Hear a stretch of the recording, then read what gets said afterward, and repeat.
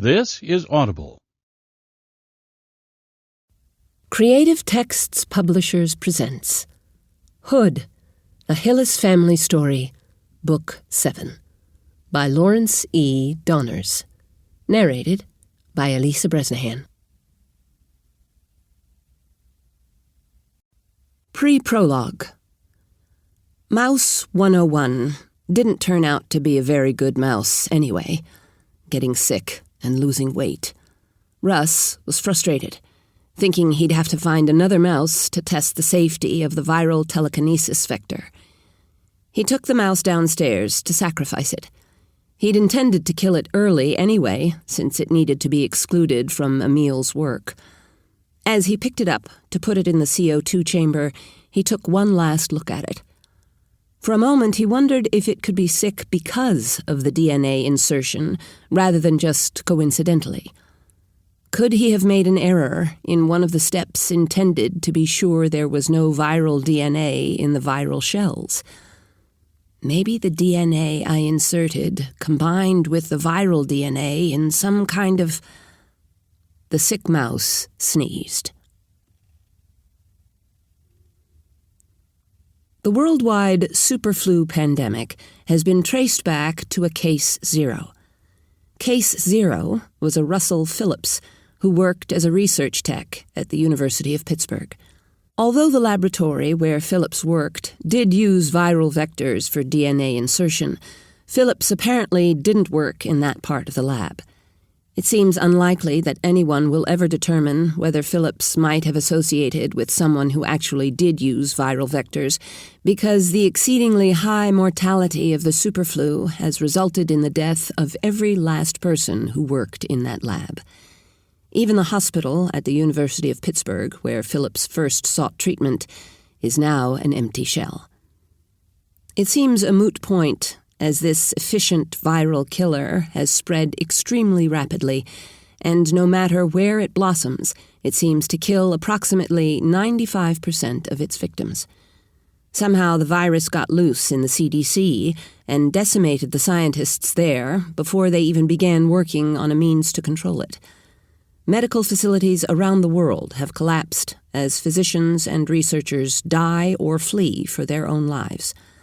Experts predict that about half of any survivors of the virus will be killed in the oncoming collapse of civilization.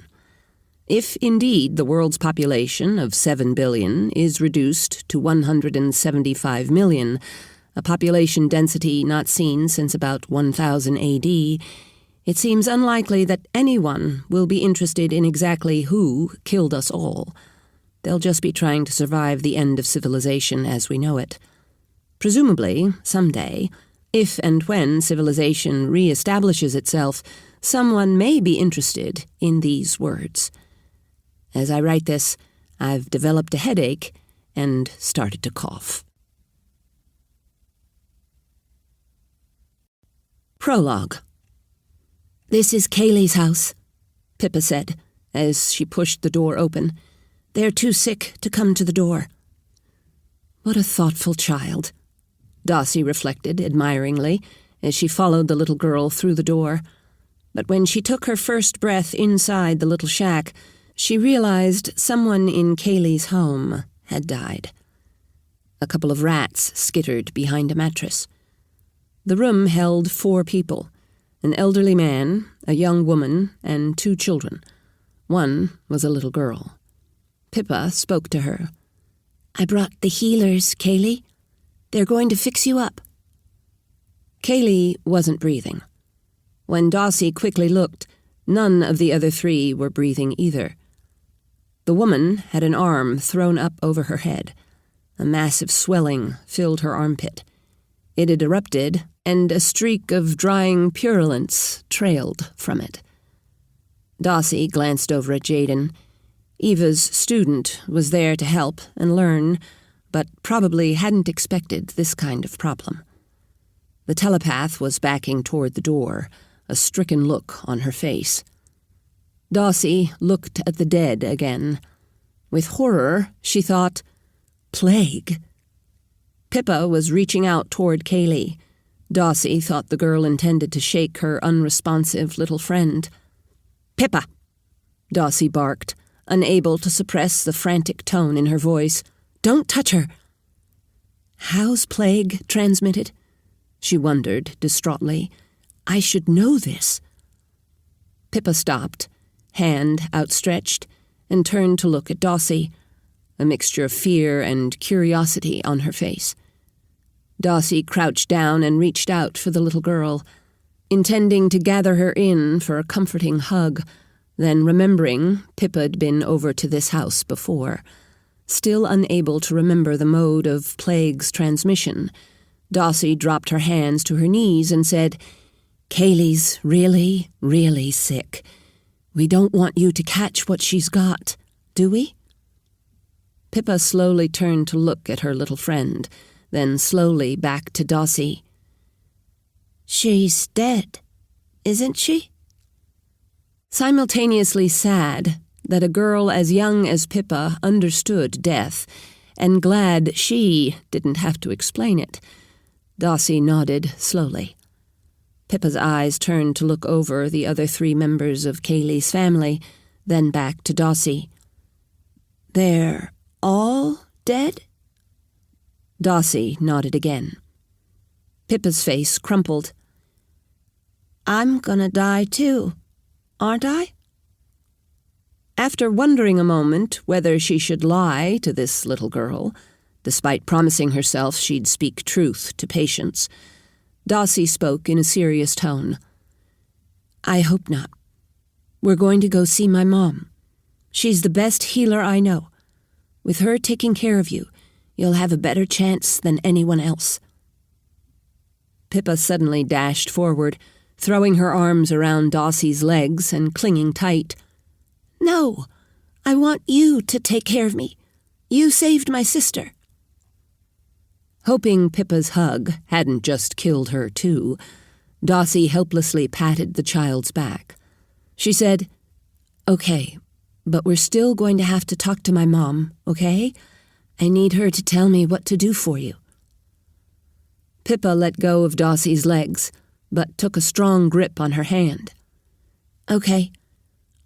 Like you did so you'd know how to take care of my sister, right?" Darcy nodded. Fear, sympathy, nausea, and horror all twisting their way through her. Pippa said, "We're going to the tavern?" "Uh-huh," Darcy croaked, leading her across the room. With resolve, the child said, "We've got to tell my mom where I'm going." "Okay," Darcy said, as she pushed open the door to Kaylee's shack.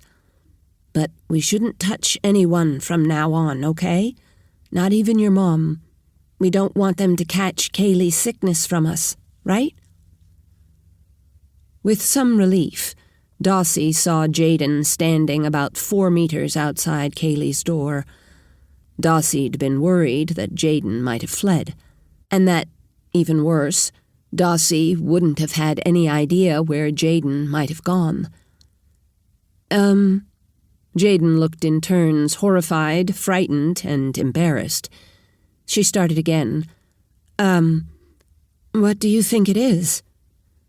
Hoping Pippa wouldn't know the word, Darcy said, "The plague." Then, wanting Jaden to understand she didn't blame her for fleeing Kaylee's house, Darcy said, "You did the right thing, getting out of there." A catch in her voice, Jaden asked, "How does it get from one patient to—" "I don't know," Darcy interrupted, leading off down the path back to Pippa's house. "We're going to need to get back to the tavern and tell my mom what's going on so we can figure out what to do. That'll need a lot of reading. First, though, we've got to tell Pippa's mom where we're going." "Is that a good idea?" Jaden asked nervously. Darcy didn't want to ask, but wondered what Jaden was worried about. Was it that she didn't think they should waste time getting back to Eva? Was she worried that Pippa's house was infested with the plague as well? Was she afraid they might give the midwife and Pippa's family the plague? Darcy settled for saying, We have to let them know where Pippa is. We don't want them going to Kaylee's house to look for her, right?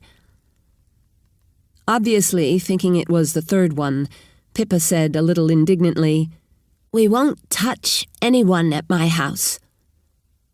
From the mouths of babes, Dossie thought. At Pippa's house, Dossie had Jaden stop just outside the door, calling to the people inside and saying they weren't coming in. Jaden told them they were worried that whatever was making the people at Kaylee's house sick might be dangerous for the baby. She told them they were taking Pippa to the tavern for a few days, at least until they could be sure the little girl hadn't caught it and it'd be safe for her to see her baby brother. And here I go, Dossie thought, lying, even if it's by proxy, to patients, despite all my promises.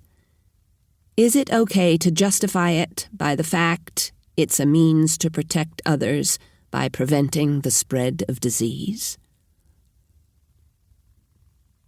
As they approached the tavern, Dossie heard Norman shout her name, demandingly.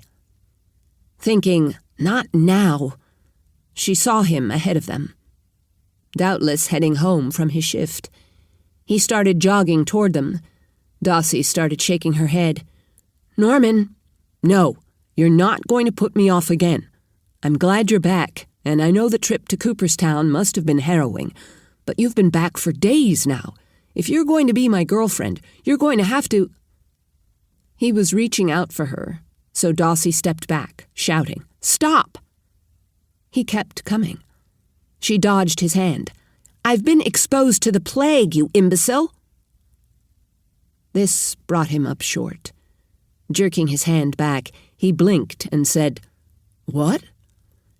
"I've been exposed to the plague, so you should not touch me. And I don't want to be your girlfriend." With some surprise, she realized just how true that was. She hadn't given it a lot of thought, but before the trip to Cooperstown, she'd been getting more and more irritated by the way Norman kept trying to tell her what to do. Norman had turned white when Dossie said the word plague. Now he turned red with fury. "After all I've done for you!" He stomped off toward the town, calling back over his shoulder, "You'll have to get down on your knees and beg if you ever want to see me again." Great, Dossie thought.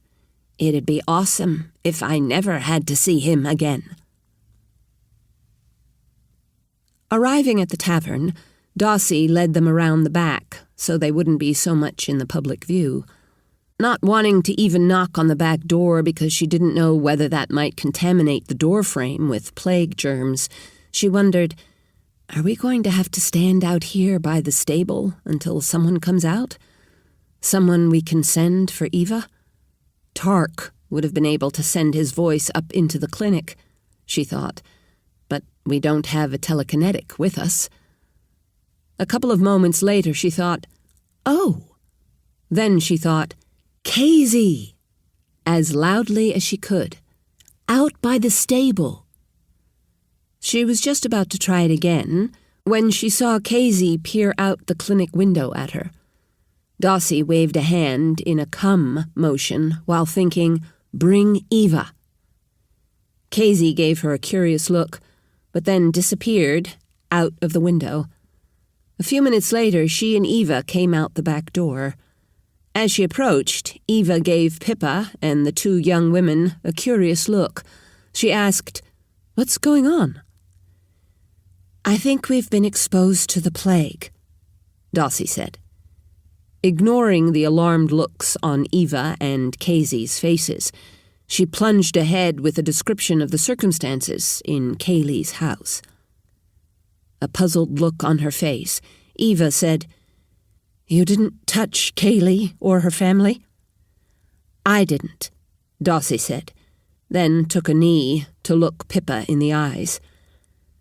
"Did you touch Kaylee the last time you were over at her house?" Pippa gave a little shrug. I think so.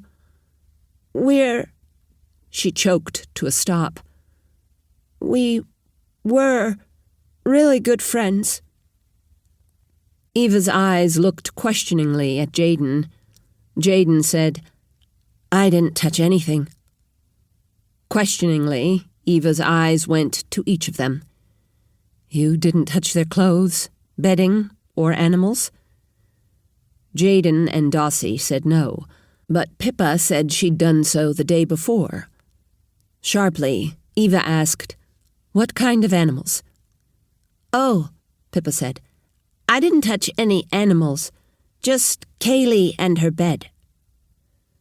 There were rats in the house, Dossie said, thinking she remembered that rats had something to do with the plague. Rats are a problem, right? Eva sighed. Fleas are the problem, but the fleas that live on rats are famous for carrying plague. She pointed to the bathhouse they'd recently built for the tavern. Fleas can't swim. Fill the big tub. Get in it and submerge yourselves. Stay under as long as you can hold your breath, several times.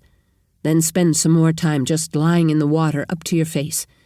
That means with all your hair underwater, okay? Dossie nodded.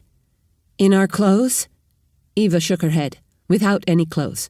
When you take them off, submerge your clothes in buckets and put rocks on them to keep them under. We'll bring you clean clothes. She studied Pippa for a moment, then bent down. We'll see if we can find you some medicine to take, okay? Just in case you've already been bitten by some of the fleas at Kaylee's house. Okay, the child said, continuing to surprise Dossie with her adaptability. Eva turned to Dossie and Jaden. I'm going to get everyone studying this problem, trying their best to figure out what to do about it. We need to know a lot more about plague than the fact that it's carried by fleas and that fleas can't swim. She made a face. I think I remember that there are several different kinds of plague, but what they are escapes me now. Different species of the germ. Are there other ways you can get it besides flea bites? Rika may just be our student epidemiologist, but this is the kind of problem the ancients used to have entire departments for. She's got her work cut out for her. Dossie leaned a little closer and asked quietly, Is plague susceptible to sulfa or doxycycline? Eva's shoulders slumped. I don't know. If it isn't, we'll have to hope the Gellers can figure out how to make an antibiotic that will work. As Eva walked away, Dossie's scalp started itching. Psychosomatic, she thought, but couldn't keep from scratching. As they hauled in bucket after bucket of water to fill the tub, Dossie gained a lot of respect for her brother. Tarc filled the tub on a routine basis, but the buckets felt like they were about to pull her shoulders out of socket. The water from the well was cold, and Dossie realized it was going to be difficult to soak in it like Eva wanted. Dossie poured her most recent buckets in the big tank mounted on top of the stove beside the tub. She said, Jaden, can you get a few straps of firewood? I'm going to start a fire so we can warm the tub up enough for us to actually be able to soak in it. Jaden agreed, so Dossie started by putting some of the kindling in the stove. Then she started looking for matches. Where in the world does Tarc keep them? She wondered, then realized he wouldn't use expensive matches because he could start fires with telekinesis. Damn, she said. Pippa'd just shown up with a half-full bucket of water, all she could carry. What's the matter? She asked. The water's too cold for a long soak like we need, so I'm wanting to start a fire in the stove to give us hot water, but we don't have any matches. Shall I rub sticks? You know how? Dossie asked with some surprise. The little girl shrugged. I know how, but when I rub sticks, I usually can't start a fire. Ma says I can't rub hard enough. Casey appeared in the door of the bathhouse with a stack of clothing. She fidgeted for a moment, then set the stack on a bench. I'd really like to give you a hug, but Eva says not to touch you. Of course not, Dossie said. Don't worry. We'll hug a bunch when this is over. She looked at the stack of clothing. Sitting on top of it was a bar of soap, a pair of scissors, and Dom's razor and leather strop. What's this? Casey edged out of the way as Jaden came in the door with more wood. We've only done a little reading so far, but... She trailed off. What? Casey sighed. You can get plague by exposure to fluids from an infected person or animal, especially people who cough on you. But almost all transmission is by fleas. They bite an animal or person that's infected, get infected themselves, then bite someone new, giving them the disease. So, you really don't want fleas. Okay, Dossie said, drawing out the word. We're taking a bath to drown our fleas. What are the scissors and razor for? Fleas live in fur. So? Come on. Why are you making me drag this out of you? In a rush, Casey said, Eva says you should shave your heads. Dossie shrugged equably, saying, Okay. Jaden gasped in horror. Casey continued, Almost every species of fleas prefer animals to humans because they can hide in their fur. When they do get on humans, they like to live in our hair, so being hairless is a good thing. Jaden said, I can see that for Pippa and maybe Dossie, but I didn't touch anything in Kaylee's house. Casey said, You know fleas jump long distances, don't you? But, Jaden began. Dossie interrupted. We need matches so we can heat the water enough that we can soak in it for a while. Also, I assume the soap's to help with shaving? Well, one of the things we found in one of the old books said that certain kinds of soap could kill fleas. We don't know whether this soap will do it, but if I were you, I'd lather up. She made a little grimace. It's that harsh lye soap. Eva figured it'd be the most likely one to kill fleas. Dossie didn't seem bothered by the notion of using lye soap.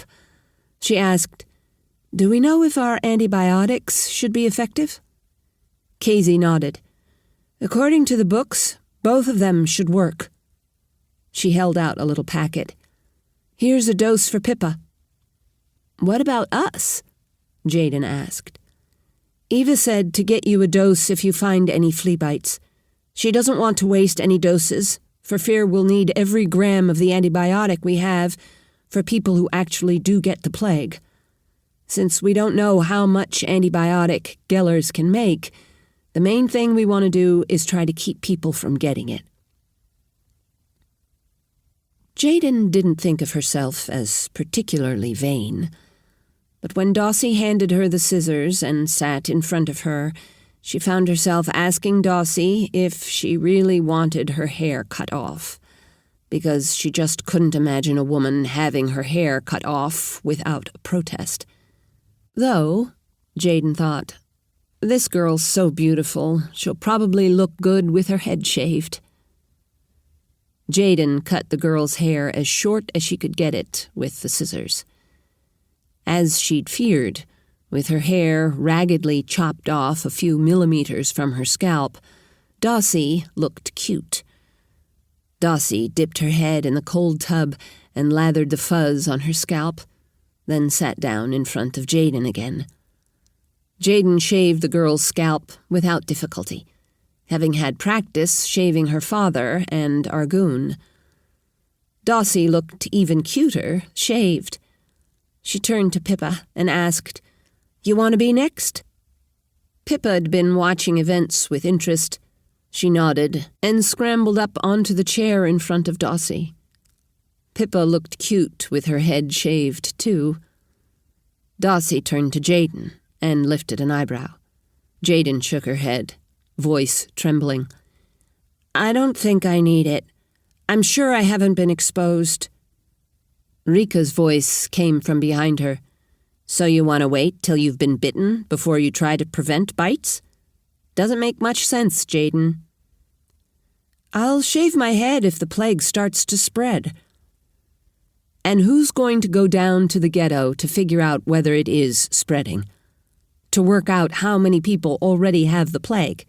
To teach people how it spreads and what to do to keep from getting it?" Rika asked, staring hard at Jaden. When Jaden didn't answer, she continued, "Because our job as healers isn't just to treat people who are sick, you know. We also need to try to stop the spread of disease." Jaden snorted weakly. "I thought that was your specialty." Rika nodded. "It is. That's why I'm out here to get my head shaved. But it isn't a job I can do by myself. We've got to get down there, find out how many houses are involved, and quarantine them. The people there need our help, and their fleas are going to try to jump on us while we're giving it." Jaden said, I'm not the best person for that kind of stuff." Rika gave her a look. "You're exactly the best person. You'll have already had your head shaved. We've got to convince people that it's the plague, that they need to be quarantined, that we've got medicine for them, that they need their heads shaved, that they've got to clean out their houses, and that they've got to kill rats. You're our telepath. You're our convincer." "You're really gonna have your head shaved?" Jaden asked. Rika gave a firm nod and sat on the chair. "I'll go next, while you're getting up your gumption." For some reason, Jaden was expecting Dossie to shave Rika's head. Instead, when she turned around, Dossie was pouring more water in the tank over the stove. She'd evidently already drained the hot water from the tank into the tub. Pippa was in the tub, swimming about in evident delight. When Jaden dipped a hand in the water, it was lukewarm. Not hot, like she'd like, but no longer unpleasant. As she picked up the scissors and turned to Rika's head, she saw Dossie slip off the last of her clothing. As the girl stepped into the tub, Jaden thought, "It's not just her face that's gorgeous. This is just unfair." She pulled up a hank of Rika's thick, wavy, blonde hair and cut it off close to the scalp. While Jaden cut Rika's hair, Dossie convinced Pippa to submerge herself several times, then lay still with just her face out of the water for a while. Dossie carried out the same maneuvers herself. Then they heavily lathered themselves with the harsh soap. Jaden finished shaving Rika's head, and Rika started cutting Jaden's straight black hair. Dossie dumped more hot water from the tank into the tub. She and Pippa exclaimed delightedly over the heat, making Jaden glad something had taken the child's mind off the horrors of the day. Dossie and Pippa started splashing the surface water out of the far end of the tub, trying to clear out any fleas floating on the surface. Then it was Jaden and Rika's turn to strip and get in the tub. "Hey, you guys look adorable without your hair," Dossie said cheerfully. Feeling inordinately cheered by what she felt sure was an unwarranted compliment, Jaden replied, "So do you." She thought, beyond adorable. On careful inspection after their baths, only Pippa looked as if she might have been bitten by fleas. After a little telepathic urging, she took the medicine without complaint. The rest of them didn't get any antibiotics, though Jaden really would have liked to take some. Which, she thought, shows what a hypocrite I am, wanting the precious medicine after swearing I didn't get bitten when I was trying to avoid getting my head shaved. And how vain. Chapter 1. Argoon slurped his beer, anxious to blow off another shitty day. Unable to find employment befitting his station, he'd finally given in and taken some jobs as a day laborer. The work wasn't just beneath him, it was hard, and the boss man kept insulting him, calling him lazy and shiftless. Argoon had been sullenly accepting the abuse, hating the man, and thinking of revenge. The big man next to him at the bar was speaking quietly to his neighbor. Argoon could barely hear, but something about the man's deep, gravelly voice made what he said intelligible. "We need a soft target. Someone who'll roll over at a threat. Not somebody who's going to fight back and maybe kill some of our guys." These guys are robbers, Argoon thought. He wondered if he could set them on his current boss, which seemed as if it'd be an awesome way to get revenge on the bastard. But I don't know where he... Oh! Argoon leaned to his right, so his arm nudged the big one next to it. Speaking as softly as the man had been talking to his neighbor, Argoon said, "I know a nice soft target." The man slowly turned and eyed Argoon. After an extended pause, he said, "I don't know what you're talking about." Argoon swept the man with his eyes, massive, dirty, mean-looking. "I'm talking about someone," he quoted, "who'll roll over at a threat. Not somebody who's going to fight back and maybe kill some of your guys." The heavy-set guy's jaw bunched a couple of times. "So, you've been listening, but you ain't been understanding what we've been talking about. Maybe you ought to mind your own business." "Okay," Argoon said, turning back to his beer. "I'll just find someone else. Someone who's actually got the balls to take on a soft target." He slid his left foot back and to the side so he'd be able to keep his balance if the man attacked him. Instead, the heavy-set man muttered, "You do that," and turned back to the man he'd been talking to. Argoon listened to their conversation for a few minutes, but they never again touched on their tentative plans. Nonetheless, they'd certainly put the idea in his mind. The Hyllis Tavern seemed a perfect mark. Big and obviously wealthy. Almost all the people working there were women. Argoon's ex-friend, Hera, Tarc, Tarc's old man, and the bartender were the only men Argoon knew of. It was outside the city wall, so protection from the Guardia'd be non-existent. Even if the Guardia didn't come, they'd be slow getting there. When the time came to make a getaway, there wouldn't be any hold-ups getting out through the city's gate. Really, it's perfect. I can't believe brigands haven't already taken that place down.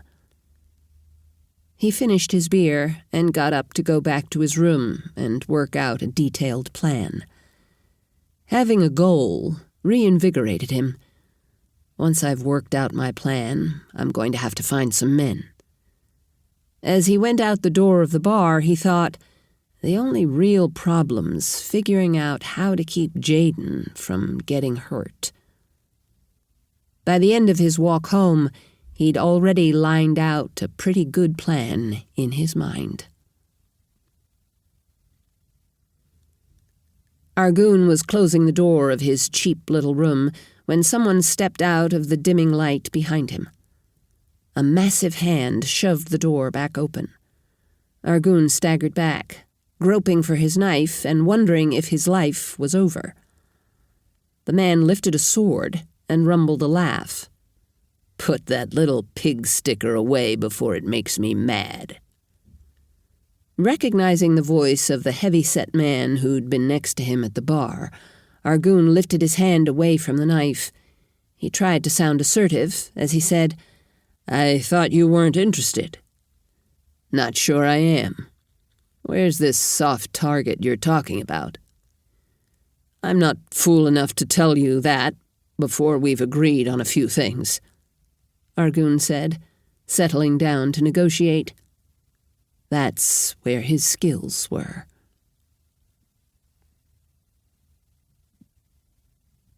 Dawsey rushed down the stairs. As she burst out of the stairwell, a familiar, crotchety voice said, "What the hell happened to your hair?" Her first impulse was to simply ignore whoever'd said it. She, Eva, Jaden, and Rika were hurrying to get over to Pippa's neighborhood. Their first objective was to find out whether or not the plague had spread beyond Kaylee's house. However, her eyes darted to the side, and she saw Ms. Rainey, the older woman who could teleport. Since they could really use another teleporter, Dawsey paused. "Are you thinking about helping us?" Rainey rolled her eyes. "Why'd you shave your head? Makes you look like a wacko." Dawsey paused, wondering whether to confide in Rainey.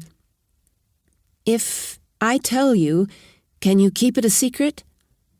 "You people and your secrets," Rainey sighed. "I guess it won't hurt me to keep one more secret. I've got a lifetime's worth of them." Dawsey took her elbow and steered her out into the courtyard behind the tavern. "Some people down in the Grissom ghetto have died of the plague." Rainey's eyes widened. She freed her elbow and stepped away from Dawsey. "Oh," she shook herself. "Oh, hell. I've already lived a long time." She snorted. "I guess I should have known helping healers might shorten my remaining years." Giving Dawsey a curious look, she asked, "What's that have to do with you shaving your head?" "Plagues transmitted by fleas. Since fleas like to live in fur or hair, we're trying to make ourselves less appetizing to them." "Appetizing? As if fleas eat us?" Dawsey nodded. "They do. They bite you to suck your blood. The bites are what makes you itch. When they have the plague, they put the plague in your blood when they bite. So, since they like to live in fur, we're trying to be furless." She waved a hand at her clothing. "They can live in clothing as a substitute for fur, so we're avoiding heavy weaves of cloth." Rainey's eyes narrowed. "You're planning to go down there and nurse people dying of the plague?" She shook her head in disbelief. "You're going to die, shaved head or not." Dawsey shrugged. "We're hoping to quarantine the people who have it so they don't spread it to everyone else. We think that's important enough to take some chances." "Quarantine?" "Keep them isolated so they don't interact with other people and pass on the disease." "Good luck with that," Rainey snorted. "As soon as they figure out they've got plague, they're gonna run like hell." Dawsey nodded. "It's going to be hard, all right, but we think we've got to give it a try." She glanced around. "It looks like the others are leaving. I'd better get going." Rainey looked around as well. Seeing a group of people with shaved heads striking out toward the town, she said, "Grissom ghetto?" "Yeah," Dawsey said, hurrying off after Eva, Rika, and Jaden. Rainey called after her, "Thanks for what you did with my arteries. I can walk a lot faster, and my legs and chest don't hurt when I do." "You're welcome," Dawsey called back over her shoulder. Though if you were actually grateful, you'd come with us and help, she thought. When Darcy caught up to Eva, she said, I thought Tarc was coming with us. Change of plan, Eva said grimly. He's going to go to Farleysville and try to get back some of our money. With the caravan? Darcy asked suspiciously. Eva nodded distractedly, evidently thinking mostly about the plague. And Lizeth, I suppose, Darcy said disgustedly. Just like I thought. He's dumping Nylon now that his favorite leather-wearing, sword-wielding guard's back in the picture. Eva gave Darcy a sharp look. Nylon dumped him. You need to keep up with your gossip. Darcy's eyes widened in surprise, then narrowed. What'd he do? Get caught fooling around with Lizeth? Eva laughed. You're so suspicious. You really should give your brother some credit. He's pretty broken up about it. Yeah, right. He's just pretending to be broken up about it. Eva rolled her eyes. Darcy, come on. He really is upset. I can tell, you know. Darcy's eyes widened. I thought you weren't supposed to be snooping around in our thoughts. Eva laughed. The way he's brooding, I could tell even if I wasn't a telepath. But he's so mopey, I can hardly help hearing the mental whimpering. To us telepaths, it's like he's wandering around singing one sad love song after another. Oh. Darcy tilted her head curiously. You really don't think he did anything to make Nylon angry? Eva shrugged. He ran into Lizeth in Cooperstown, but I don't think that's really his fault. He's been friendly to Lizeth, but he's been keeping her at arm's length out of consideration for Nylon. Eva pursed her lips thoughtfully. I think Nylon's just so sure she can't compete. She's let her jealousy run out of control. Darcy thought on this for a few seconds, then said, I'll talk to her when we get back to the tavern. That'll be too late, Eva said dispassionately. Tarc and the caravan are leaving this morning. She shrugged. I think Nylon's jealousy shot her love life in the foot. She shook her head. Getting angry at someone for not loving you enough, that never makes them love you more. Darcy glanced back over her shoulder to see how far it was to the tavern. She was surprised to see Casey jogging after them. She stopped, then started trotting back the other way. I'm going to run back to talk to Nylon a second. I'll catch up with you guys. Eva called after her. Don't interfere in other people's love lives. That should have been the first commandment. Darcy ran a few strides, then slowed to a stop over several steps. Shoulders slumped, she turned around and started after her mother again. Eva said, Don't look at me that way. Go talk to her if you want. I'm just telling you it's a bad idea. No, you're right, Darcy said sullenly. She waited a moment, then joined Casey in jogging to catch up to Eva and the others. As they arrived, she said, But that doesn't mean I have to like it. Casey grinned at her. Whose love life were you about to mess with? Tarc and Nylon. Casey gave a thoughtful nod. Eva's right. Don't mess with that. They're not right for each other. And Tarc and Lizeth are? Casey shook her head. No, they aren't right for each other either. Wide-eyed, Darcy said, What are you, Miss Matchmaker? Casey shrugged. I knew Norman wasn't right for you. What? If you're so all-knowing, why didn't you tell me? Casey glanced at Eva. What she said. You mean about not interfering? Casey nodded. What if I asked for advice? Casey grinned. Then I might provide it. Okay, then who do you think's right for me? With a snort, Casey said, "Haven't met that guy yet." "Well, when you do meet my perfect match, be sure to let me know," Dawsey said with a little snark in her tone. "Not gonna happen. I'm pretty sure perfect doesn't exist." Dawsey blinked, thinking this didn't fit her concept of love. But can Casey really tell who's suited for whom? After a few steps, she spoke in a more subdued tone. "Well then, let me know when you find someone who's nearly perfect." When they got to Kaylee's house, Dawsey pulled the door open. They all recoiled a little at the stench emanating from the bodies. Rika lit her lantern and stepped inside, Dawsey right on her heels. She sent her Girret through the tiny shack. The human bodies were already cool and hard to detect, but she could sense small warm spots about the right sizes for 3 rats and a number of mice. To her dismay, she realized one of the rats was up against Kaylee's dead mother, apparently making a meal of her.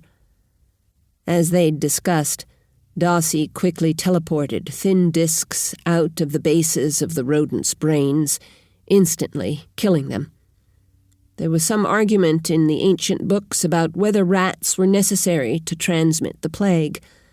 The germs could be transmitted human to flea to human. However, there seemed to be little doubt that fleas left dead hosts and jumped to living ones, even if they weren't the preferred host for that species of flea. An obvious first step for the quarantine was to keep the rodents in Kaylee's house from leaving and going to another one. Eva quickly looked over the bodies without touching them. "I agree. This just about has to be the plague. I wish we had some way of culturing the germ to be sure, but..." She sighed. "Let's start checking the neighbors." When they stepped out of Kaylee's shack, Dawsey realized Casey hadn't come in with them. She was standing about 7 meters away. "You're not coming in?" Dawsey asked. Casey shook her head. "I'm your uncontaminated messenger. I'm not even getting close to the houses." "Why'd you shave your head, then?" She waved a hand at the other 3 and herself. "Just so you could look as awesome as the rest of us?"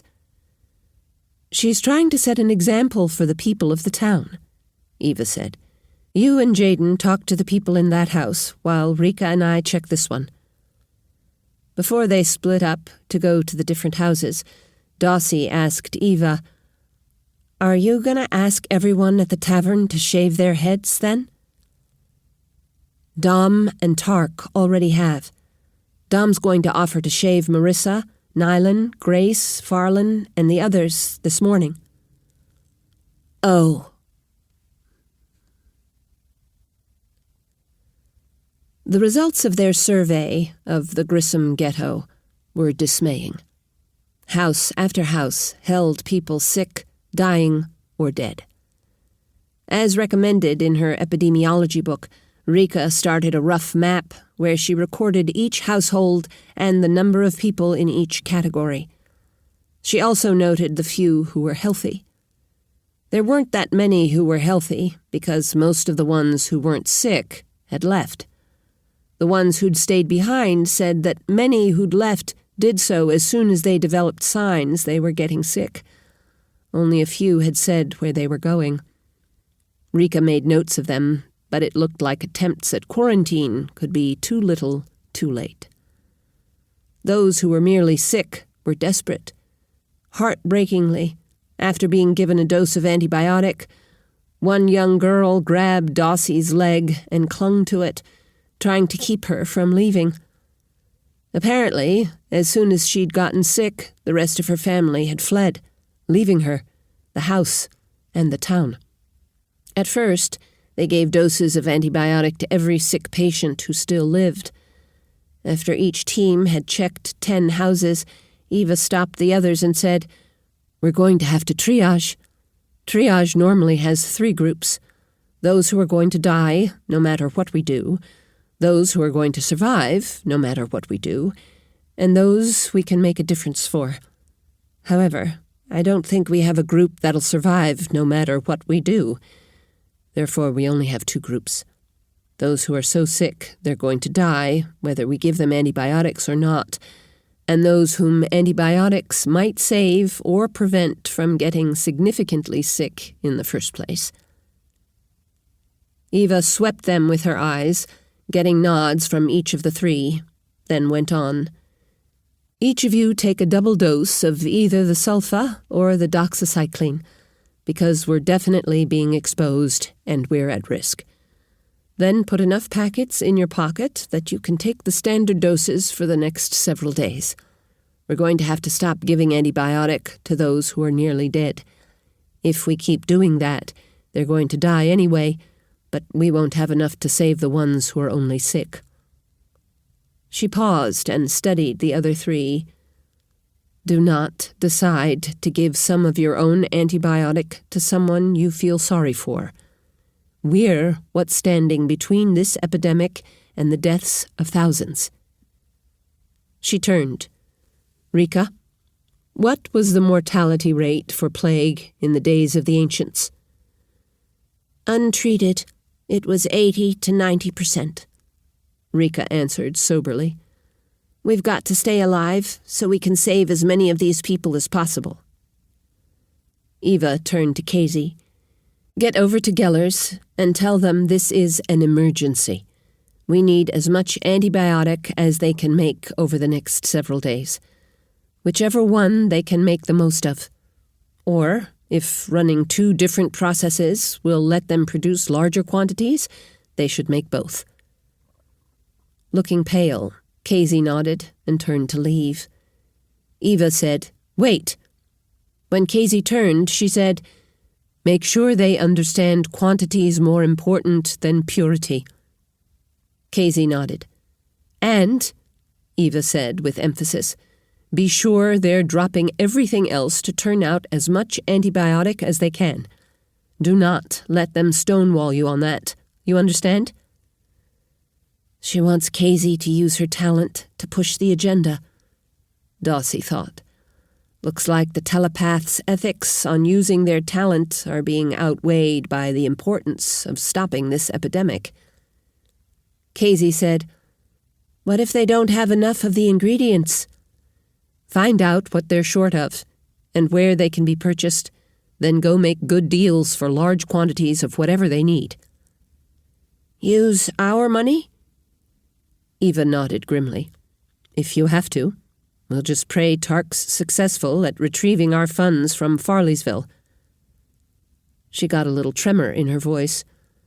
We've got to make sure he has a town to come back to. And after that? Casey asked. Go talk to the Baron. Let him know what's going on and that Clancy Vail needs him to lead. We need funds for medicine. She waved around them. We need these piles of garbage cleaned up. We need artisans building rodent traps. We need criers going around explaining the plague to the people, telling them that they need to cut their hair really short or shave it off. They've got to start washing themselves and their clothes with soap at least daily. They should wear as few clothes as possible. They need to hang their bedding out in the sun every day to drive out the fleas. They need to clean up their houses and yards to eliminate food sources for rodents. She turned to Rika. What have I missed? Rika frowned. We're going to need volunteers. People who can distribute medicine to the sick. People to set and check traps. People to make up doses of the medicines. Eva sighed. It's going to be hard enough to get volunteers to go out and see the sick. Getting ones who are smart enough to weigh out doses. Dawsey said, We're going to have to make up hundreds or even thousands of doses. I've been thinking that we should measure doses with spoons instead of the scale. Maybe we could put the doses in little twists of paper. People could swallow them, paper and all. That might help with the issue that the medications taste bad. I'd rather they just washed it down with a lot of water." "Tell them that. But if they really hate the taste, or don't have a lot of water, swallowing a twist of paper with a little bit of water might be better than not taking your medicine at all." Eva turned to Casey, looking dismayed. "Yeah, all that. I think as soon as you talk to Gellers, you should go to the tavern and tell Dom to shut it down for a few days. We're going to need everyone to help with the epidemic." Casey said, "And if they don't want to?" Heavily, Eva said, "You're asking if you should influence people, right?" On Casey's nod, she said, "Not yet, though it may come to that. If they don't want to volunteer, they can cook and serve the rest of us." She glanced away, looking troubled. When she turned back, she said, "I trust you to figure out when you'll have to influence some people. The Gellers, the Baron, various suppliers. Lives outweigh our ethics regarding when to use our talent, right?" Looking daunted, Casey nodded and left. Eva turned to Dossie. "We need you to go to every house to kill the rodents. Start with the ones Rika and I already visited." She turned to Jaden and Rika. "Now that we've done some houses together, can you guys start visiting houses by yourself so we can cover more of them?" Though they looked nervous, they nodded solemnly.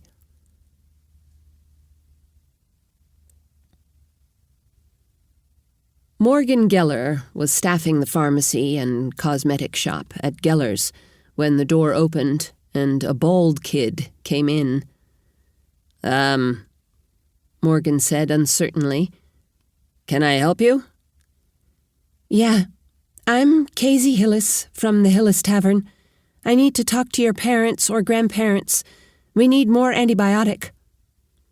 From the pitch of the kid's voice, Morgan thought the kid might be a girl. However, though boys sometimes cut their hair really short or shave their heads, Morgan never heard of a girl doing the same. Trying to ignore the question of the kid's sex, he said, "My great-grandfather just delivered a big package of doxycycline to the tavern." The kid nodded. "We need a lot more." "They must be wasting it," Morgan thought, "probably giving it to everyone they think might have an infection." Nonetheless, he said, "Let me get my Aunt Rachel." Morgan stepped through into the chemistry with a little trepidation. His Aunt Rachel had been in a sour mood this morning. "Aunt Rachel?" "What is it now?" she asked impatiently. "I've got a kid here from the Hyllis Tavern. They want more antibiotic." She rolled her eyes. "Tell him your granddad just delivered some doxycycline. If they get their shit together and look, I'm sure they'll find it." "I told him, or her, I'm not sure. He or she says they need a lot more." "What are they doing?" Aunt Rachel said exasperatedly. "Sprinkling it on their pizza?" Trying not to say something that'd make his aunt even angrier, Morgan said, "I didn't ask. Do you want me to?" "Yes. We've got other orders, you know." When Morgan stepped back through the door to the shop, the kid was looking exasperatedly impatient. Morgan said, "My aunt wants to know what you're doing with all the antibiotic." The kid leaned across the counter toward him. This stretched her thin blouse over small breasts that made it obvious she was a girl. She looked sharply at Morgan. Her eyes widened, then narrowed. She had a surprised look for a moment, but then shook herself. Speaking with sudden intensity, she said, "We're treating people with the plague." She stared so intently into his eyes, she somehow seemed to fill his world. "There are already a lot of dead. You guys need to start making as much antibiotic as you can, as fast as you can possibly turn it out. I don't want to come into your chemistry and say these things in front of a lot of other people in your lab because we'd rather not start a panic. But if you can't get your aunt to come out here and talk to me, I'm going to do just that. Understand? Plague? Morgan thought. Throat suddenly dry, Morgan swallowed, gave a brief, jerky nod, and stepped back through the door into the chemistry. Aunt Rachel, you need to come talk to this girl. It really is important. With a sigh, Rachel said, Bring her in here to talk to me. I think that's a really bad idea. Rachel stared at him a moment. Then, to his surprise, she stood up. She turned to Morgan's cousin. Charlotte, I'm on step 9 here, she said, tapping the recipe for the batch of dye she was synthesizing. If I'm not back in time, I'll need you to do the dilutions for step 10 when this glass runs out, okay? Charlotte stood up and stepped over, tilting her head to look at the recipe for a moment. Yes, Mom. She glanced at Morgan. Though usually I'm the one that talks to the Hyllises. Maybe Morgan'd like to stay here in the chemistry while I help you out there. Though normally Morgan hated being in the shop and would have been delighted to stay in the chemistry, he decided this wasn't the time. He quickly shook his head and followed Rachel back into the shop. His aunt went through the door, saying, Okay, what's so damned important? She stopped and stared. I hope you realize you look ridiculous with your head shaved. The girl did the same thing where she leaned way across the counter toward Morgan's aunt. Intently, she said, My head's shaved because the plague's broken out in Clancy Vail. It's transmitted by fleas, and they like to live in fur or hair. We strongly recommend everyone shave their heads. I'll assume you can figure out for yourself why we need a lot more antibiotic. Morgan's aunt recoiled from the girl. She pointed at the door and spoke imperiously. Get out of here. Instead, the girl leaned even closer to Rachel. She spoke calmly, but in a measured and resonant fashion, her words holding immense gravitas. You don't need to be worried about catching the plague unless you're exposed to fleas that have bitten someone who's infected.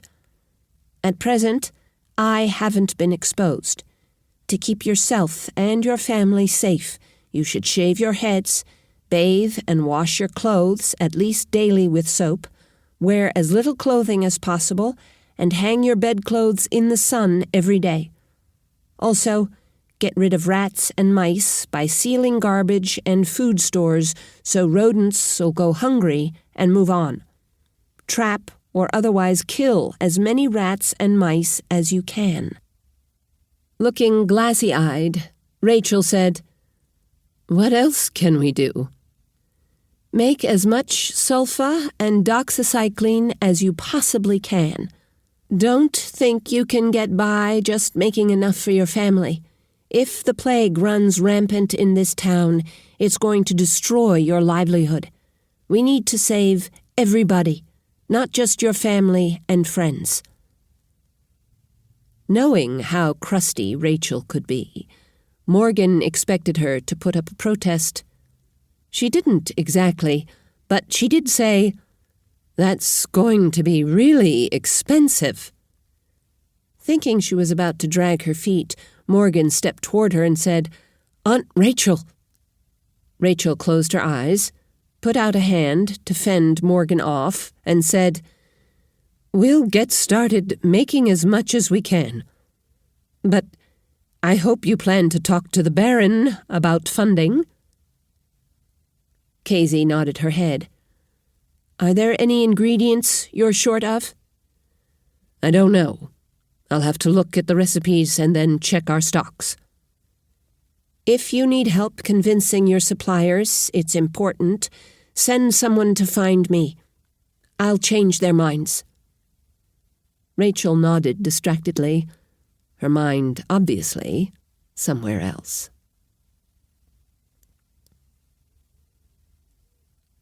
Grace heard the protracted creak of the kitchen door opening slowly. When she turned, Tarc stood in the opening. Though she was facing the opposite direction, his eyes sought and found Nylon by her straight, glossy, dark hair. He walked over to stand behind her, where she was kneading bread. "Nylon?" She didn't turn. "I'm about to leave for Farleysville." She shrugged. "Go, then." "I wanted to say goodbye, and—" It looked like his throat had cramped. After a moment, he continued, And I hoped I could leave on good terms." "Goodbye," Nylon said, still facing straight ahead. I love you." She snorted. "You do not. Go." Tarc sagged. Looking like a condemned man, he turned for the door. Grace opened her mouth and lifted her hand, about to say, "Wait." But she didn't. When Tarc was gone, she walked over to stand beside her trembling friend. "Nylon?" Nylon turned slightly away from Grace, but didn't speak. Grace leaned forward to look at Nylon's face. When she did, Nylon just turned further to the right. Grace reached out and tugged Nylon's chin around. The girl's eyes were rimmed with red and filled with tears. "Nylon, why didn't you tell him how you feel?"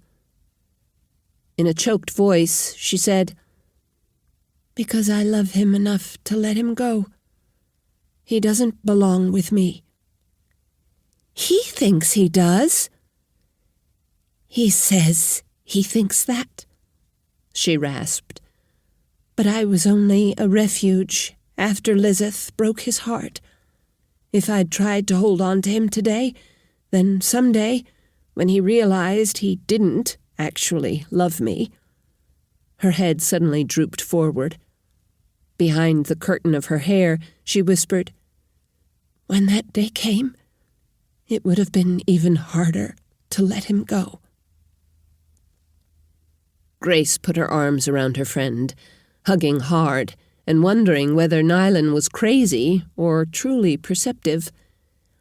"I couldn't have done that," she reflected, thinking wistfully of her own unrequited attraction to the unacceptably younger, but oh so handsome, Tarc. "Dossie Hyllis." The girl had been about to step into one of the hovels in the ghetto. She looked around at her name, but obviously didn't recognize the old, bald woman grinning at her. Then recognition struck. "Ms. Rainey?" Rainey cackled. "You're not the only one who's having trouble recognizing me with a shaved head." She leaned closer and spoke as if revealing a secret. "It's a great disguise." She glanced around. "You said you needed some help. What do you want me to do?" "Kill rats." Rainey blinked at the girl. "Rats? I thought you were trying to treat people with the plague." "Yeah, but the problem's the fleas, remember? When someone dies of the plague, his or her fleas have to find another host to get blood from. So they jump to rats or mice. Then the rats or mice carry the fleas, and therefore the plague, to the next house. Rats might have been what brought the plague into town in the first place." Rainey shook her head. "I don't know how to kill rats. What you need are cats." The Hyllis girl frowned. "Cats get plague too, especially if they eat infected rats or mice." She looked upset and spoke softly. "If we see a cat that looks sick, We've got to kill it, too. How the hell am I supposed to kill rats? Or cats, for that matter? There followed some of the most astonishing moments of Rainie's life. She'd been practicing teleporting things since Dawsey showed her how to do it the day she'd fixed Rainie's cataracts. She hadn't seen much use for the ability, though. Now the girl showed her how to teleport just part of an object. It wasn't difficult to port just part of something once she got over her surprise that it was even possible.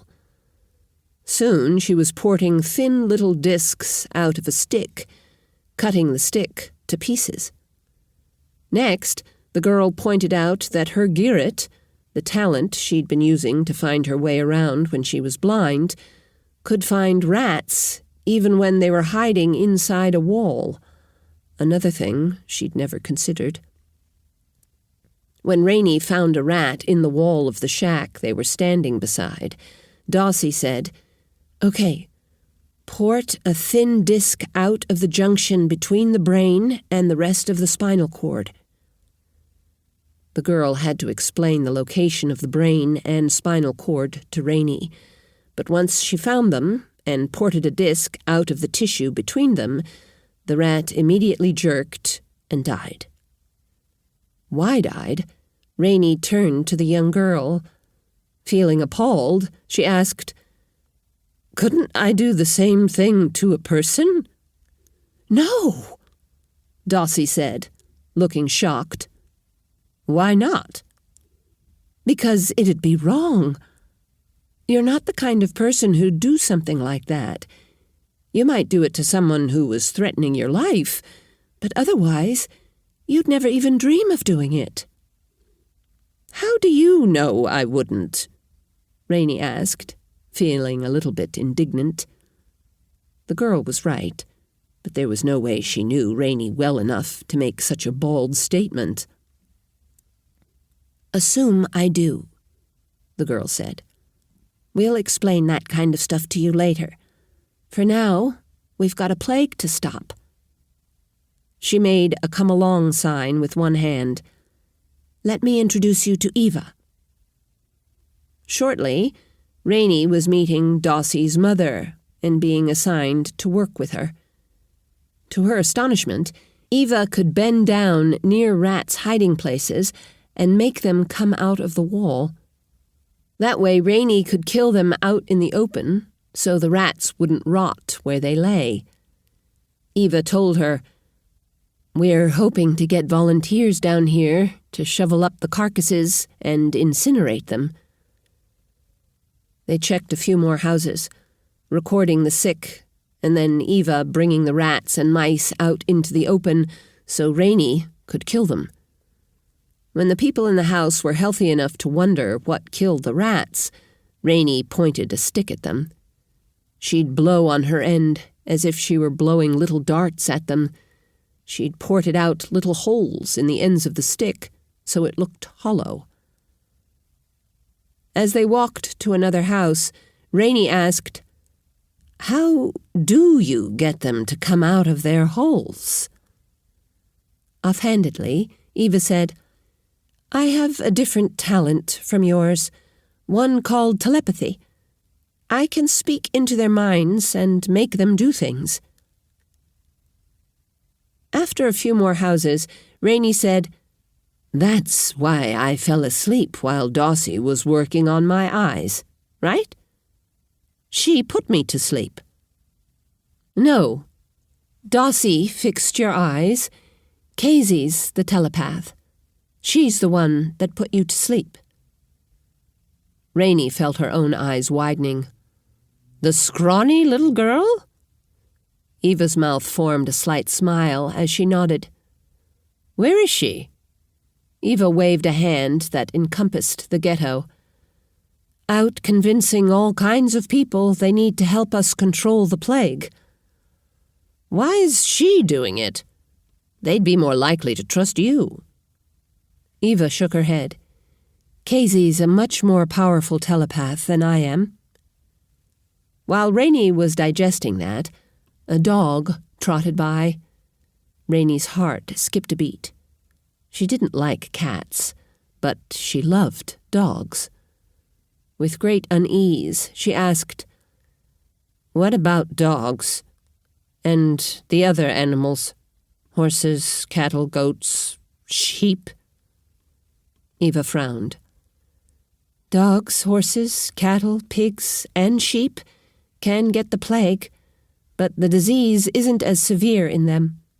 Cats and goats are the problem. Well, and rodents like rats and mice. Rabbits can get it too. But I don't think many people in Clancy Vail keep rabbits, do you?" Rainie shook her head. "I don't know of any.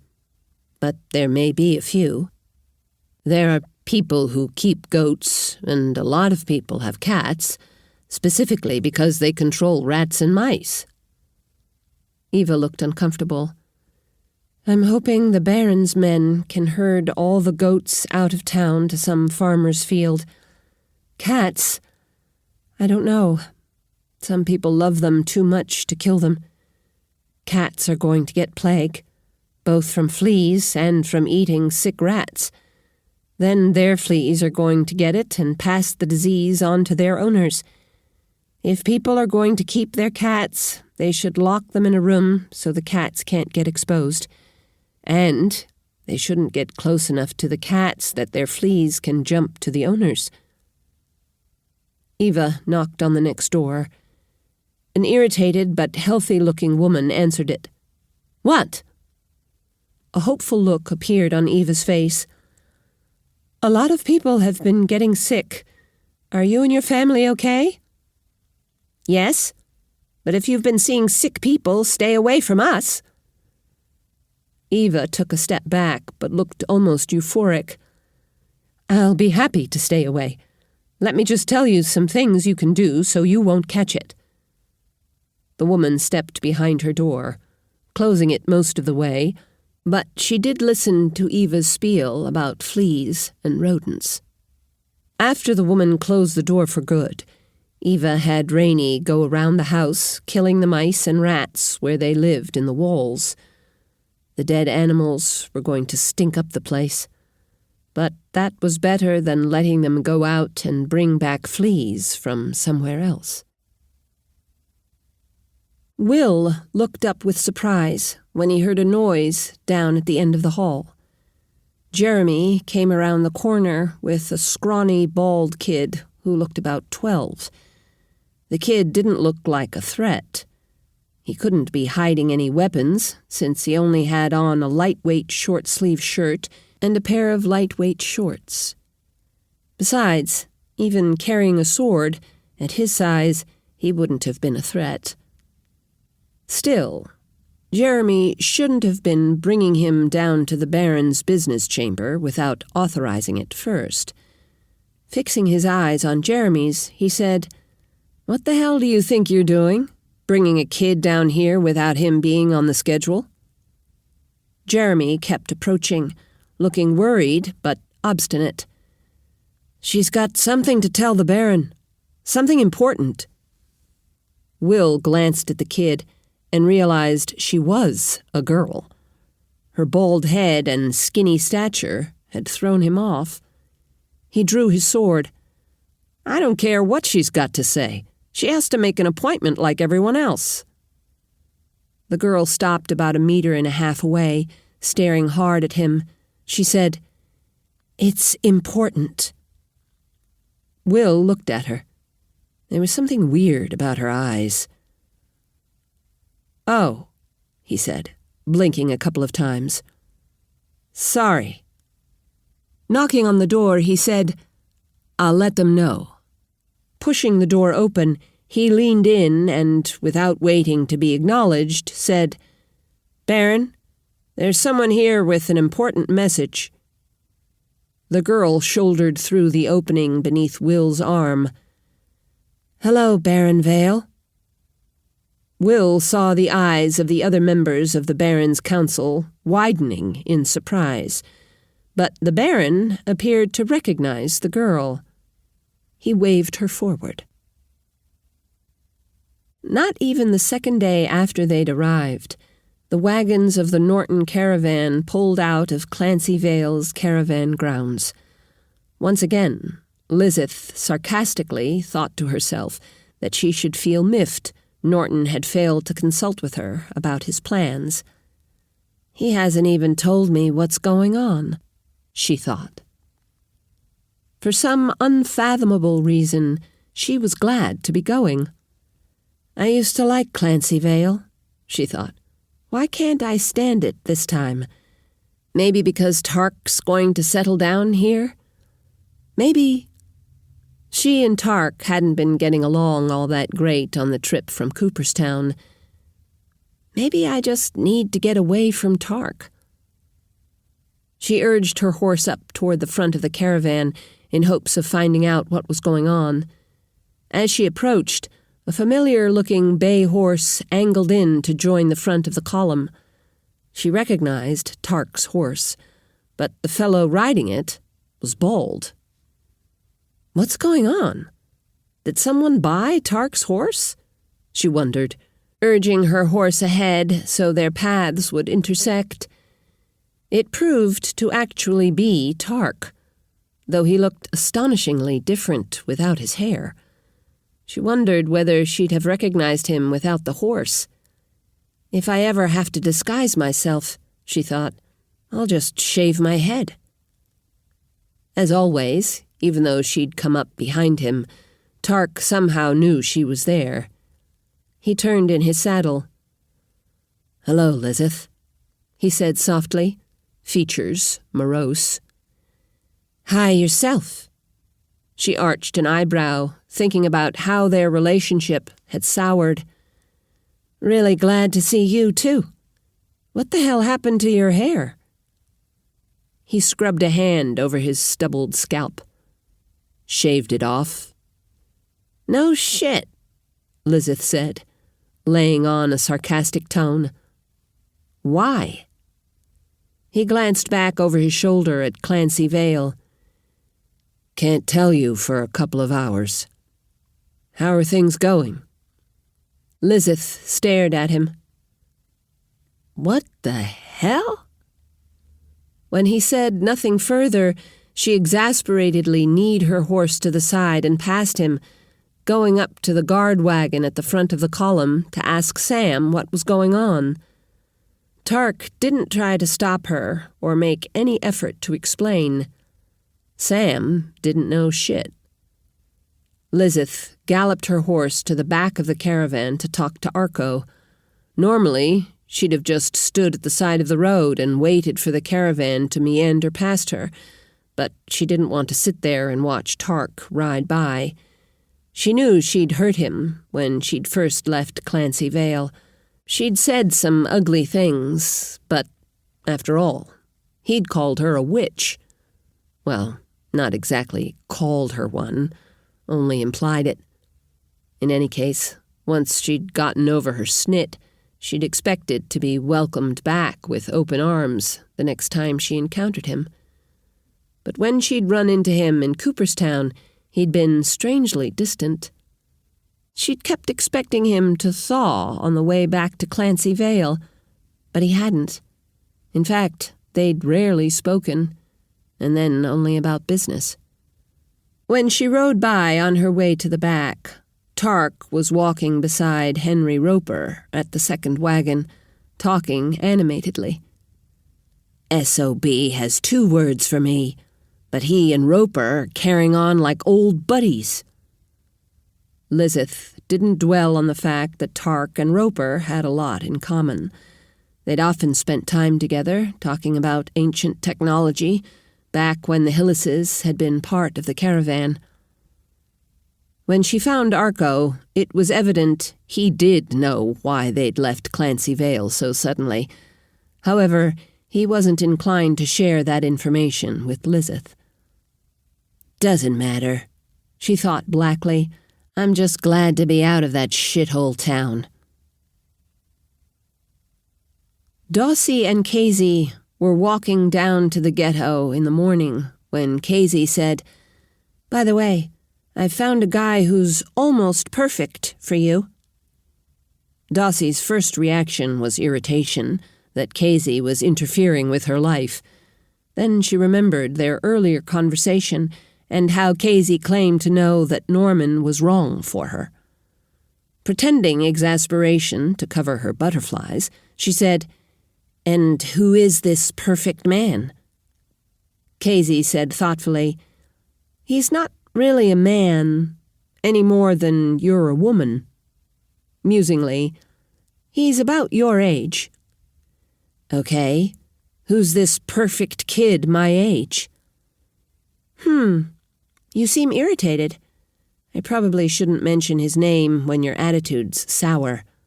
Wouldn't want your mood to—" "Come on, Casey," Dossie interrupted. "You're making my mood worse with all this dancing around." Casey gave her a wide-eyed, innocent look. "Are you sure?" "Yes," Dossie ground out. "Well, if you must know—" Dossie rolled her eyes. "I must." "Morgan Geller." Dossie's eyes widened. "One of the chemistry Gellers?" "The same.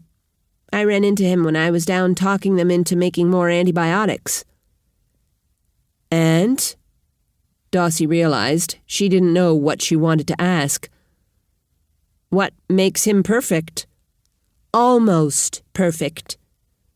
Dossie rolled her eyes. "Almost. Yeah. What makes him almost perfect?" Casey shrugged. "I don't know. I just feel like somehow he'd be a good fit for you." "What?" Dossie frowned. "What do you actually know about him?" Casey grinned. "Hardly anything. But I predict, when you meet him, you're really going to like him." Dossie rolled her eyes again. "Somehow, I doubt it." Chapter 2. Henry Roper frowned at Tarc. "So, this person says these electrons can flow right through solid copper wires, the way water goes through pipes?" Tarc nodded. "Seems crazy, I know, but that's apparently the way one of the ancients' books described it." "And when these electrons arrived at one of the ancients' devices, they made it work the way water turns a water wheel?" "Not exactly. It's just a way to think of it." Roper thought for a moment. "I can kinda see that happening if the device was something like, say, one of their cars or something, where the wheels turned and therefore moved the car. If the motor was like a water wheel and the electrons turned it, I can see how that'd push the car along." He chewed his lip a moment. "But what about some of their other things that supposedly worked on electricity? Lights, thinking machines, heating and cooling machines?" "I don't know," Tarc said slowly. "I don't think the electrons are like water analogy, held up for everything. They're obviously not water. Thinking of them flowing through copper is just a helpful way to understand some of the things they can do." He hesitated. "I might have a way to make them flow—" Roper blinked. "You might?" Tarc shrugged. "Maybe?" Giving him a dubious look, Roper said, "Show me." "I can't do it while we're moving. Maybe tonight, when the caravan's stopped." "And how are we supposed to tell you're actually moving these electrons?" "Maybe," Tarc said slowly, "we could try it with some of your ancient devices. See if I can make them work." "And which of my devices are you thinking are the ones that might respond to your electrons?" "Ones with wires sticking out of them. The wires would have been where the electrons flowed in and out. Apparently, the electrons almost always made a circuit where they went into a device through one wire, then came out of it through another wire, after they'd done whatever they were supposed to do.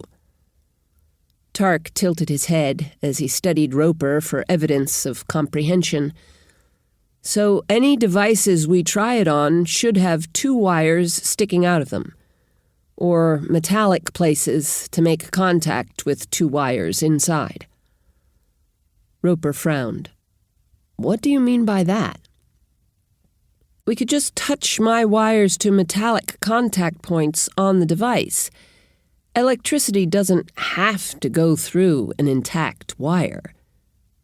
It can jump from one wire to another if they're in contact, or from a wire to any metal object it's in contact with. In fact, you know how a lot of the ancients' wires have a plastic or rubber covering on them? Roper nodded. The covering was called insulation. It kept the electricity from leaking out of the wires if they accidentally touched something else made of metal. What?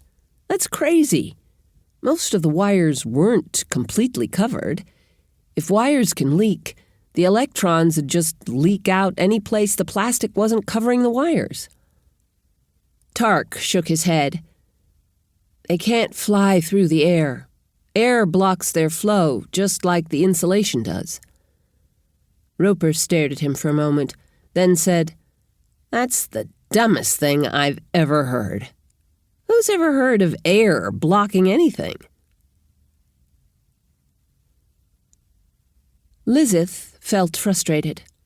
No one seemed to know why the caravan left Clancy Vail after a day and a half instead of their usual 3 to 6 day stay. Well, that's not true, she thought. It's just that the people who do know won't tell me. She'd just been relieved from a turn leading the guard wagon's mules for a couple of hours. She stepped to the side of the road and waited while the mules and guard wagon went by. Since she could see Tarc's bay horse tethered to Roper's wagon at the second position of the caravan, she already knew she'd find Tarc talking to him. When Tarc and Roper came into view, it was evident they'd exhausted their earlier chatter. They were walking companionably and looking thoughtful, but they weren't talking.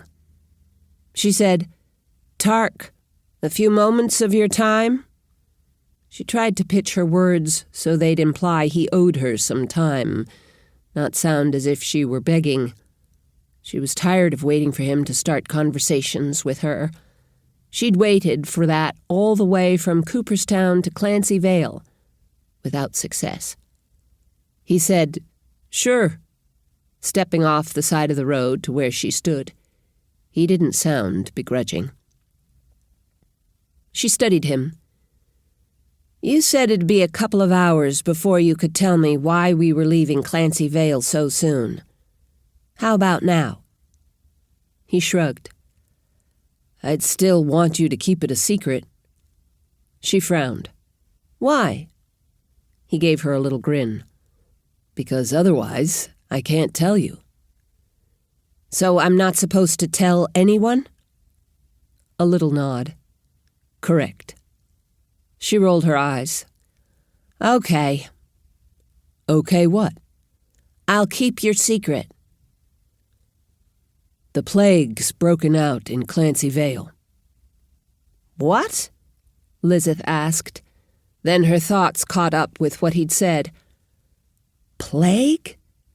Doesn't that kill everybody? She thought. They'd started walking alongside the caravan. Now she stopped to stare at him. Plague? Tarc nodded.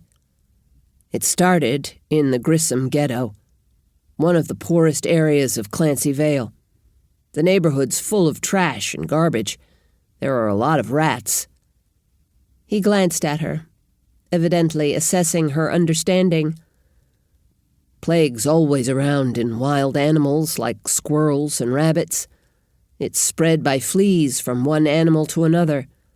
If it gets in rats, and the rats are around people, when the rats die, their fleas often jump to people and infect them. Lizeth stepped away from him. Are you sick? Is that what happened to your hair?" He shook his head. "Fleas live in fur and hair. We all shaved our heads to make it less likely we'd get infected."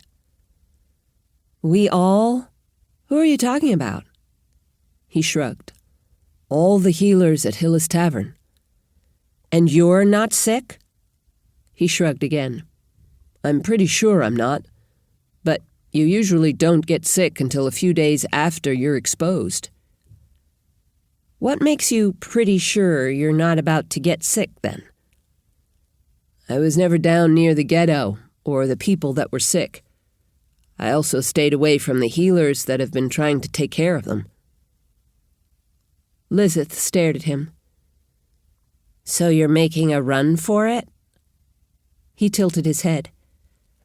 "I guess it looks that way." He sighed and glanced back along the road they'd come down. "They have some medicine that should be effective for plague, so I wouldn't have been at much risk if I'd stayed." "There's medicine for plague?" Lizeth asked. "Why haven't I ever heard of it?" "It's new. Some chemists in Clancy Vail figured out how to make it." Lizeth gave him a doubtful look. "And it works?" Tarc frowned. "It should." "And how do you know that?" "I can't say." He produced a shy grin. "Trade secret, you know?" "Are you going to claim you know because of one of your witchy powers?" He shook his head. "No. This is just plain old knowledge. Eva knows an awful lot of healing lore." "And where'd she learn all this?" "From her mom and grandmother and their mothers before them." "And all this knowledge, it's passed down perfectly from generation to generation?" He shrugged. "Almost perfectly. It's been written down." They walked along quietly for a few seconds. Then Lizeth turned to look suspiciously up at him, realizing she'd caught him in a contradiction. "If you can cure the plague, why are we running away from Clancy Vail?" "There isn't enough medicine," he said, looking sad.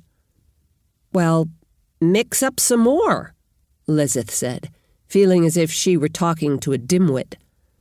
"It's not that easy.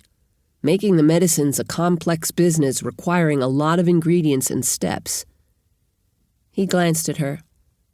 "So one obvious partial solution is to reduce the number of people who might get the disease. That's why Eva sent the caravan away. She wanted you gone before any of you got it.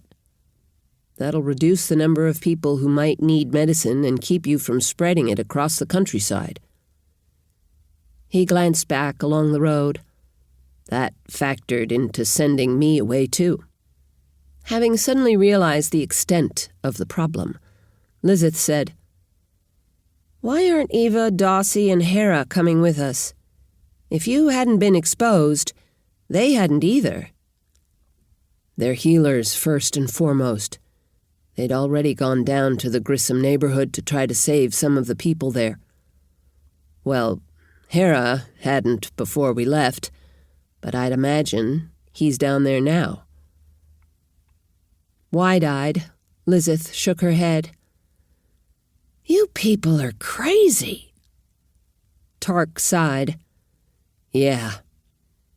"I thought you wanted to be a healer too. Why are you leaving?"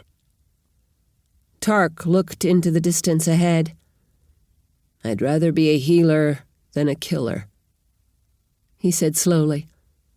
He glanced at Lizeth, and she thought he appreciated being able to talk to someone like her, someone who knew what he could do with a knife or bow.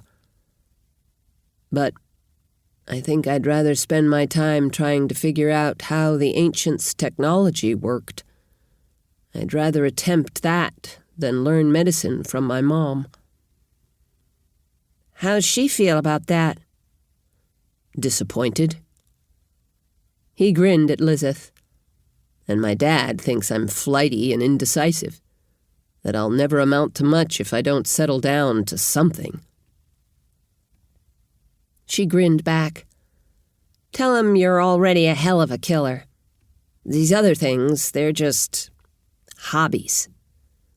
"That's not what they want to hear," Tarc said, sounding appalled. He sighed. "Nor what I want to say." Lizeth slapped him on the back. "From what I hear, there's never been a parent who's been satisfied with their teenager's ambition." "Shit," she thought. "Did I just catch the plague touching you?" "Nah," Tarc said, giving her a grin. "You didn't have to touch me to get it. You only had to get close enough for my fleas to jump on you. They can jump almost a half-meter."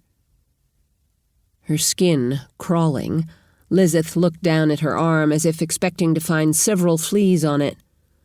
"Really?" He rolled his eyes. "I don't have fleas." He pointed at his head. "And I'm shaved, so I'm not likely to get any." Lizeth glanced back along the caravan. "Should we be trying to get everyone to shave their heads?" "Good question. Eva doesn't think anyone in the caravan's likely to have been exposed. Anyone in Clancy Vail who was sick probably wouldn't have felt like going out to the caravan grounds. It also seems unlikely that anyone in the caravan went for a tour of the Grissom ghetto. But if we're wrong about that, and someone in the caravan does get sick, then, yes, I recommend everyone else shave right away." Uneasily, Lizeth asked, "If we do get it, what are our chances?" He frowned and didn't answer for a moment.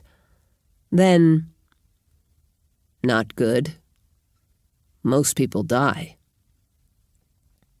Lizeth pondered for a moment the fact that she frequently risked her life as a caravan guard. That didn't bother her much. But the idea of a disease killing me, something I can't fight, that scares the hell out of me, she thought. Trying to distract herself, she said, "When I first met you in Cooperstown, you said something about teaching me things I could do with my talent. You never got around to it." She tried to weight that last sentence so it didn't sound accusatory. "How about now?" "Oh, yeah." He spoke slowly, as if thinking. "If we're going to talk about that, I'm going to have to ask you to keep that discussion completely secret. No telling anyone about it, okay?" She snorted. "Not hard to promise that. I'd have to be insane to tell anyone about it when I'm witchy too." "You remember I asked you one evening where the sun was? You just waved off to the west and said, 'Somewhere over there.'" She gave him a look. If it was evening, somewhere to the west would have been right. Eyeing her intently, he asked, "Is that all you know? That it's somewhere to the west? Or do you know exactly where it is?" "Well, after you asked me, then I realized I do always feel like I know exactly where it is. But I can't actually know that." She turned to stare questioningly at him. "Can I?" "Most of us," he started slowly, "us people with talents, I mean, we have a sense—" "Wait a minute. How many people with talents are there?" He shrugged. "I don't know. There may be a lot of them who are hiding their abilities from me, just like they're hiding them from you. Or maybe the ones I know are all there is." "How many of them do you know?" He grinned at her. "More than 2. Less than 100. "I suppose you're not going to tell me who they are?" He slowly shook his head, then went back to his previous explanation. "The people I know who have talents, we have a sense that tells us where warm things are. The closer and the hotter they are, the better we can sense them.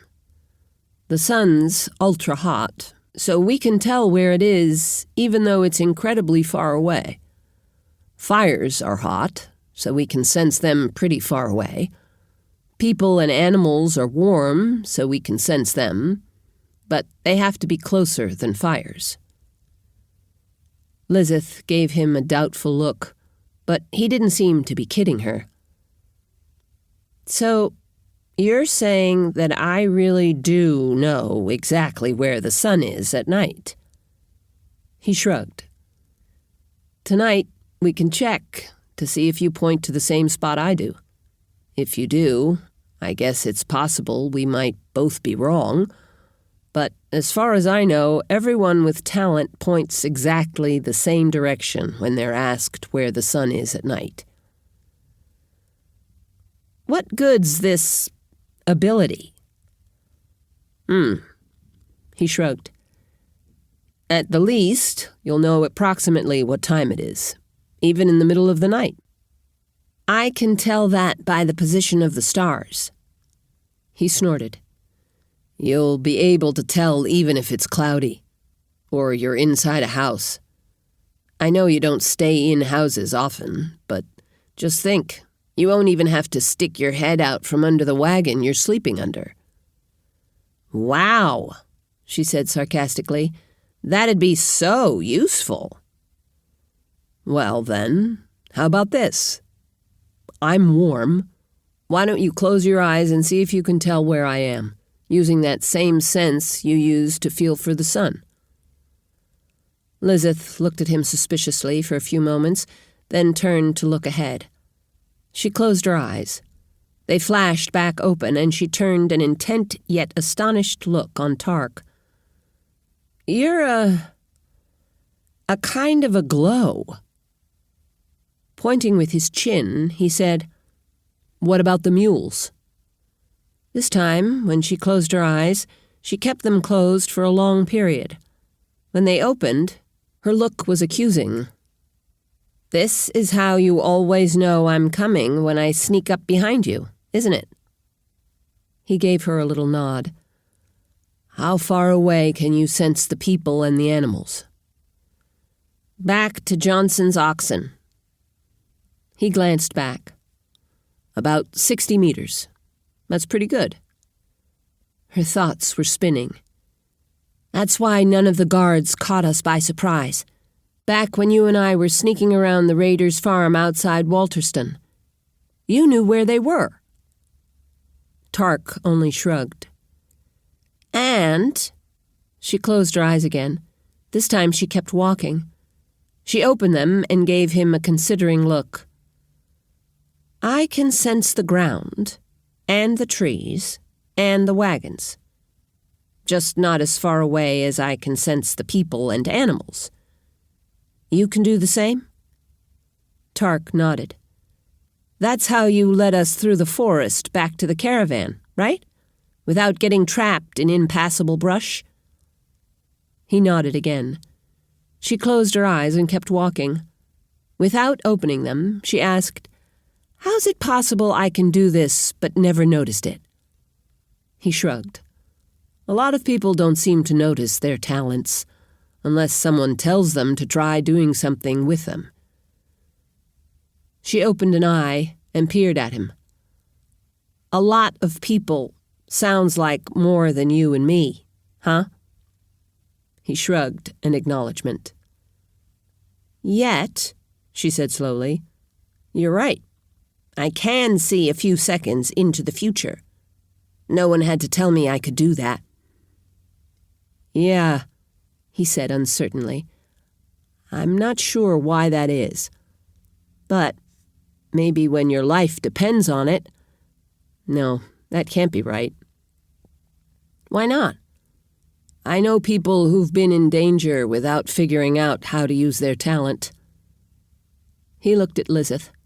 Besides, you didn't even know you were using a talent to win your fights. Am I the only one who's been using their talent without knowing they were? The only one I know. He broke off. Wait a minute. A lot of people feel like they've always known where the sun was when it's first pointed out to them. Yeah, she said with a frown. When you first asked me about it, I felt like I knew where it was, and always had, even though intellectually I was so certain I couldn't know that I just waved off to the west. They walked in silence for a while. Then she said, "What else are you going to teach me about my talent?"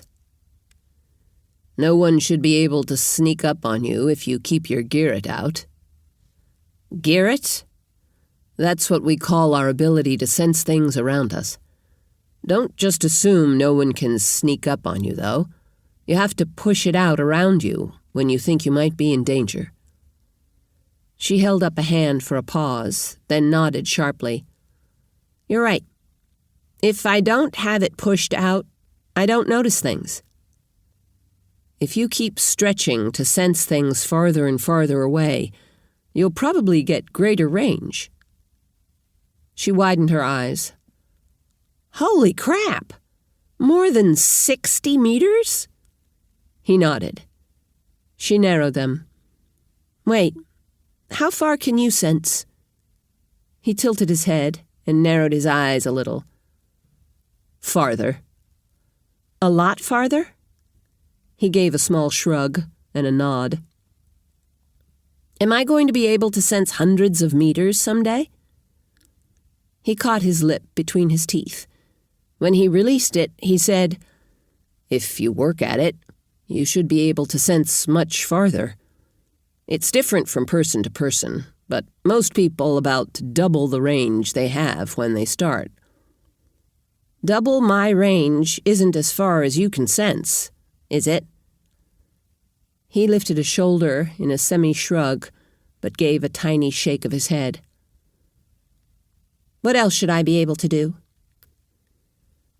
Before you, I'd never even heard about someone who could see into the future, other than winning fights because you know what the other guy's about to do. I don't know what good your talent is. You could probably win at some gambling games. Wait, you've just been talking about what I do with my Garrett. What do you mean you don't know what good my talent is? Oh, Tarc said, sounding surprised. The ability to sense things with your Garrett. We call that the basic talent. Everyone with any talent seems to be able to do that, at least to some extent.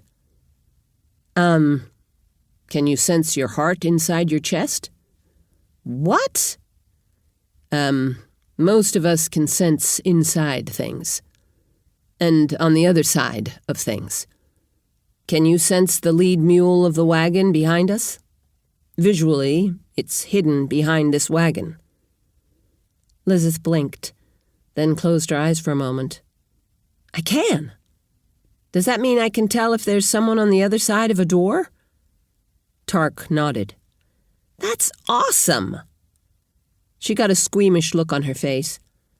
And you're saying I should be able to sense my heart, even though it's inside me? Tarc nodded. It's really helpful to healers. She closed her eyes for a moment, still walking. A shudder came over her and she opened them again. That's just gross. She focused on him. So, if this Garrett's really helpful to healers, I'll bet all you Hyllis healers have at least that talent, huh? Tarc only said, Don't forget you promised to keep our secrets. I remember. They walked in silence for a moment. Then she said, So, you're saying I have this basic talent for sensing things you've given me advice on, and then I have this ability to see the future. Precognition. Tarc interrupted. What? Precognition. It means knowing the future. Okay, precognition. And you don't know what it's good for other than winning fights? Right. I've never known anyone else who had it. If it's like the other talents, though, you should be able to get better at it if you work at it. Tarc reached out and swung a slap at the back of her head. "Hey," Lizeth said, easily dodging his hand. "What the hell?" Tarc was already stepping back, his hands up. "I was just testing your precog.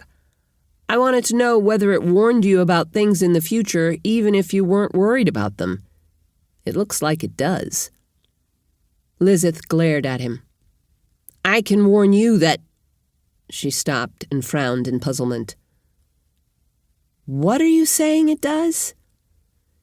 "It warns you that something's about to happen even if you aren't watching for it. You know that when you're in a fight, it tells you what the other guy's about to do. But it seems like it'd warn you even if someone's sneaking up to try to stab you in the back." "Why wouldn't it?" "Well, your Gearet doesn't tell you someone's sneaking up behind you unless you have it out looking for them. I'd say that having a few seconds precog warning, whether or not you're worried, that's pretty awesome." "Oh, yeah, I've had that happen before. I've always just thought I was really fast." "Wait, I've heard other people talk about how they got a little tingle of warning before something happens." Tarc looked at her consideringly. "Maybe they were precogs too. Were they particularly quick?" Lizeth frowned as she thought back. Then she shook her head. "I don't think so. One was a sales clerk telling me how she knew there was about to be an earthquake." Maybe she was a precog, but there wasn't anything she could do about the earthquake.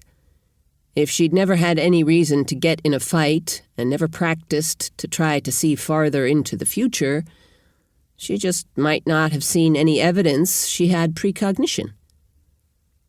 Tarc turned to look at her. "Practicing to see further into the future's something I really think you ought to do.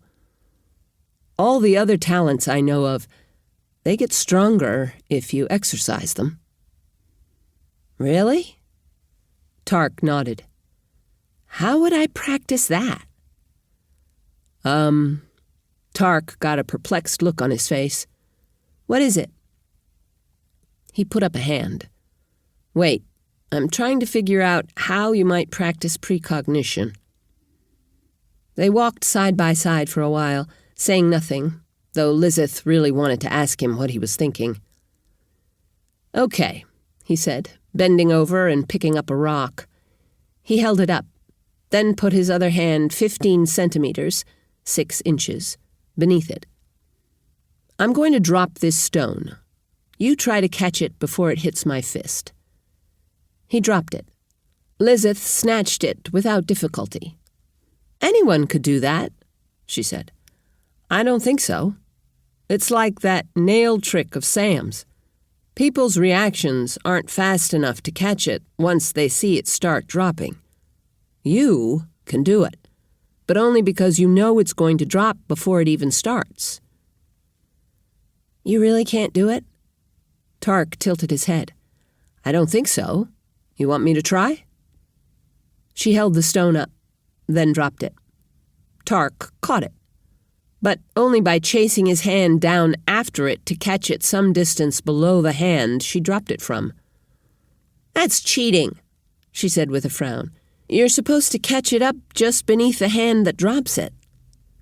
"Yeah, that's why I had my hand in the way when I dropped it for you, to keep you from reaching down to grab it." "Oh, I wondered why you held a hand there."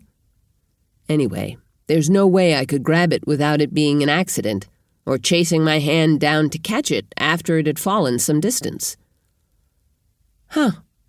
And you really don't think anyone else could catch it either?" "Not unless they were a precog." "And you're thinking I can practice this?" "How?" Tarc held up the stone. Lizeth put her hand up near his again, but he said, "No, put your hand about 1/3 of a meter, 13 inches, away. Then you'll have to see farther into the future to be able to start reaching for it before I even let go." "Oh." she said, drawing her hand back. Before she'd pulled it back the full third of a meter, she lunged forward and grabbed the stone, just beneath his hand. "You tried to trick me." "We're trying to see if you can be tricked, right? Give me the stone and put your hand a half-meter away." Lizeth did, then walked along, focusing on his hand for several seconds before her hand lashed out to grab the stone. "It almost feels like my hand grabs for the stone by itself," she said. "I'm not surprised. When someone throws me a ball, I don't have to think about it. My hand just seems to reach out and grab it." Did you notice you weren't able to catch it right under my hand? That time it fell several centimeters before you got it." "Really?" Tarc nodded and took the stone from her. Holding it up, he said, "Try it again. This time, try harder to catch it as soon as I let go of it. When you catch it, pay attention to how far it fell before you caught it." In fact, despite a number of tries, from a half-meter away, Lizeth couldn't catch it before it had fallen a couple of centimeters. She found this frustrating. But when Tarc offered to help her practice in hopes she'd get better, she got a warm feeling. Hera felt exhausted as he walked back to the tavern in the evening. He hadn't been able to get his head shaved until late morning. When he'd finally gotten down to the ghetto, he'd been teamed with Jaden, assigned to killing rats and mice. Jaden would telepathically force them to come out of their hidey holes, then Herod use his teleportation to cut their brainstems. As he understood it, Casey and Dossie and Eva and the grumpy old Ms. Rainey had formed similar pairs and were doing the same thing. Sari and Verda worked independently because they could each use their telekinetic talent to both rip the rats' brainstems and drag them out of their holes. Doing so was difficult for Verda because her talent was barely strong enough to pull them out. Instead, she'd worked out a technique where she poked them with her talent, scaring them to the opening before killing them. In her role as the group's epidemiologist, Rika'd spent the day charting the plague on her map. It showed where people had died, where they were sick, and where they weren't sick. Herod heard that, encouragingly, there were only a few places where the disease had skipped to houses away from the area of the main epidemic. These were likely places where fleas on people had transmitted the disease to people elsewhere. The encouraging part was that Rika thought most of the transmission was coming from rodents leaving one house and passing their fleas to the rodents in the next house, rather than from people carrying it over greater distances. They'd all been handing out antibiotics to those who were merely sick, knowing the antibiotic would run out otherwise. They'd given placebo packets to those deemed so sick that they'd die with or without actually getting medicine. If they hadn't been giving out the placebo packs, there would have been fights as people begged medicine for loved ones standing at the threshold of death. Those decisions had been the hardest of Hera's life. Now he was overwhelmed with doubts. Could that boy have been saved? By wasting medicine on those two girls, have I doomed others to die when we run out? As a mere student of healing, should I be making these kinds of life and death decisions? He thought. If the Gellers were able to make more drugs soon, and it turned out that he could have been giving everyone medicine, he was going to hate himself for each placebo pack he'd handed out. If they couldn't make more, he'd hate himself for the moderately sick people he'd given antibiotic to. To everyone's astonishment, Baron Vail had shown up in the ghetto with his head shaved. He'd brought the Guardia, their heads shaved as well, and gotten marching orders from Eva.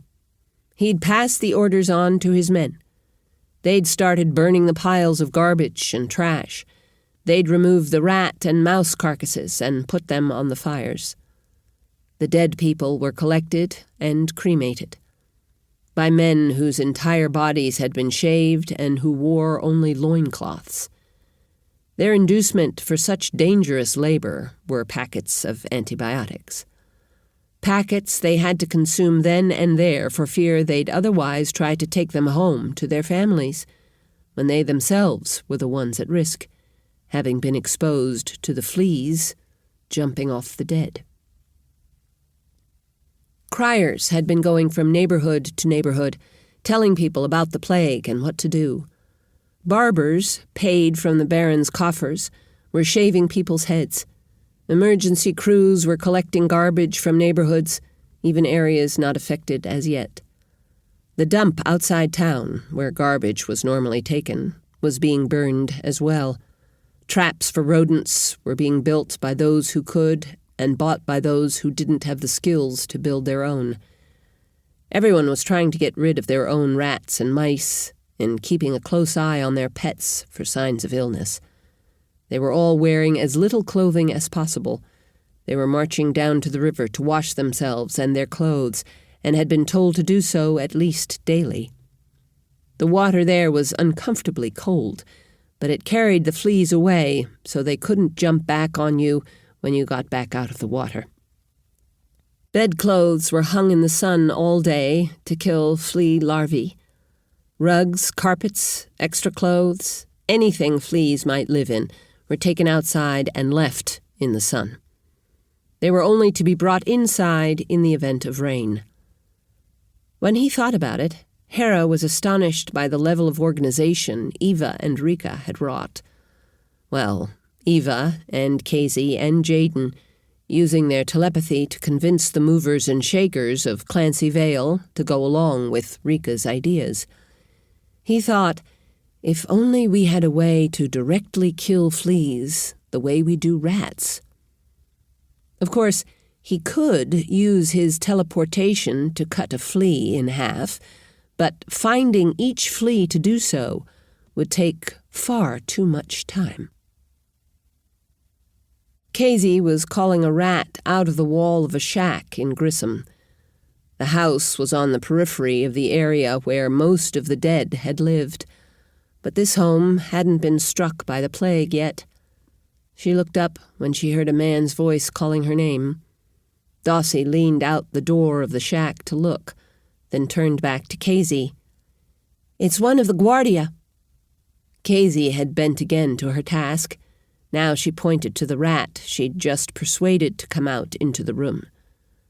Dossie glanced at the rodent and sent out her girret. The animal twitched and died. Casey stepped to the door and looked out at the guardsman, saying, "I'm Casey." The guardsman waved vaguely behind himself. "There's a kid here looking for you. Says it's important." Casey stepped out far enough so she could see past the guardsman, then turned back to Dossie. "It's Morgan Geller. Come with me." Suddenly shy at the thought of meeting the boy Casey thought was a match for her, Dossie stayed behind the door. She thought, "I can't meet him looking like this," she said. "You don't need me." "No," Casey said with a grin, "but you've got to meet him. Come on." Dossie followed Casey out. She saw a tall teenage boy about her age standing a couple of meters behind the guardsman.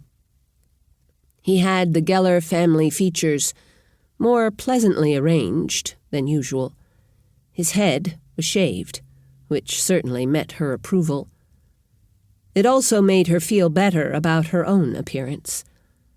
She liked the way his eyes shot, too, then stayed focused on her. "Why do I feel a tingle when his eyes are on me?" she wondered. "When I don't like the way so many other men look at me." Morgan saw Casey come out of one of the ghetto shacks and realized she'd certainly been exposed to plague. He hoped he wouldn't have to get too close to her. Trying to avoid exposure so far, he'd stayed in the middle of the street and several paces behind the guardsman who'd conducted him to this location. which, as best he could tell, was in the middle of the plague-stricken area. Another girl came out behind Casey, taller, but also slender, with a shaved head. He blinked and looked closer. She might have lost the crowning glory of her hair, however that hair had looked, but, bald or not, she was beautiful. Casey approached, but Morgan couldn't seem to take his eyes off the other girl. "Morgan, what's up?" Morgan tore his eyes off the other girl. It was Casey who'd spoken. "Huh?" he asked brilliantly. Casey grinned at him, then over her shoulder at the other girl. "This is my cousin, Dossie. What are you doing down here?" Hi, Dossie," Morgan said self-consciously. The girl reservedly said, "Hi," in return. Morgan tried desperately to think of something intelligent to say in return, but the silence dragged on. Suddenly the guardsman snorted disgustedly. "I thought I was bringing you down here with some kind of important message about the plague. I've got more important things to do than watch you make a lame attempt to pick up girls." Horrified, Morgan got a grip on himself. Sorry, Casey. We need benzene." Though his eyes had been on Casey when he'd started talking, they were back on Dossie when he finished. Casey said, "What's benzene?" Morgan looked at Casey again. "It's an aromatic hydrocarbon. A ring. C6H6. We use it as a precursor for the sulfa drugs." "And where do you get it?" Morgan found his eyes were on Dossie again. He turned back to Casey. "Wellers? They have an oil well a couple of kilometers out of town. They crack benzene out of their crude. We have to purify it further before we can use it." "Crack?" He tilted his head. "They distill the crude oil. Benzene's one of the fractions." "I'll take your word for it," Casey said dryly. "They won't sell it to you?" "They say their current production's promised to someone else. I suspect they have a deal to hold it for one of our competitors in dye chemistry." "You told them it was so you could make medicine for the plague?" "Yeah, but I don't think they believe there's any such medicine." "Okay," she said, turning to her cousin. "Dossie, I'd better go with him." Dossie nodded. "I'll keep working." Cryptically, she said, "These houses are going to stink for a while, but that's better than the alternative." She studied Morgan for a moment, then turned back into the house she'd come out of. Morgan watched her go. Casey said, "You ready to go?" Morgan shook his head to clear it. "Yeah, this way." I probably shouldn't get too close to you, right? Since you've been—" "Right," Casey said. She winked. "You keep your distance, buddy." Morgan blinked and looked at her. He thought she was teasing him, but, if so, he didn't really understand the joke. He turned to Casey. "So, how are you going to convince the Wellers? We're regular customers, but we haven't been able to get them to budge." "I'm going to convince them they're going to die if they don't." "We already told them that." "Yeah," she grinned. "But I'm far more persuasive than you are."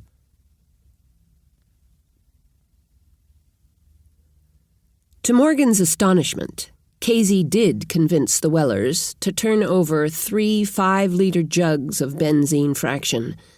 Quickly, too. As he couldn't carry all 3 jugs, she offered to carry one to save him a trip. As they walked, she made him feel good by telling him that the Geller's antibiotics had already made a huge difference with the epidemic. "Because we've been worried about running out. We've been careful about how much we're handing out. But people who are pretty sick yesterday are either better or at least not worse today." "You've been seeing people with full-on plague?" "Yeah," She sighed dispiritedly. Yesterday, there were already a lot of dead people. The people who were nearly dead yesterday, she shook her head. They didn't make it through the night. She brightened. But the ones who only had mild fevers, they're already well.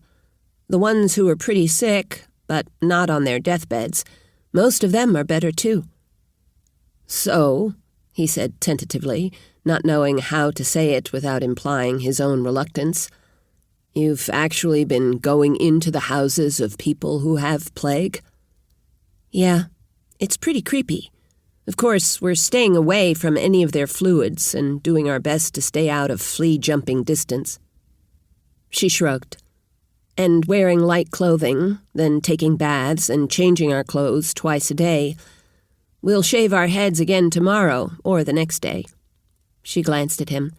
And we've been taking sulfa, of course. Thanks for that. Fluids? Morgan asked, out of morbid curiosity. She nodded. Blood, urine, stool, pus.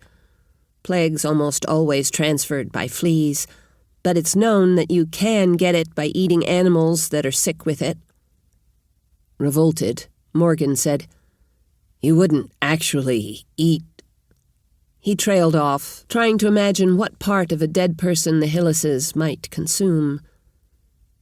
She darted him a startled look, then started laughing so hard it took her a few seconds to get herself in control. Finally, she said, No, no. She giggled. But you don't actually have to eat someone to catch their disease, though people have caught it by eating animals. The problem is that people just naturally tend to touch their mouths and noses and eyes. Once you touch a fluid, like pus, thus getting the Yersinia germs that cause plague on your fingers, it's really easy to transfer the germ to your mouth, which is kind of like eating it. She gave him a curious look, as if wondering whether he was following. Apparently, she decided he was, because she said, So we try to remember not to touch their fluids or ourselves, especially our mouths. Then each time we leave a house, we wipe down our hands and arms with an alcohol-soaked rag. We'd rather wash with soap, but we can't carry enough with us. So you're just going house to house, checking on people and giving them antibiotics? She shrugged. We're also killing the rats and mice. The Guardia comes in later to scoop up the carcasses and take them out along with any trash. They've been bringing in big pottery jars so people can use them to store their food. Rodents prefer houses where they can get into the food supply. How are you killing? Morgan asked slowly, then halted, unable to picture the two girls killing rats. Casey shrugged. We have this ultra-high-pitched whistle that drives them out of the walls and makes them hold still. I blow the whistle till they come out. Then Dossie clubs them. Morgan had a hard time believing the beautiful girl he'd seen in the ghetto could, or would, club a rat. Rather than thinking about it, he pushed on with a different kind of question. High-pitched whistle? Casey nodded. You know how there are whistles pitched so high only dogs can hear them? Morgan nodded. There are whistles that are even higher than that. Mice and rats are really annoyed by them, so you can drive them out of their hiding places. She shrugged. At least that's what we assume it is, since we can't hear them. But however they work, if we blow through them just right, the rats come right out of the walls. Morgan was about to express his doubt about the whistles, but they'd arrived back at Geller's chemistry. Seeing the 5-liter jugs of benzene fraction, his Aunt Rachel stared at Casey. Doubtfully, she asked, You talked Wellers into selling those to us? Casey shook her head. I convinced them they should contribute them to the effort to keep the plague from killing all their customers. Rachel laughed. You not only talked them out of some benzene, you talked them into giving it to you for free?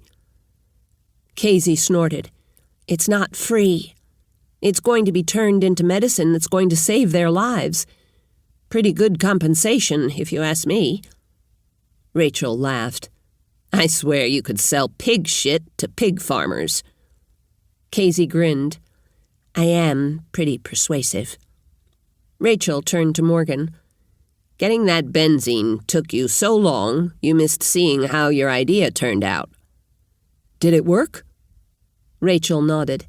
"It not only took a day less to synthesize with your modification, it improved our yield by 200%. "Yield of what?" Casey asked. "Doxycycline," Rachel said, picking up a package and holding it out. "Here's the product of Morgan's test run of his new synthesis. Now we know it works. We'll run a bigger batch. We should have a lot more for you tomorrow." Casey gave Morgan a huge smile, wide eyes sparkling. He suddenly realized she was really cute.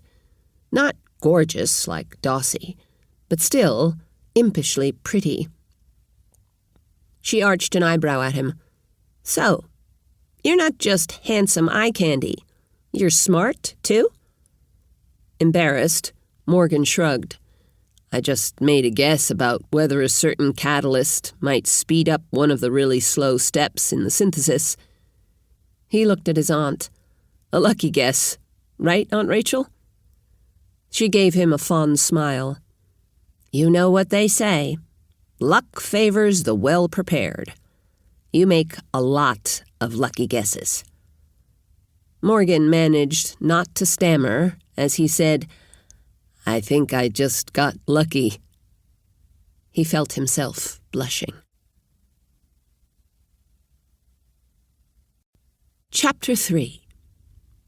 The caravan was lined up to get dinner. Several people told Tarc how much they missed his mother's cooking.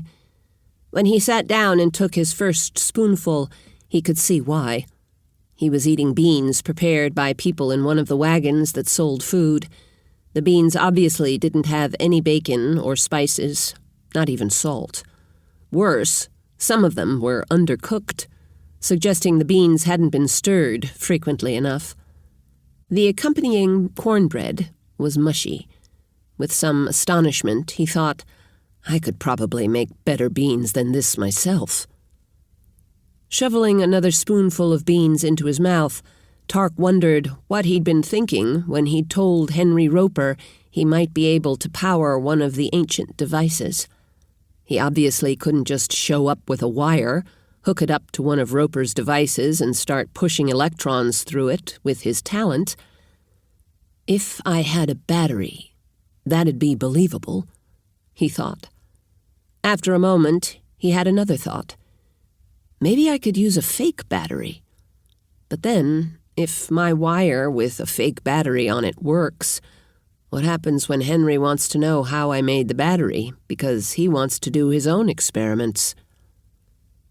Tarc's thoughts were interrupted when Henry sat down next to him. Roper said, "You ready to try flowing electrons into one of my devices this evening?" Reluctantly, Tarc shook his head. "No, sorry. I forgot we'd need a thing the ancients called a battery. Batteries were electrical devices that pushed electrons out one side and pulled them in on the other. I don't know how to make one, and they weren't supposed to last long, so even if you had a salvaged one, it wouldn't be any good anymore." "Oh," Henry said, brightening. "I know how to make a battery. They're one of the few electrical devices people still know how to make, but they're not good for much." "Really? You've hooked them up to some of your old electrical devices?" "No, I've never tried that." "Then how do you know they're actually working as batteries?" "When you touch a wire from one end to the other end, you get little sparks. They're like incredibly tiny pieces of lightning. But the sparks aren't strong enough to do anything useful. You can't even light a fire with them, like you can with the sparks from a flint and steel." "How do you make batteries?" "Believe it or not, all you have to do is stack up alternating plates of copper and aluminum. You stick a piece of cloth soaked in salt water between every other pair. He looked at Tarc and apparently decided what he'd said wasn't clear. So, you have a piece of aluminum, then saltwater cloth, then a piece of copper, then a piece of aluminum, then salt water, then copper, then aluminum, then salt water, then copper. Supposedly, you can just keep stacking them to get more strength. Bridge a wire from one end to the other. When you first make the bridge, you get a little spark. The sparks are so small you can't see them unless it's dark. He tilted his head thoughtfully. I've never done it with more than 6 layers. Maybe if you stacked up a lot more, the spark could be bigger and you could use it to start a fire. Excitedly, Tarc asked, "Can you show me?" Not sounding excited at all, Roper said, "Sure, but let's finish dinner first." After dinner, Tarc showed up at Roper's wagon with a piece of his copper wire, some heavily salted water, and a piece of rag. Roper studied Tarc's wire in the light from his lantern. "This is some nice salvage. Where'd you get it?" There's a guy in Clancy Vail who has a secret underground source of salvage," Tarc said, not revealing that he himself was the one salvaging. Roper looked up at him briefly. "I hope you'll introduce me to him the next time we come through." "Yeah," Tarc said. Suddenly a big sigh gusted out of him. Worry about his home and family had suddenly struck hard. If Clancy Vail's still there. Roper seemed to recognize how hard the moment had hit Tarc. After a minute, he patted Tarc's shoulder and said, "They're going to be fine. They're the healers that are going to save everyone else, right? If they're going to do that, they have to be okay themselves, don't they?" Somehow, Henry's blithe statement made Tarc worry even more. "But they're not going to save everyone. Some people are so sick." Tarc stopped himself before he said something about how they might be too sick to waste the limited supplies of antibiotic on. They sat in silence for a moment or two. Then Henry said, "Maybe we should put this experiment off to tomorrow night." "No," Tarc said. "I need something to take my mind off what's happening in Clancy Vail." "Okay," Roper said with a wave at the little table. "I've got these 5 little squares of aluminum. If you've got some coppers, we can stack them up alternating aluminum and copper." Tarc dug in his pocket and pulled out 5 coppers, laying them next to the aluminum squares. Henry held out his hand. "We need to cut out little pieces of rag about the same size as a copper." When Tarc handed him the rag, Henry used his knife to cut the rag in half, handing one piece back to Tarc. He looked up. "Cut pieces big enough so you can fold them a couple of times to get them down, so they'll be the same size as a copper. I think they need to be a little thicker than a single layer of this rag." Tarc fished in his pocket and pulled out another copper to use as a template. Then he started cutting little squares of rag that, when folded twice, were about the size of a copper. Once they had 5 little rags, they folded them, soaked them in Tarc's salt water, and started stacking them between each aluminum-copper pair. Stack completed, Tarc tilted it a little so he could stick the end of his wire underneath the stack, pinching it against the table. He brought the other end of the wire around and touched it to the top of the stack. "I don't see anything." "Wait," Roper said. He shuttered the lamp, then said, "Try it again." In the dark, Tarc easily saw a tiny spark jump from the end of the wire to the piece of aluminum on top. Holding it in contact, he leaned his head down next to the wire. Sure enough, the fuzzy stuff in the wire was flowing from one into the other without him pushing it. He was about to try using his talent to stop the flow in the wire when Henry said, "Tarc, you okay?" "Yeah, Why? Why are you all bent over the battery? Oh, Tarc sat back at... I was, trying to see if I could hear the electrons flowing through the copper. You know, like you can hear water flowing through a pipe? Did you hear anything? Henry asked, surprised. No.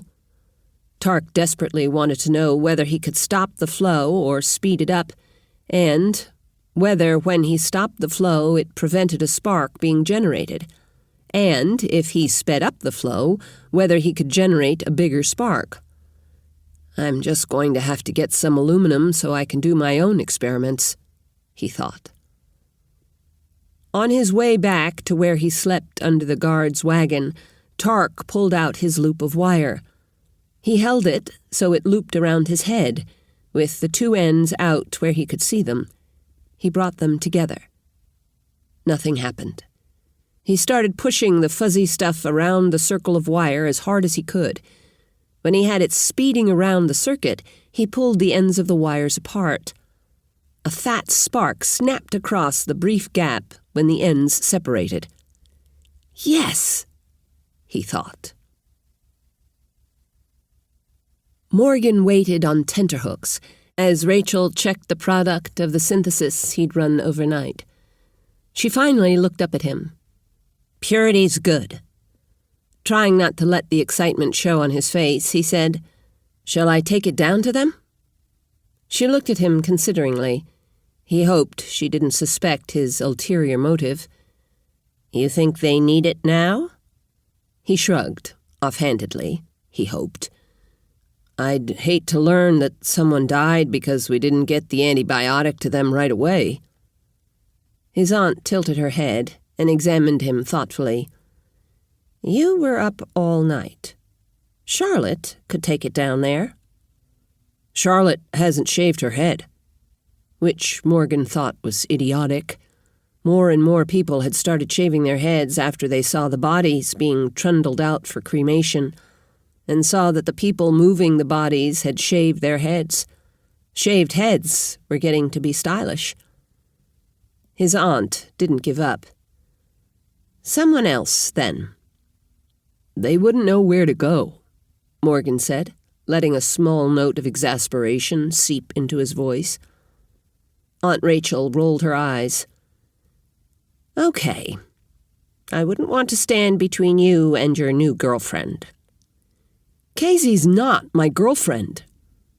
Though I wouldn't mind it, but I'd be much happier with her cousin, he thought. Rachel waved dismissively. She put a batch of her new rubber tubing on the counter. Take this to them when you go. I'm not sure if or how tubing might help with the plague, but they wanted it months ago, back before the plague even started.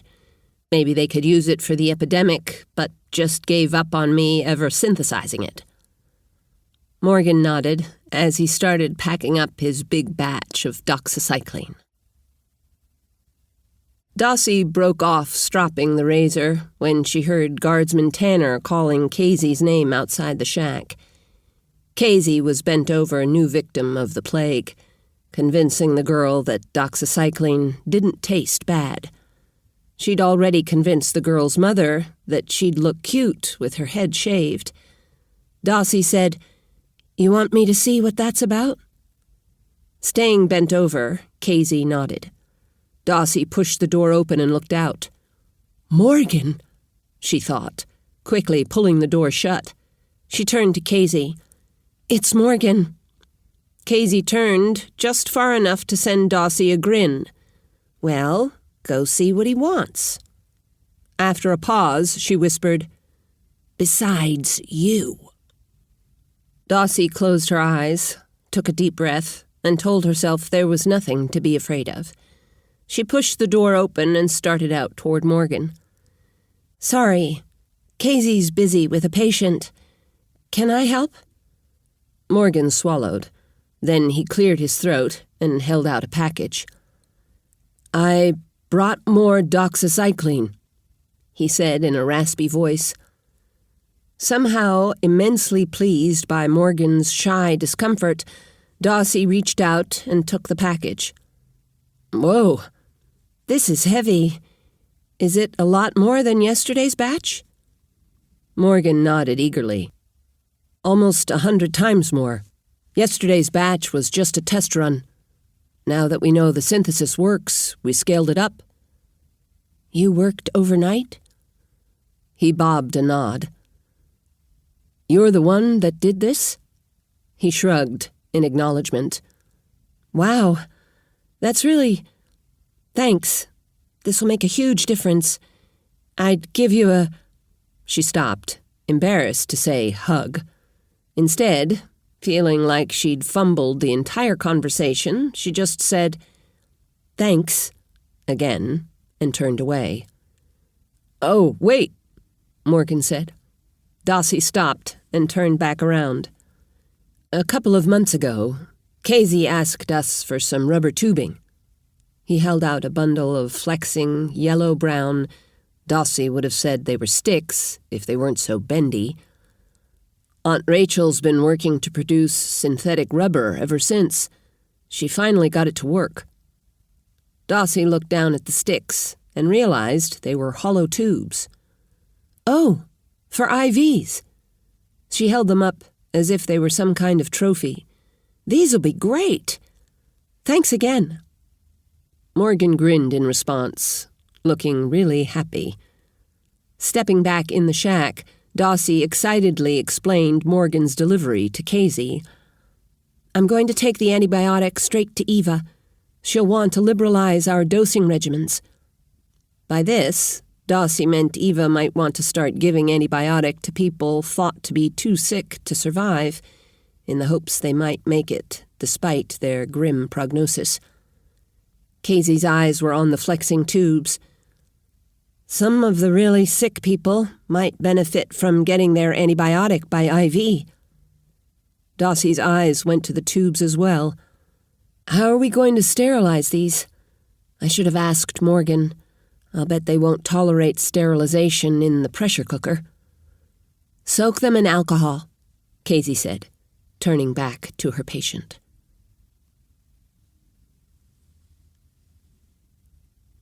Henry and Tarc had been hooking the wires from their battery up to various items in Roper's inventory of ancient electrical devices. So far, nothing had happened. Thinking perhaps the battery'd died, Tarc brushed the two wires together. They still made a spark, suggesting the problem wasn't with the battery. Tarc thought, as if it weren't a lot more likely that the problem was how ancient and decrepit Roper's devices are.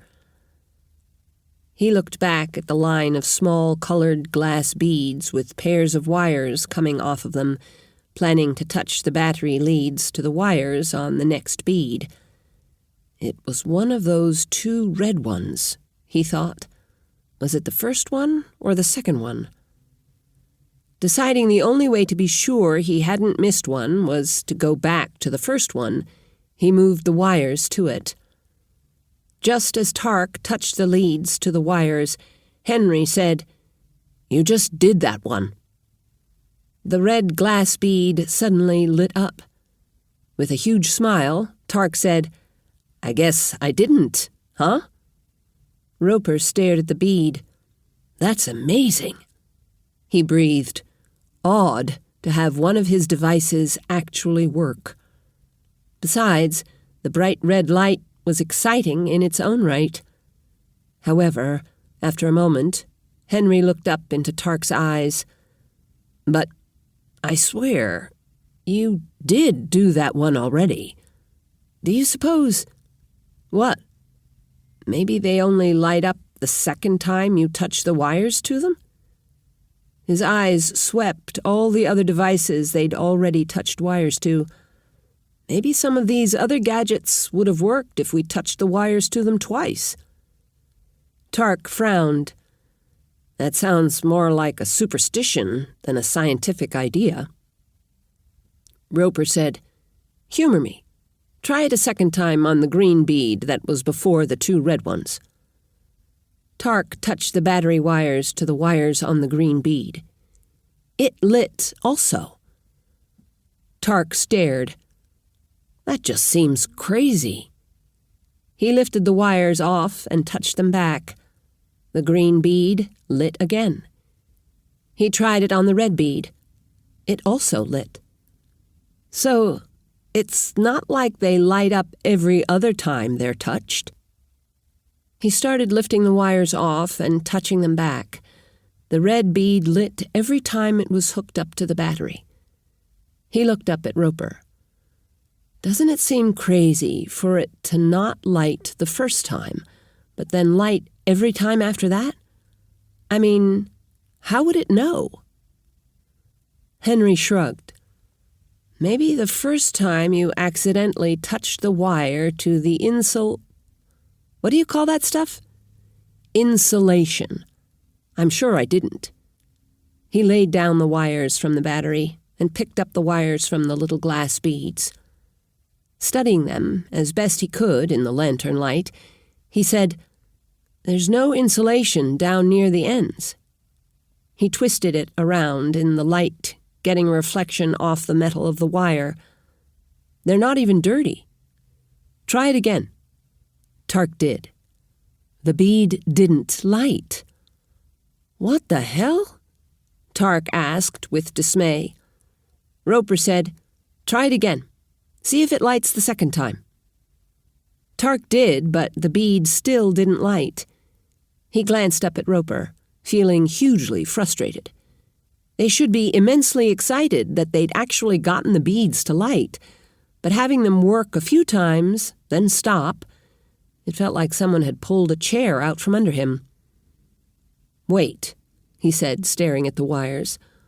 "What if it matters which wire's hooked up to which battery lead?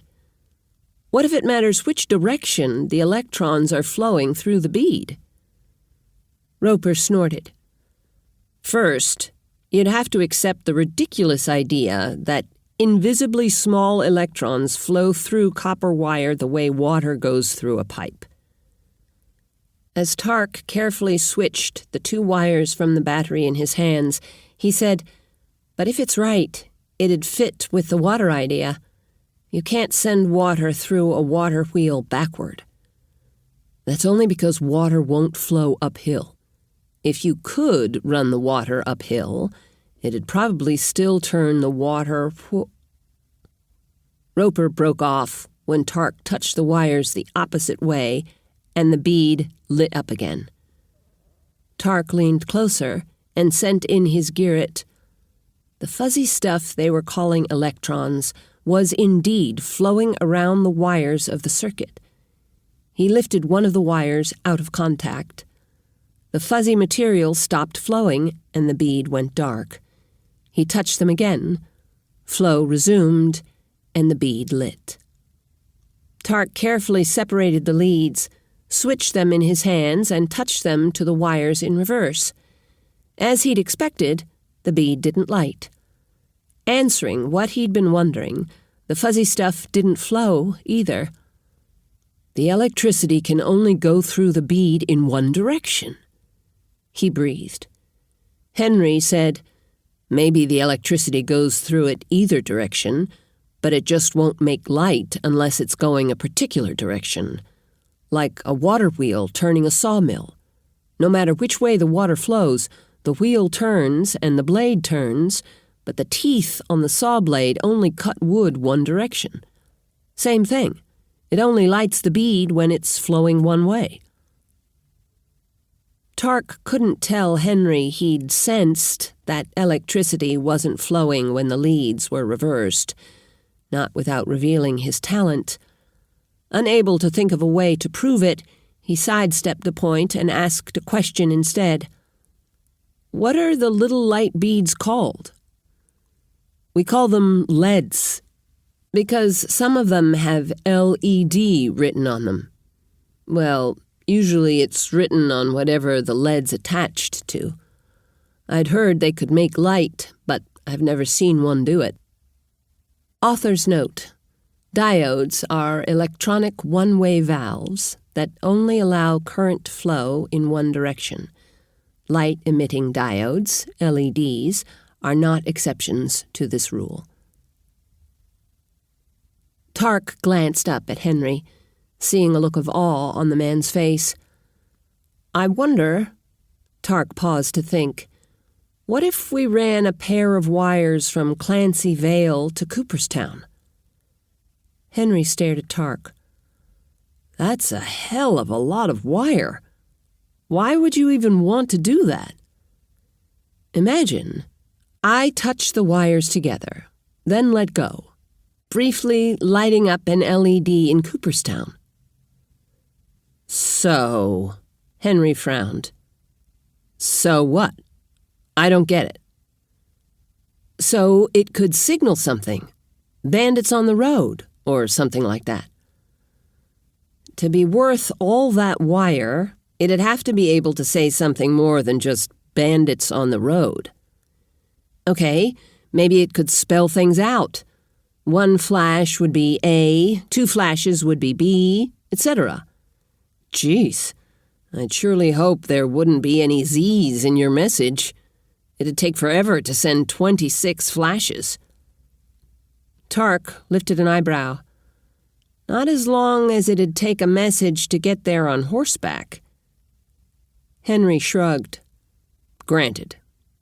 But," he frowned in thought, "for it to work, you'd need to have some way to make your messages shorter. Also, how do you know when one letter stops and the next one starts? Maybe you could put a really long flash at the end of each letter. Or a long gap between flashes." Tarc looked up. "Wait, according to that notion, we have 4 symbols. A short flash, a long flash, a short gap, and a long gap.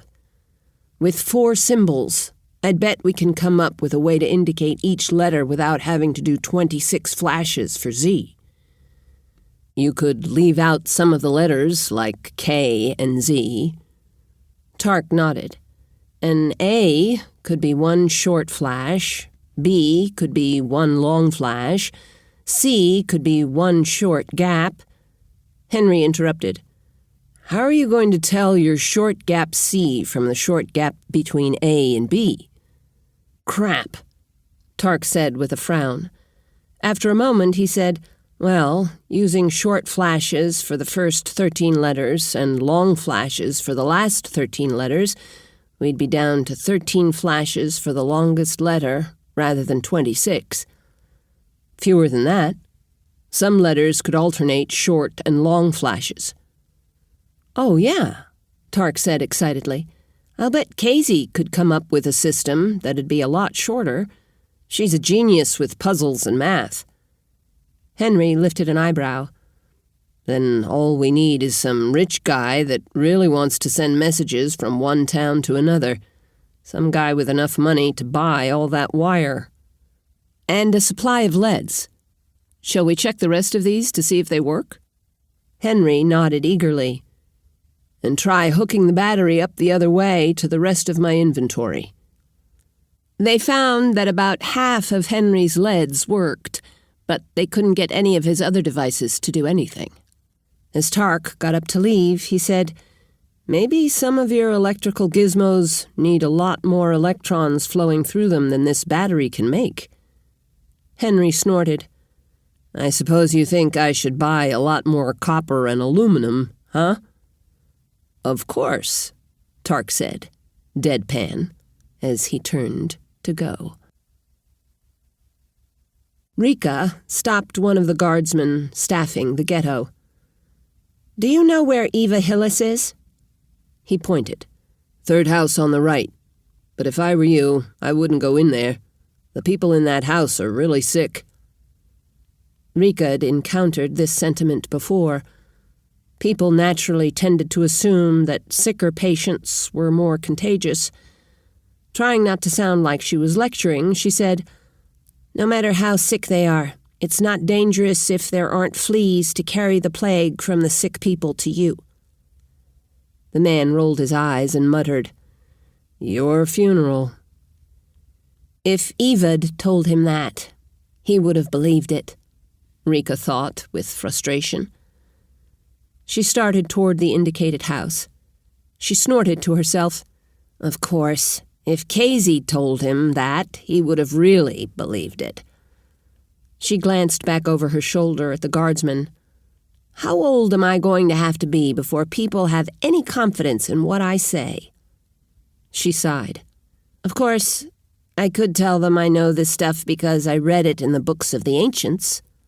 She giggled. I could keep teaching them stuff right up till the moment they set fire to my steak.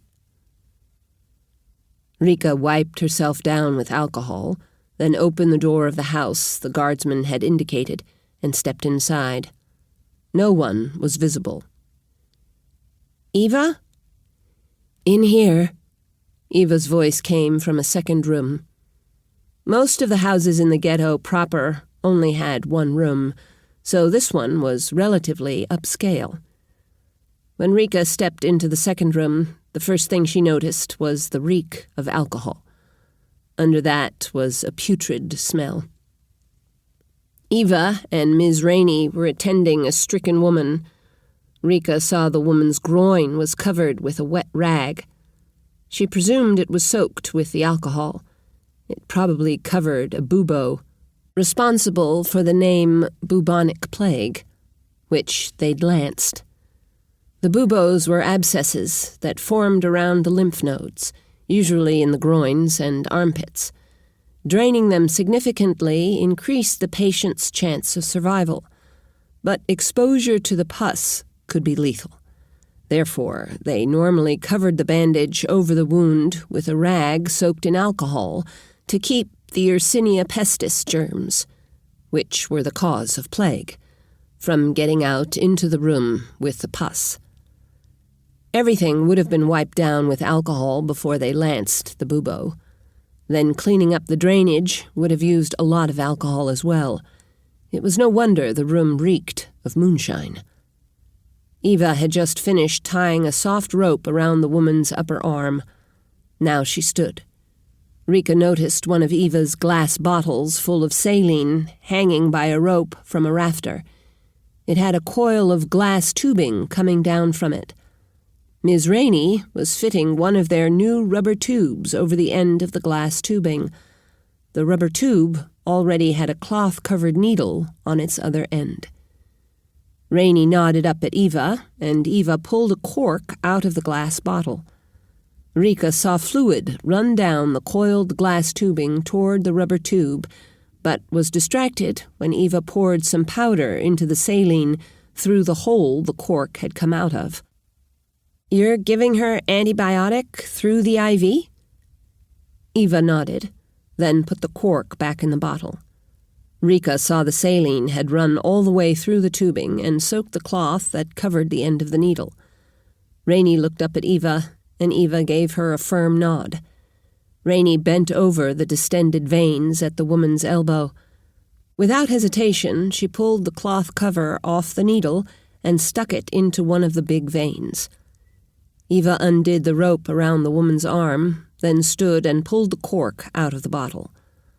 Wondering how Rainey, without any training, had known where to insert the needle to get it in a vein, Rika opened her mouth to ask, then remembered that Rainey's talent would have let her see the vein in 3 dimensions. She looked up at the bottle and saw the level of saline in it falling. Are you going to give her the whole bottle of saline? Eva nodded. Her family fled when she got sick. She hasn't had any water since last night. We've gotten her to drink a little, but she really needs to be rehydrated. Also, it's a great way to give her antibiotic. Rika really wanted to ask whether the woman was going to make it, but the patient's eyes were open, so she couldn't. Nursing her's a task that wouldn't take talent, she thought suddenly. Do you need someone to stay with her? Eva turned and studied Rika appraisingly. That'd be really helpful. You'll need to wipe yourself and anything you touch with alcohol, frequently. Be sure you take your prophylactic dose of doxycycline. We cleaned all the rats and mice out of this house 2 days ago, but there still might be some fleas hiding in her clothes and bedding. Her family did leave some clothes and sheets hanging outside. If you'll bring them in, we'll help you change her and her bed as soon as the IV's done." "Okay. Before I do that, I came to tell you that we've only found 5 new cases today. That's down from 25 yesterday. 7 people died last night, but that's down from 33 the night before. I think we're making progress." Eva nodded. "I think so too." She looked exhausted. Chapter 4. Tarc felt nervous as he and Roper walked into Relf. It seemed impossible that anyone in Relf could know he was responsible for the death of Philip, their previous king. If they did figure out he'd done in King Philip, you might think he'd be acclaimed rather than arrested, since Philip had been widely despised. However, deposing him had resulted in significant troubles in Relf, while his successors battled for supremacy. At least the new king had struck down Relf's laws against healing. So, if Eva ever returned this way, she'd be able to practice medicine. Otherwise, it seemed that the people didn't like King Urai any better than they had the previous King Philip.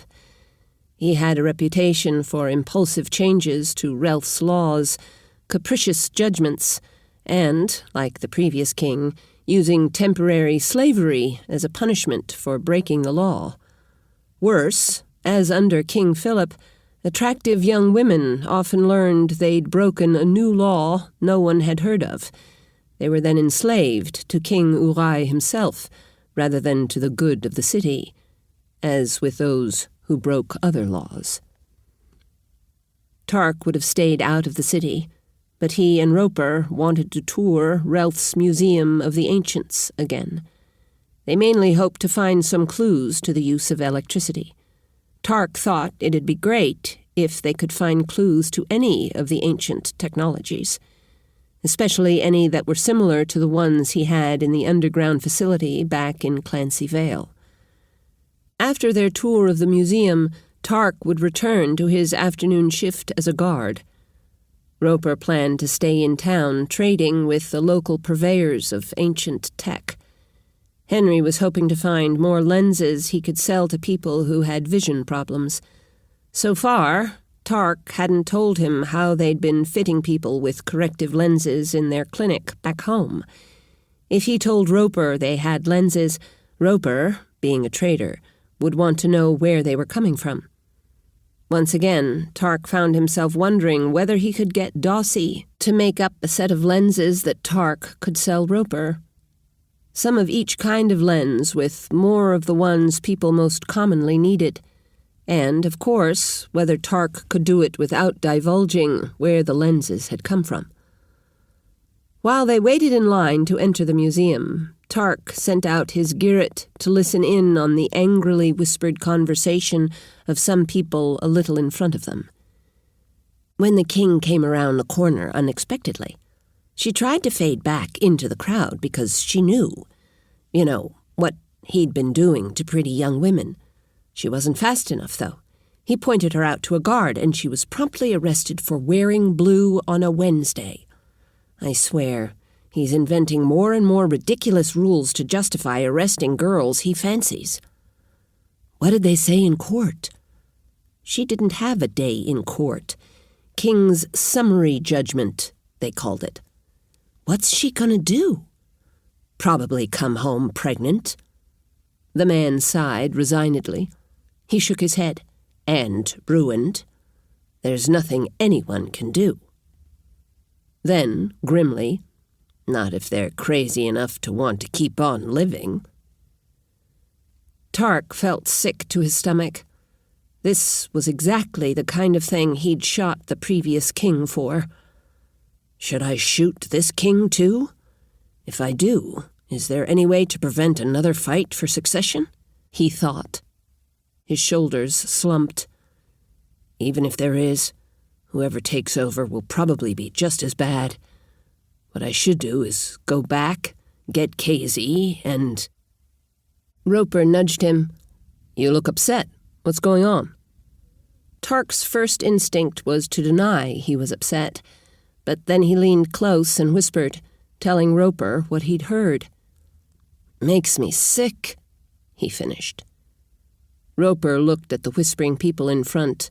Then, wide-eyed, he looked at Tarc. "You've got really good hearing." Tarc shrugged acknowledgement, unable to say he'd extended his hearing. Roper said, "Makes you wish you could do something about it, doesn't it?" Tarc nodded, wondering if Roper was a mind reader. Roper said, "Too bad the guy that shot the previous king isn't still around. I hear he shot that fat bastard right on his own balcony." Tarc shrugged morosely. "Didn't do a damn bit of good. The new guy's just as bad as the old one." He shook his head. "Maybe worse." Henry snorted. "Nah, this one hasn't put your mother in prison." Tarc snorted. "There is that. Hey, you're a pretty good archer." Roper trailed off thoughtfully. Tarc's insides seized up at the thought that Roper'd put it all together, that he'd figured out who killed the previous king. Roper nudged him. "Be pretty funny if you could drop an arrow onto the palace grounds, somewhere close to this new king. It could have a note wrapped around it." Tarc gave Roper a wide-eyed look. Roper was staring thoughtfully up into the sky. The note could say... He thought for another moment. It could say, "Uri, rape another woman and you'll die the way Philip did." Roper turned. Seeing the look on Tarc's face, he slapped the young man on the shoulder. "Come on, I'm only joking." He snorted. "Nice to think about, though." Oh, the note could be signed Katniss. Who the hell's Katniss? Mythical archer girl of the ancients. Girl? Henry shrugged. If they were looking for a girl, it'd throw them off. "Henry, I don't think anyone knows who Katniss was. Just because you know ancient myths doesn't mean everybody does." "It could be signed David, then. The note'd be addressed to King Goliath. Uri's a big guy, so most people would get that reference." Tarc rolled his eyes. It was time to pay their fee and enter the museum. But he kept thinking about Henry's idea. Henry called Tarc over to look at a display. It was a huge object labeled electromagnet. The description said that when electricity was applied to the device, it became magnetic.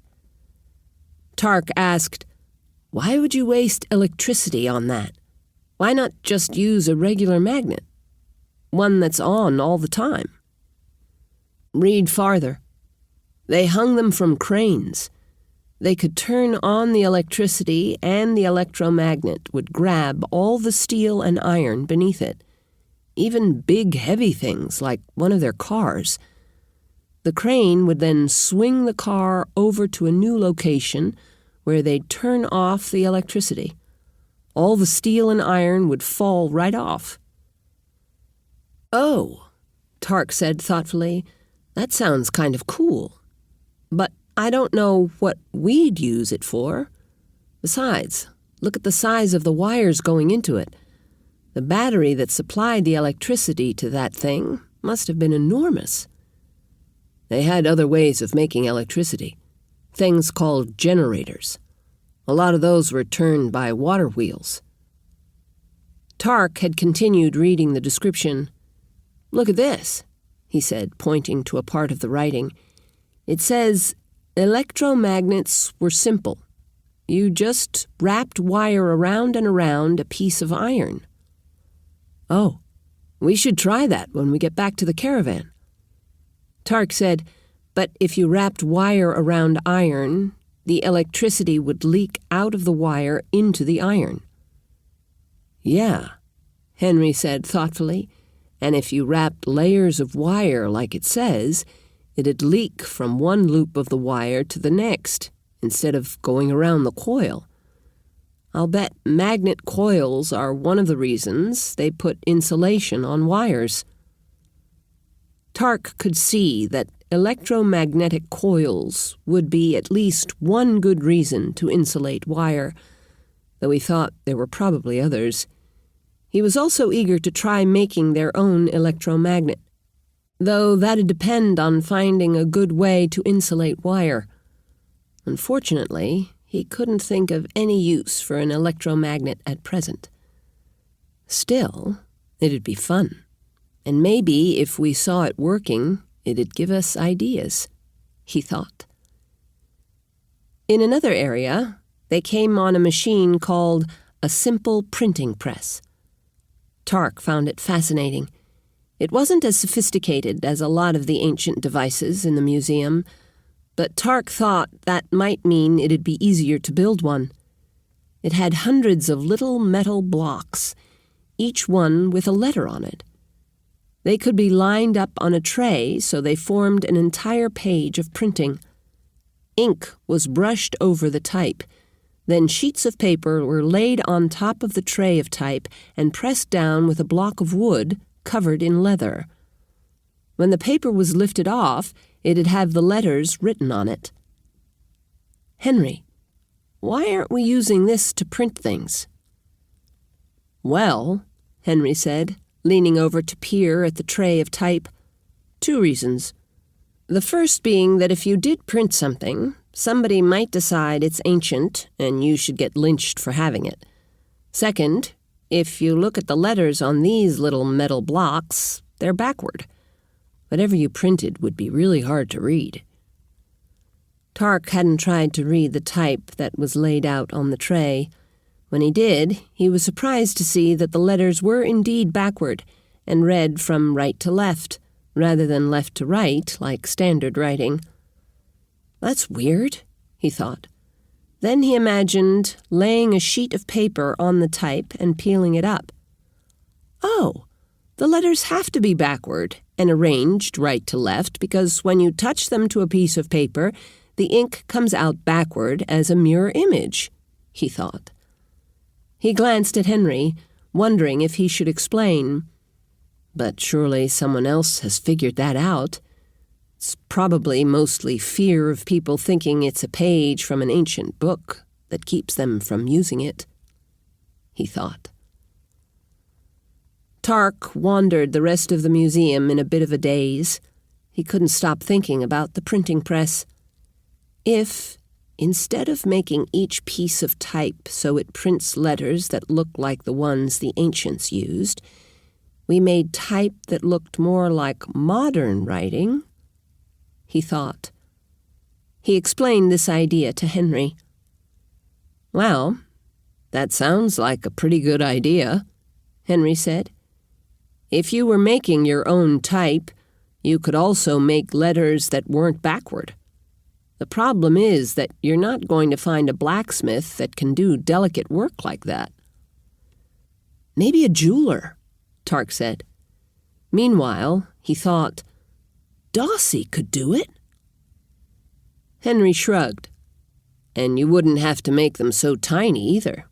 They'd be easier to read if they were bigger. But it'd take more paper and ink, Tarc thought, which would raise the cost of the book when you were done. Thinking about that reminded him of Henry's vision difficulties and the glasses he struggled to use so he could see better. This is a chance to bring it up, he thought. Henry, we've recently gotten access to some pretty good lenses in Clancy Vail. Our clinic could fit you with better glasses next time you come through. Roper turned to stare at him. Really? Tarc slid his own glasses out of his pocket and showed them to Roper. Roper held them up to the light. These are perfect.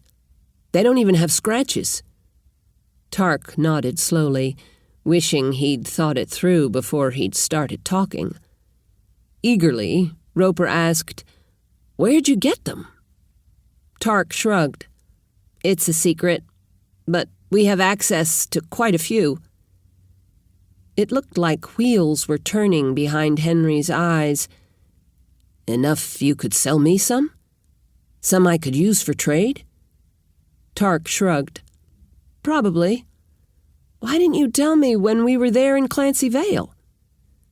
The caravan left too fast. I didn't have time to think of it," Tarc said. "Besides, the plague had me distracted." As he did his turn on guard duty that afternoon, Tarc kept thinking about the printing press, wondering whether you could make money selling books. They'd have to contain modern knowledge, not stuff from the ancients.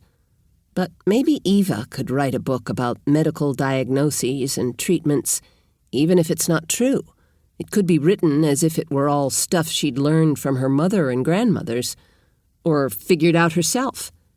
Maybe the Gellers could write out their recipes for making dyes. Oh, and recipes for cooking. Surely people would like to have some of those. Maybe that kind of book could have just a few pages of recipes, he thought. Then, having decided a printing press would be a great idea, his mind started coming back to the problem of King Urai. After his guard shift was done, Tarc headed back to Relf to scout out the palace. When he was almost to the gates, a familiar figure came striding out of them. Lizeth asked, "Where are you going?" I thought I might see if I could find something good to eat in town. I've been getting pretty tired of the caravan's food." Flashing him a grin, Lizeth pivoted and said, "Me too. I know a tavern with pretty good food." To Tarc's relief, the tavern Lizeth wanted to go to was close to the palace. The problem was that she'd expect him to walk back to the caravan with her afterward, which would interfere with his plan to scout the palace. Entering the tavern, Tarc turned to an empty table, intending to sit. Lizeth grabbed him by the elbow and said, "I'm going to teach you a secret. First, we tour around this place looking at everybody's food. If what they're eating looks good, we ask them if they liked it. If they did, we ask them what it is. Then, we know what to order." Tarc felt really strange going around looking at people's plates. He didn't actually ask anyone whether they liked their food, but Lizeth quizzed them amiably. They answered without apparently thinking it was as strange as Tarc thought it was. Once they'd ordered from the girl who was waiting the tables, Lizeth's eyes focused on Tarc, and she leaned closer.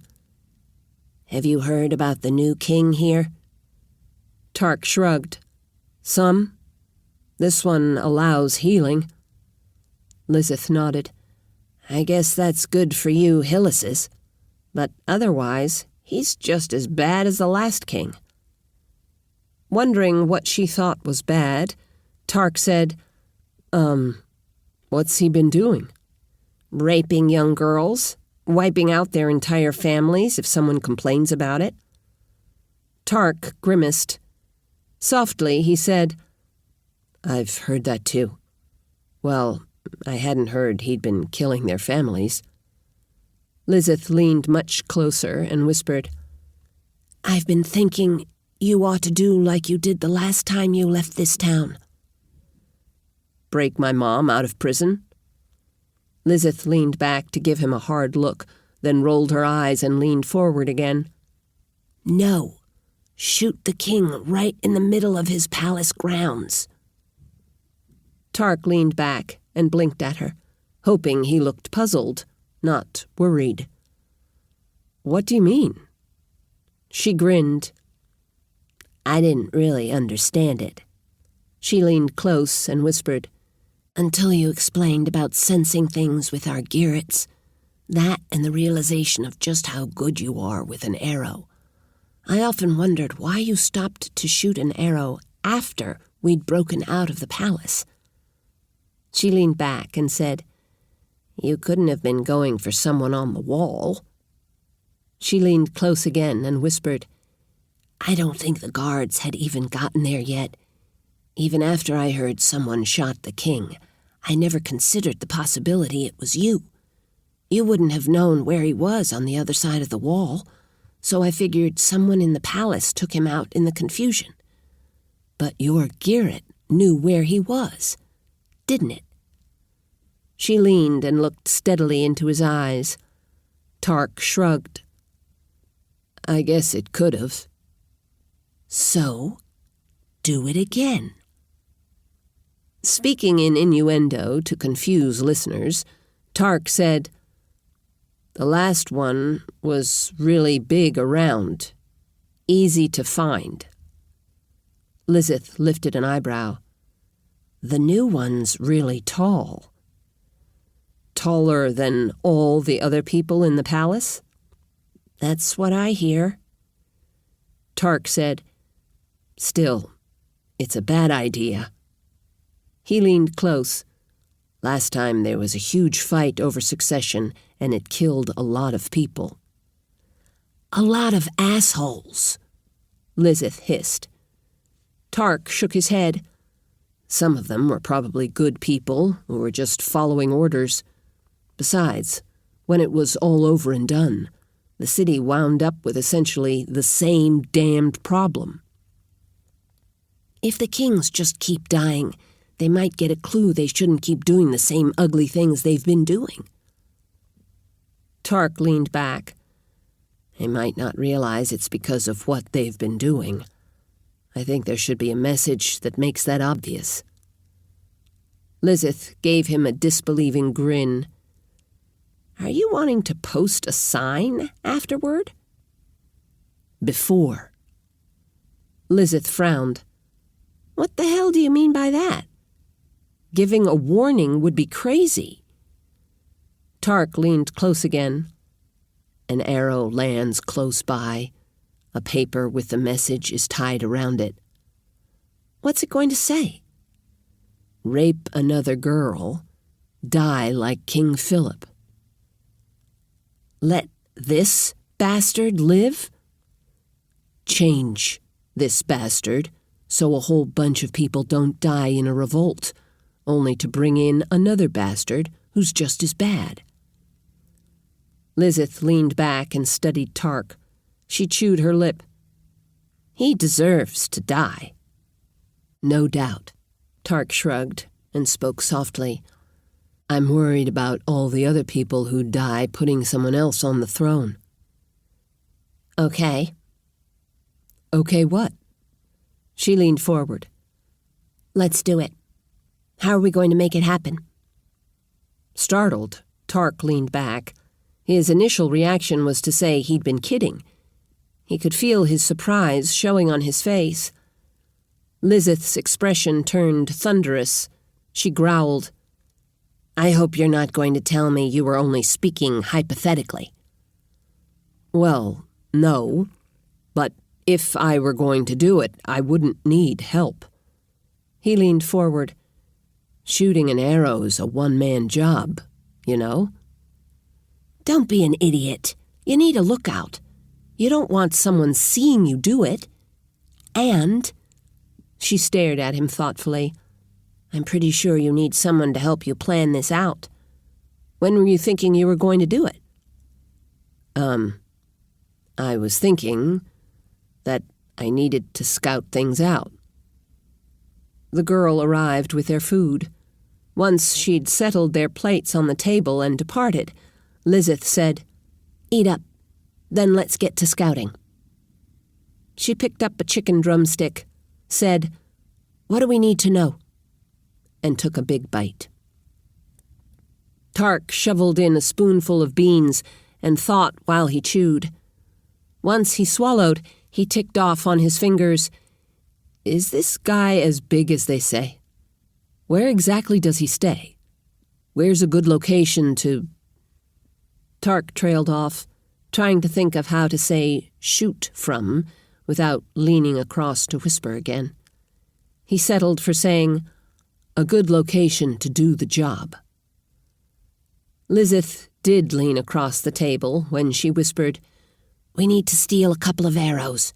We don't want to use ones from the caravan. They're recognizable. Maybe we should wait until the caravan's actually moved on before we do it. I don't want Relf associating this with our people." Tarc stared. "How are we supposed to do this after we've left Relf?" "The caravan leaves. We ride out scouting. We loop around, make a quick pass through town, and rejoin the caravan."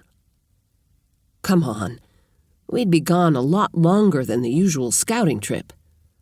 "They'll just think we stopped to have sex," Lizeth said calmly, then arched an eyebrow. Tarc felt the heat rising in his face. Lizeth rolled her eyes. "When challenged, we'll deny it vigorously." She choked out a little giggle, which, of course, will only serve to completely convince them. She laughed. "Come on, we don't want them to know what we actually did, do we?" "I should just do it myself." She grinned. "I'm the one who's going to have her reputation ruined. You're the one who's going to have all the other guys thinking you're some kind of stud. If I think it's important enough to do, you shouldn't have a problem with it." "I don't want your reputation ruined," Tarc said, sounding surly, even to himself. Lizeth stood up, looking a little disgusted. "Put on your big boy pants and let's get on with it." Tarc reluctantly stood and followed her out of the tavern. Arriving at the palace, they sent their girrets into the grounds as they walked around the outer wall. To the best of Tarc's recollection, the buildings inside the wall seemed much the same. When his girret went into the chamber where the previous king had done much of his business, it encountered a very large man. Not overweight like the previous king. Tarc estimated him to be close to 2 meters, 6 feet 7 inches, and not thin. He'd weigh a lot. Physically, he'd be a powerful man. The chamber was close enough to the palace wall that Lizeth's girret could sense it. She gasped, "That's got to be him. He's freaking huge." "Just a minute. I'm going to listen to what they're saying. Maybe I can tell for sure whether the big guy's really the king." "What?" exploded out of an irritated-sounding Lizeth. "You're going to listen? From out here? How the hell are you going to do that?" Tarc explained how some people's girrets could detect the vibration of air molecules. Vibration of air molecules? What in the world does that have to do with listening to the king? Sound is vibrations in the air. Your ears sense the vibrations of the air's molecules, and you call it hearing. He shrugged. "I don't really know how to tell you to do it, but if you try, you might be able to use your girret to feel the vibrations people make when they're talking. You might be able to translate that into understanding what they're saying. Anyway, I'm going to listen to that big guy and see whether I can tell if he's really the king." When Tarc turned away, Lizeth was practically cross-eyed with effort. Tarc hoped she wasn't trying to listen to the king as her first subject. It'd probably be better for her to try to listen to someone she could see that was a short distance away. That way she could see the person's lips moving to correlate and corroborate whether she was truly hearing what they were saying. However, Tarc didn't want to spend a lot of time explaining how to do it. He'd rather not raise the suspicion of the wall guards by hanging around a long time. So he focused on trying to listen to the guy who might be the king. Another man was talking to him. The smaller man was talking about someone who was waiting to talk to the king. The big guy suddenly interrupted the other man, saying, "It doesn't sound like he's ready to cooperate, does it?" No, sir. Tell him I'm too busy to talk to him today. He can come back tomorrow if he likes." "He'll want to see his daughter." "Tell him she's going to be busy this afternoon." The smaller man sounded alarmed. "He might be upset." "Remind him I'm the king." That answers that question, Tarc thought, but he continued to listen. "But, Sir King," the smaller man said, "he's one of your wealthiest subjects. Money has its own power. You—" The king interrupted. "It has the power to keep his daughter's legs together and his head on his shoulders, but only if he cooperates. Make sure he understands. Before you talk to him, send the guards for his daughter and that girl she's gotten to be friends with." "But, Sir are you trying to piss me off?" the king asked, a dangerous tone in his voice. A sick sensation in his gut, Tarc thought. He's going to force himself on someone today. He closed his eyes. Say it like it is. He's going to rape someone, he thought. He sighed. The way it sounds, he probably raped someone yesterday. He'll probably rape someone tomorrow. This would have happened whether or not I was here. Can I just ignore what's happening now and keep planning to stop rapes at some point in the future? He thought. Lizeth grabbed Tarc's arm. "That's the king, all right. The bastard's getting ready to rape 2 girls." I guess Lizeth's figured out how to hear at a distance, Tarc thought with a sigh. And I'm betting she's not going to think it's okay to ignore what's about to happen to these girls while we plan how to save the next ones. Unhappily, he said. "Yeah, I heard." "What the hell are we going to do?" "Even if we had a bow, we couldn't shoot an arrow into that room." He turned to look at Lizeth. Her eyes were wild. She doesn't want to hear about what we can't do, he thought. "We've got to do something." She put up her palms. I know. If we weren't here, no one would have stopped it. But we are here." Resisting the impulse to shake her, Tarc tried to speak calmly. "What are you thinking we could do?" I think I did sound calm, he thought, no matter how crazy I feel inside. Wide-eyed, Lizeth said, "I don't know what we can do. I don't have all your crazy talents." Sounding glum, she said, "All I can do is see a second or 2 into the future." Tarc turned and started away from the wall. Lizeth bounded after him, grabbing his shoulder and spinning him around. "Where the hell do you think you're going?" "Going somewhere to think," Tarc hissed, frustrated. He shook himself free and kept walking. "Keep your voice down. We can't just keep hanging around the wall there. The guards are going to get curious. Besides, maybe we need supplies." Lizeth trotted a few steps to catch up to him.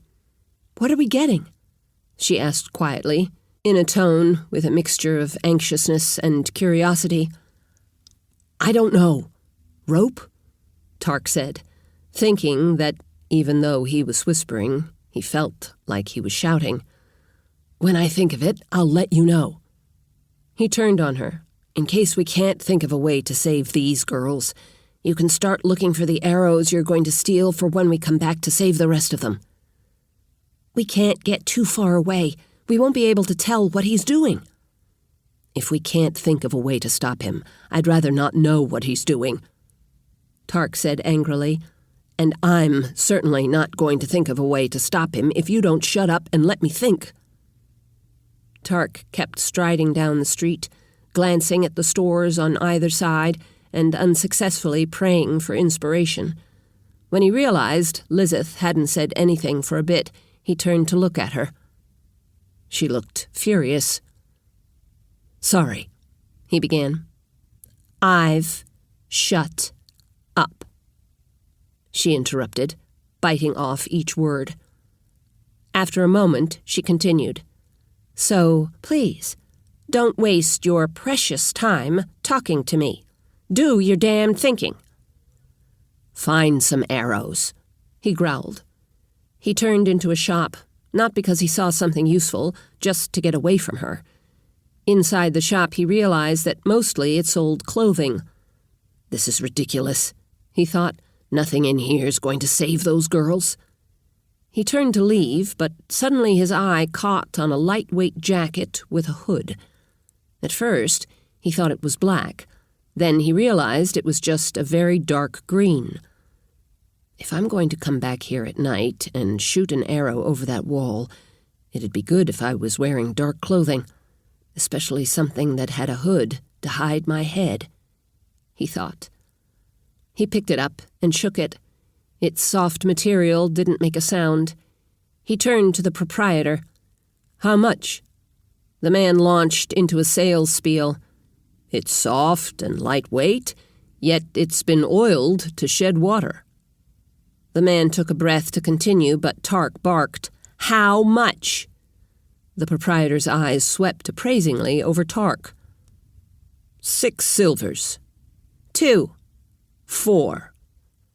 Tarc got out 3 silvers. Holding them out, he said, "Take them or leave them. I don't have time to screw around." "But—" Tarc turned and strode toward the entrance. The man called out, "Okay, 3 silvers." Tarc spun, threw the man his 3 silvers, took 2 steps back, picked up the jacket, and strode for the entrance while shrugging into it. To his relief, it fit well enough. Would have been embarrassing to have to ask him if he had something similar in a different size, he thought, chagrined. Out on the street, Tarc pulled off the jacket and looked both directions, still hoping for inspiration. Lizeth strode up and snatched the jacket out of his hand. "What the hell? You're shopping for clothes?" Embarrassed, Tarc spoke in a surly tone. "I thought I needed something dark to wear if we come back at night." "What are you?" Lizeth asked. "A girl?" She was twisting the jacket into a long, straight bundle. It was a stiff bundle. Tarc frowned. "You're wrapping something in my jacket?" "The arrows you sent me for. Do I need to go find a bow so you can do this in time to help those poor girls? I've got a sick feeling we don't have much longer." "The king's in a room, remember? A room with a window." "First of all, that window's low. If I were to shoot an arrow from out here in the city, over the wall, and into that window, it'd enter at too steep an angle to hit anyone. Unless you can get them to come over and stand right in front of the opening." He didn't wait for an answer. "Second, the window has glass in it. That'd deflect the shot. Third, I probably can't hit anything with a bow I've never drawn before." "I thought you didn't want to kill the son of a bitch. You just wanted to scare him. An arrow blasting through his window ought to do that pretty well." "No one's going to be frightened if the arrow doesn't even hit the window." Lizeth stared at him for a moment. Then her expression crumbled. "Come on, Tarc," she said, a pleading tone in her voice. "Think of something. I'm not going to be able to stand it if we just stand by and—" Her voice broke. "Let those girls get raped." Her eyes had filled with tears, which was terribly disconcerting to Tarc in view of Lizeth's usual fearless attitude. Tarc put his arms around her. "I'm sorry," he began. "Clear the damned road," a big voice bellowed. "Do your sniveling somewhere else." Tarc looked up and saw a big man bearing down on them from atop a large horse. Tarc reached out with his gyret, searching for the man's semicircular canals. Then he stopped and jerked Lizeth out of the man's way. From the way her shoulders shifted, he knew she was drawing her sword. He tightened his grip around her, leaned his mouth close to hers, and hissed, "Put that sword away. I finally had an idea, but you're about to screw it up." Her shoulder dropped convulsively, and Tarc heard the snick as her sword shot back into its scabbard. "What is it?" she asked eagerly. But Tarc let go of her as soon as he felt sure she wasn't going to stick the big man with her blade. He was running back to the palace. Lizeth ran hard to catch up. "What are you going to do?" she asked eagerly. Tarc said, "I can make him sick from out here." "Sick?" Lizeth asked. They were approaching the T-junction, where their little street joined the road that circled the palace. Lizeth caught up to him just as Tarc slowed and started sauntering across the street at an angle. Tarc threw a familiar arm around her and staggered a little, as if he'd been drinking. "What do you think you're doing?" Lizeth hissed. In a slurred voice, Tarc loudly said, "Come on, honey. Give me a kiss." Lizeth started trying to push him away. Pinning her against the wall, he tucked his head in next to hers. "Hold still. At least pretend you're kissing me." "What?" "We don't want the guards wondering what we're doing." "Well then," she hissed furiously, "tell me what we're doing." "We're sending our Garretts into the king's chamber to find out what's going on." "Oh," Lizeth said, relaxing. Assuming that Lizeth was sending her Garrett in, Tarc sent his own. The king was still in the same chamber, as was his advisor, or whatever the other man was. There were 4 people in the hall outside, but the door opened and they started coming in. 2 of the 4 people were smaller than the other 2. With a sinking sensation, Tarc realized they had to be the 2 girls the king had sent for. A creepy anticipation in his voice, the king cheerfully said, "Hello, ladies." "He's got them," Lizeth said angrily. Then, with anticipation, "What's your plan?" The way she'd been yelling at him, Tarc was surprised to hear her sound confident in his ability to do something. I'm going to tell him not to—" He trailed off, suddenly reluctant to actually say rape. "Not to do it." "What? You think a man like that won't do it because you tell him not to? A guy that big's probably spent his entire life doing whatever he wants." They'd been holding one another as if they were a pair of lovers, but now she pulled her head back, trying to see his eyes. "Wait, how are you going to tell him? You don't have a bow. Are you going to try to throw a knife in there?" "Snuggle back up to me," Tarc said, exasperatedly, tugging her closer. She pulled back harder. "He's about to rape those 2 girls, and you're trying to grope me?" "No," Tarc said, letting go, though not pulling away. "I'm still trying to make the guards think we're hot to trot." "Jeez," Lizeth said, sounding disgusted, but letting him pull her back close. "I'll bet. Now, explain your damn plan." "I can send my voice in there and talk to him. First, let me send in my Garrett and find out what's been going on while we've been arguing." Lizeth didn't say anything. Presumably, she sent in her Garrett as well. Tarc heard the king's voice speaking. "But, Sylvia, your dad said no. I thought a father'd love his daughter more than that. But it seems like his money's more important to him than you are. What do you think I should do?" "I don't know," one of the girls said, her voice sounding stricken. "Could you talk to him?" "I can, but I don't know whether he'll listen. He doesn't care much about what happens to me."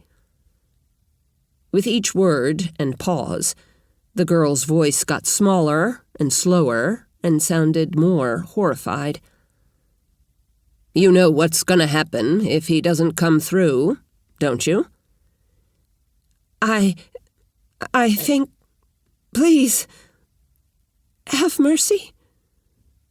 The girl's voice was practically inaudible at the end. "Do something," Lizeth said urgently.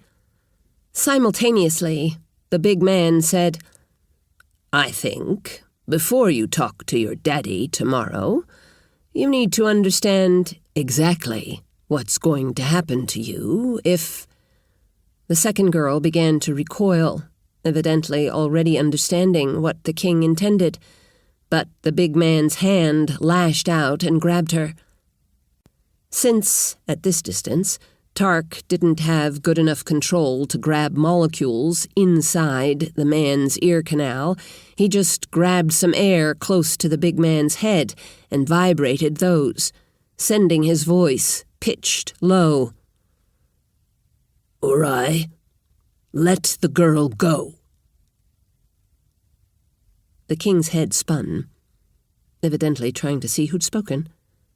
Seeing no one, he scooped up the frozen Sylvia, jerked the other girl in by the arm he'd already grabbed, then moved to put his back to the wall. He crushed a girl against him under each arm. The second girl flailed about in his arms.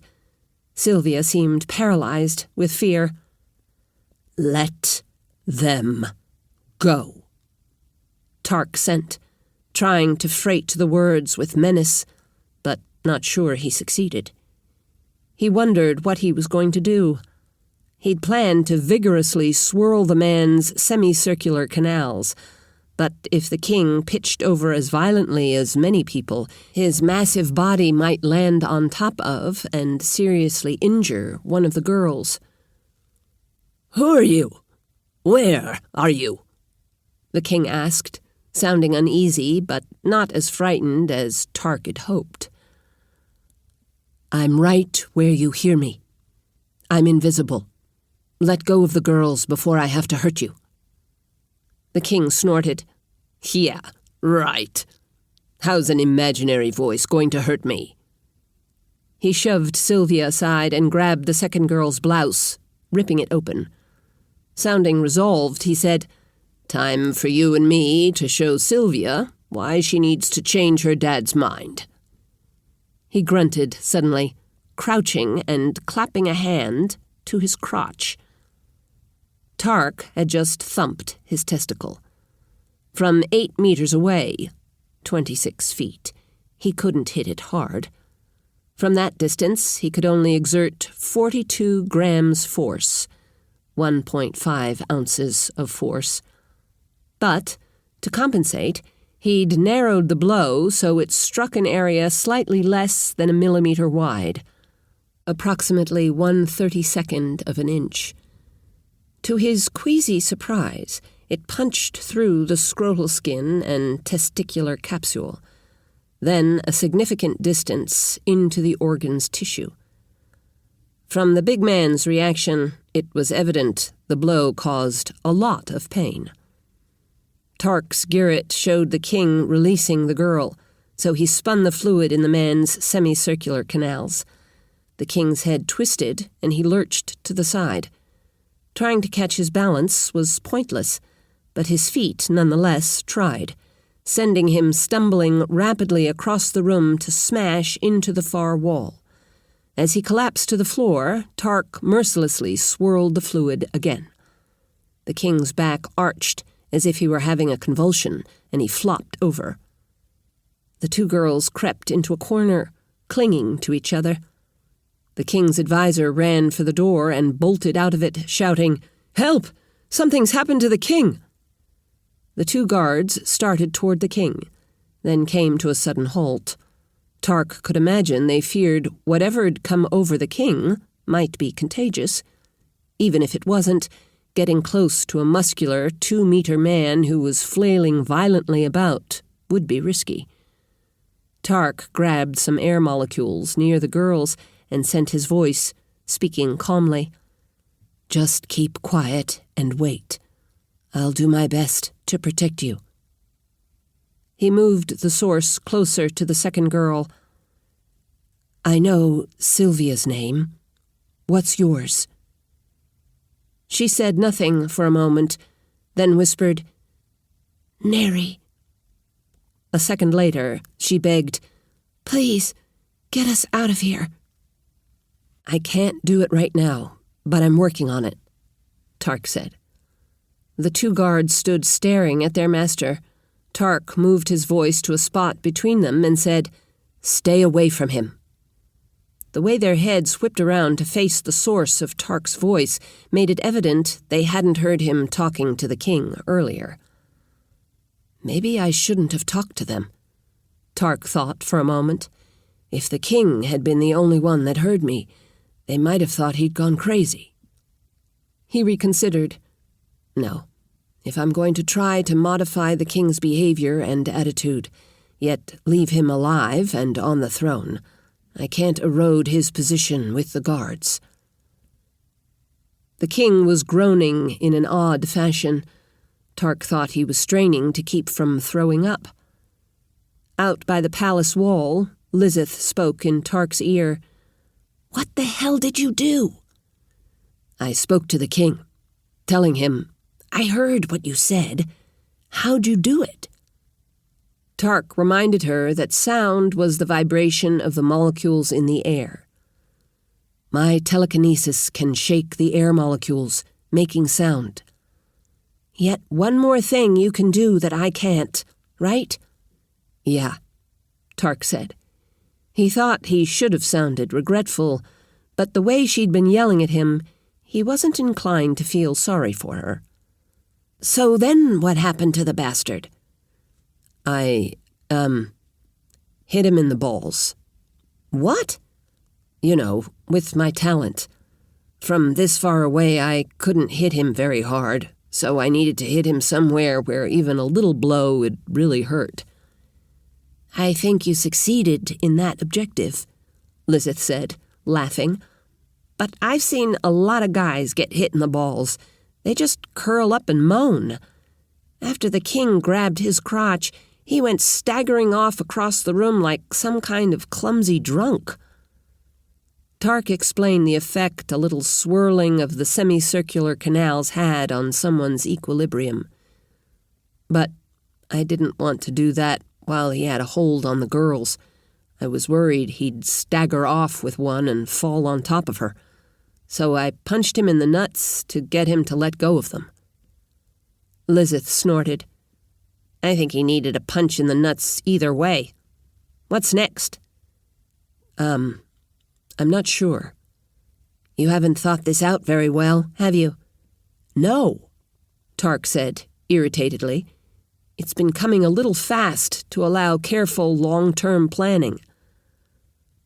"What happens when he stops being dizzy and decides to take it out on the girls?" "They didn't do it." "He doesn't know that.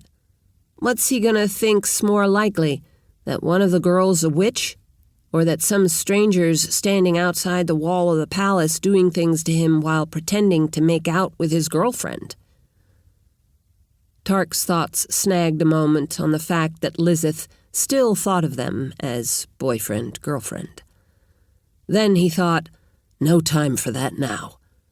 He said, "I'll just tell him the girls didn't have anything to do with—" "Better get on it then," Lizeth interrupted. "Looks like he's trying to get back to his feet." Tarc sent his Garrett back into the room, the two girls still huddled in the corner. The advisor hadn't returned, but it looked like he'd sent more guards. 4 more men were coming through the door. The king was starting to push himself up off the floor. Tarc sent his voice close to the man's ear. "Stay down, or I'll have to knock you down." The king was on his hands and knees, but didn't try to rise any farther. Instead, he widened the position of his limbs, the way you might steady yourself against an earthquake. Tarc spoke somewhat conversationally. "We don't want to kill you, but we can't let you go on raping young girls. That's got to stop." "When I find you," the king growled, "you're going to die." Tarc spun the king's ears, more gently than before, but hard enough that he flipped over once, then turned again to spread eagle flat on the floor. To Lizeth, Tarc said, "He doesn't seem to think it's the girls, probably because he's hearing a man's voice. He doesn't think that now, but he might come to that conclusion soon." Her tone got apprehensive. "I have a sick feeling about this. You need to get them out of there, and free any other girls he's holding, too." Tarc turned his attention back to the guards in the room. The 6 men had gathered together, and though he couldn't tell which direction their eyes were pointed, he thought they were staring at their sprawled king. Sounding doubtful of their sanity, one of the 4 new ones said, "You've been hearing voices?" The one who'd been asked turned suddenly and aggressively toward the one who'd posed the question. "We've been hearing one voice, both of us, and the king has too." "And the king's been having seizures?" the newcomer asked quietly. "He says it's just dizziness." "That last thing looked like a seizure," the newcomer said hesitantly. The king growled, "It's just dizziness. Spread out and find who's doing it. He's throwing his voice somehow. Check the adjoining rooms." Tarc sent his voice generally into the room. "Stay away from the door, or you're going to suffer dizziness as well." Then he sent his voice over to whisper to Sylvia and Neri. "Besides you, how many other girls does the king have?" Sylvia merely shrugged, but Neri said, "I've seen 3 more, but I might not know about all of them." The guards started moving toward the door, as commanded by their king. Tarc spun the ears on the one closest to it, and he stumbled forward, crashing clumsily into the door. The others stopped. One said, "Paul?" The only response was a violent regurgitation of the man's lunch. Tarc's voice spoke cheerfully.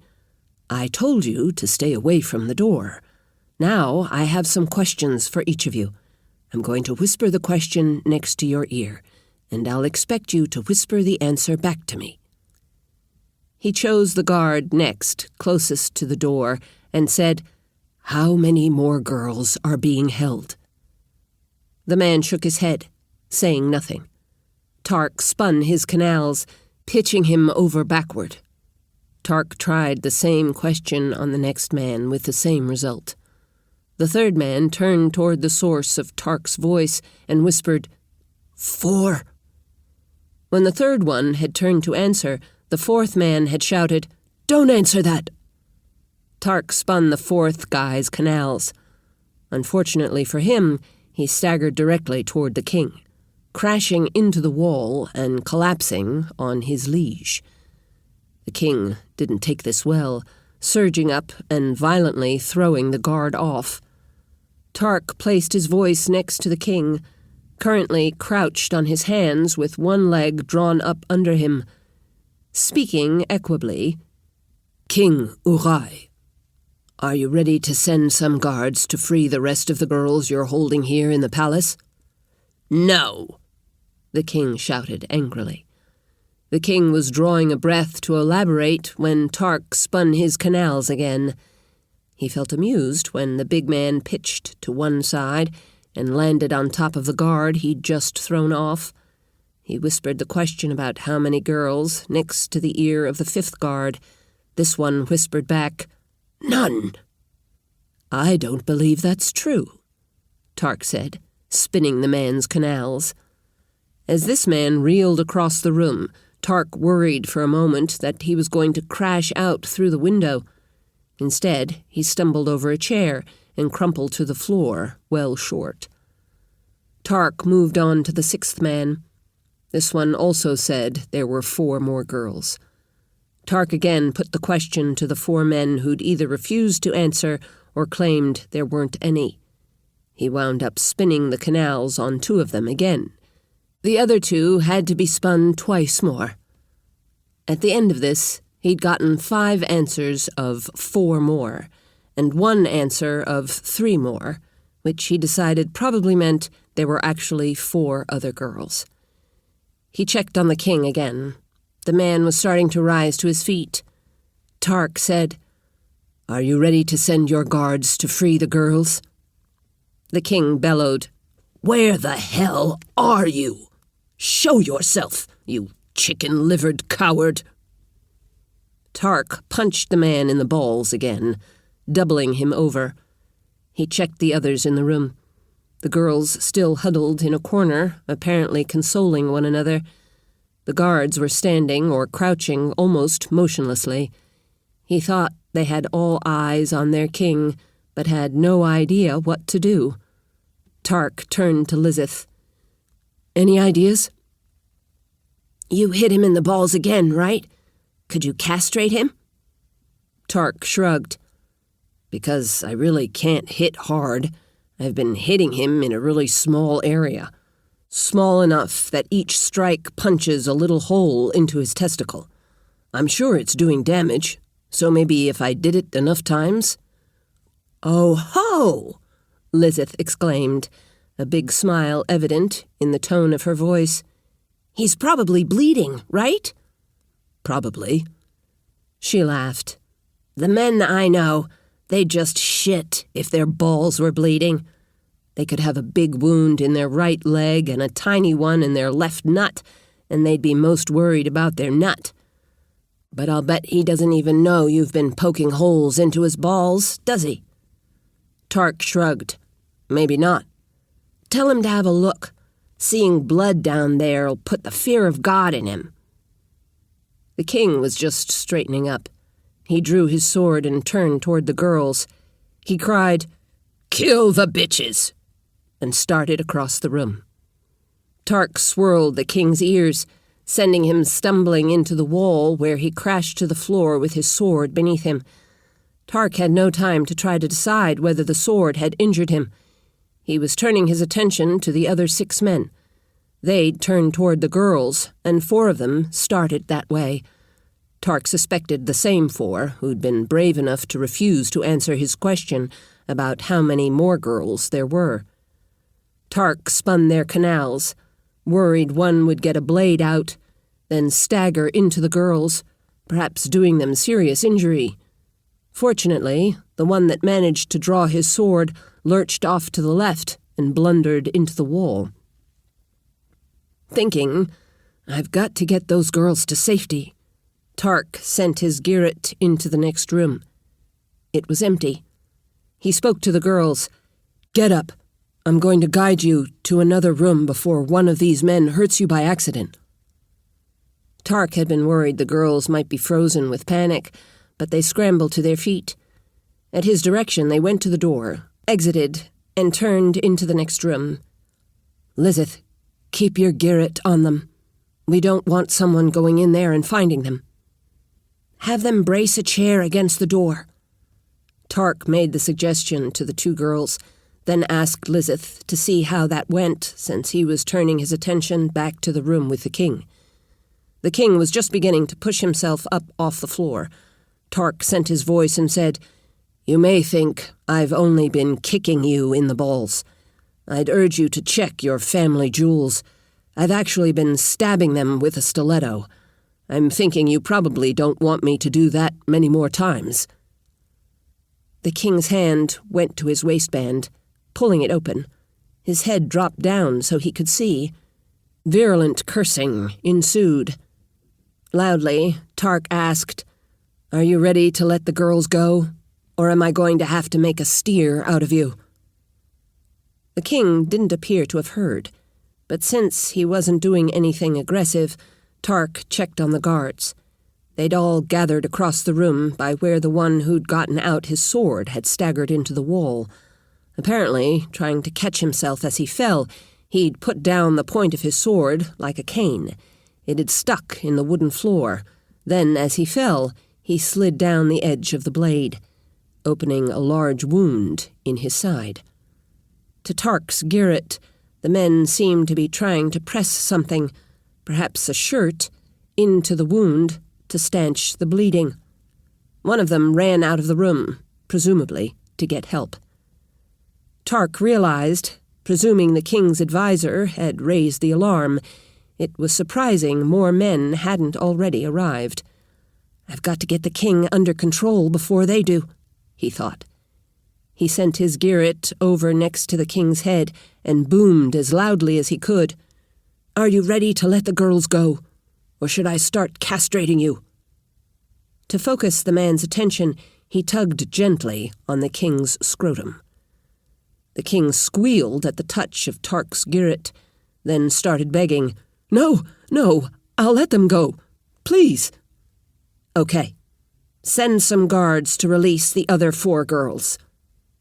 When the king didn't say anything immediately, Tarc tugged on the man's testicles again. The king barked at the guards, yelling at them to free the rest of the girls. 2 of the guards leaped to their feet and left the room at a run. Lizeth said, "The girls have the door braced, and they've hidden in a closet. I'm going to follow those guards to make sure they do what they were told." "Oh, that's not going to work. They'll be beyond my range in a few more seconds." "I'll watch them," Tarc said, sending his Girret after the guards down the hall outside. "You keep an eye on what's going on with the king and the girls." Finding the running guards wasn't difficult, because they were the only fast-moving warm spots in the area. "Uh-oh," Tarc thought. "Lizeth, it looks like an entire guard troops heading for the chamber. They've got a gaggle of other people following them. I'm going to keep following the 2 guards. Let me know if I'm needed back in the king's chamber." But the 2 guards encountered the oncoming troop. They stopped to talk to the troop's leader. Because Tarc hadn't been listening, it wasn't clear whether this was because the leader had demanded it or whether they'd stopped on their own. When Tarc started listening, one of the guards was saying, "I don't know what's going on. A voice is coming from here and there around the room, giving orders. If you don't do as the voice says, you're suddenly overcome with dizziness and nausea. During one of the episodes, Winton fell on his sword. He's got a gruesome wound." "Where?" "In his side." "Is he going to live?" "How the hell should I know? I'm not a healer. It looks bad." "And where are you 2 going?" "The king sent us to release the girls he's been holding." "I thought 2 of the girls were there with him." "We're supposed to release the other 4. "You think that's what the king really wants you to do?" Tarc spoke from above their heads. "Yes, that is what the king wants them to do. He also wants you to take your troop back to the barracks." The men's heads tilted back and twisted about as they tried to see where Tarc's voice was coming from. The troop leader said, "This is bullshit. Tarc spun the man's canals, pitching him to the side. There he flailed hard into the wall. Tarc put as much authority in his voice as he could, loudly demanding, "Who's second in command of this troop?" A man hesitantly stepped forward. "I am, sir." "Take your troop back to barracks. Detail some men to carry your troop leader." Tarc saw the troop's leader struggling to right himself and rise, so he spun the man's canals again. The man flopped. Tarc's Girret conveyed the sound of retching. The second-in-command waved a couple of his men to help the troop leader, then bellowed, "About face!" The men of the troop spun in place to face the opposite direction. As they marched away, Tarc placed the source of his voice between the 2 guards and said, "Let's go release those girls." When they reached the room where the girls were being held, Tarc grimly realized it was next door to the one where his mother'd been held. The girls were ecstatic when one of the guards told them they were being released. They quickly gathered a few belongings and scurried out of the room. Just outside, though, one of the girls stopped. "What about Sylvia and Neri?" The guard said, We think they're being released, too." "Think?" the girl asked. This voice, it's been telling us what to do. It seems..." He hesitated, then continued in a rush. "I don't think it likes you girls being held. I think it wants you all turned loose." "A voice?" the girl said doubtfully. Tarc sent his voice near the girls. "Yes, this voice. I'm getting Neri and Sylvia released too. You could help a lot by getting out of the palace as quickly as possible. That way I can turn my attention back to their situation."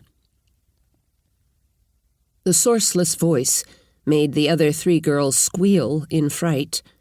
However, the one who'd asked the questions turned to face the spot where Tarc had projected his voice. Unable to see her conflicted expression, he wasn't sure what she was thinking. For a moment, he thought she'd refuse, but then she simply said, "Okay." She turned to the guard, saying, "Let's hurry." To Tarc's relief, the guards started toward a gate close to Tarc and Lizeth's current location. But then, since it wasn't the closest gate to their current location, he wondered why. Sending his voice, he asked the guard who'd been leading. "Why aren't you going to the gate near the Palace Tavern? It'd be closer, wouldn't it?" That's not a safe part of town for young women." Embarrassed that he hadn't considered the possibility the girls might not be safe once they left the palace, Tarc put his voice next to the young woman with the questions, the one he thought of as having gumption. "Can you tell me your name?" "Why?" "I'll need a way to make sure the king honors his promise to leave you girls free. I'd like to be able to ask you later whether all 6 of you are okay." "Callie Rath. Who are you?" Call me Hood." "That's an odd name." Tarc didn't respond to that. Instead, he said, "If the guards release you just outside the palace gate, will you be able to get home safely by yourselves? Or will you need guards to go with you?" In a scathing tone, the girl said, "We'll be better off by ourselves.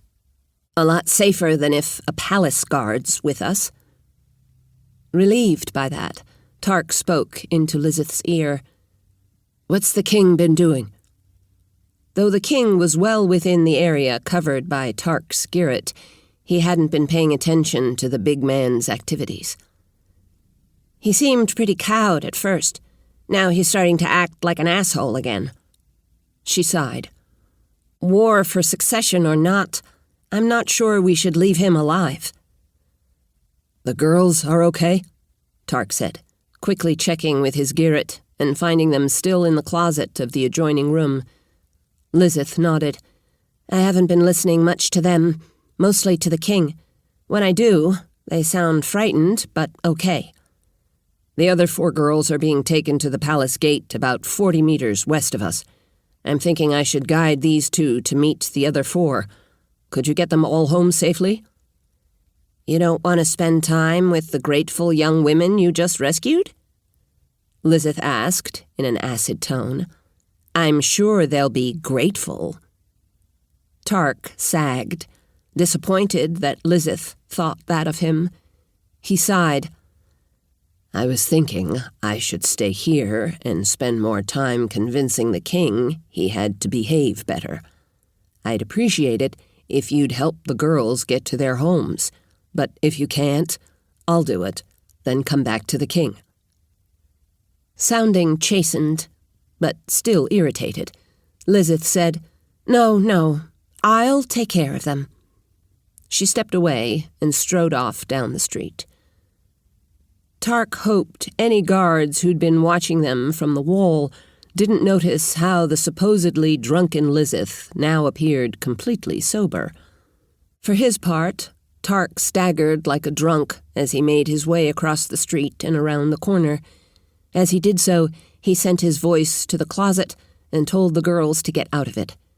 He had them climb out the window rather than enter the hallway, since a pair of warm bodies were approaching out there. After they'd trotted between a couple of buildings, he said, "Step around this corner to your right." When they'd done it, he said, "Wait here for a moment." Sounding curious as well as fearful, Neri asked, "What are we waiting for?" "Some people are about to walk past the next corner up ahead. I'd rather they didn't see you." "I thought the king was letting us go." "He is, but since we don't have anyone with you to explain that, I'd rather you didn't run into someone who might decide to hold on to you while they check with him." "Oh." When the way was clear, Tarc had them continue toward the gate. He sent his voice to the guards with the other 4 girls. "Wait at the next intersection. Sylvia and Neri are going to join you." You can take all 6 out the gate." A couple of minutes later, there was a nervously joyous reunion of the 6 girls. Then the guards took them on to the gate. Tarc worried the gate guards might raise objections, but they were cowed by the presence of King's guards and readily accepted their orders. As the girls came through the gate, Tarc wondered where Lizeth was. His Girret couldn't recognize her, but there was a warm body leaning on the wall just around the corner from the gate. He sent his voice there. "Lizeth, is that you?" "Yeah." "They've just come out the gate. I'll guide them to you." Lizeth didn't respond, making Tarc think she was still pissed. He sent his voice to Callie.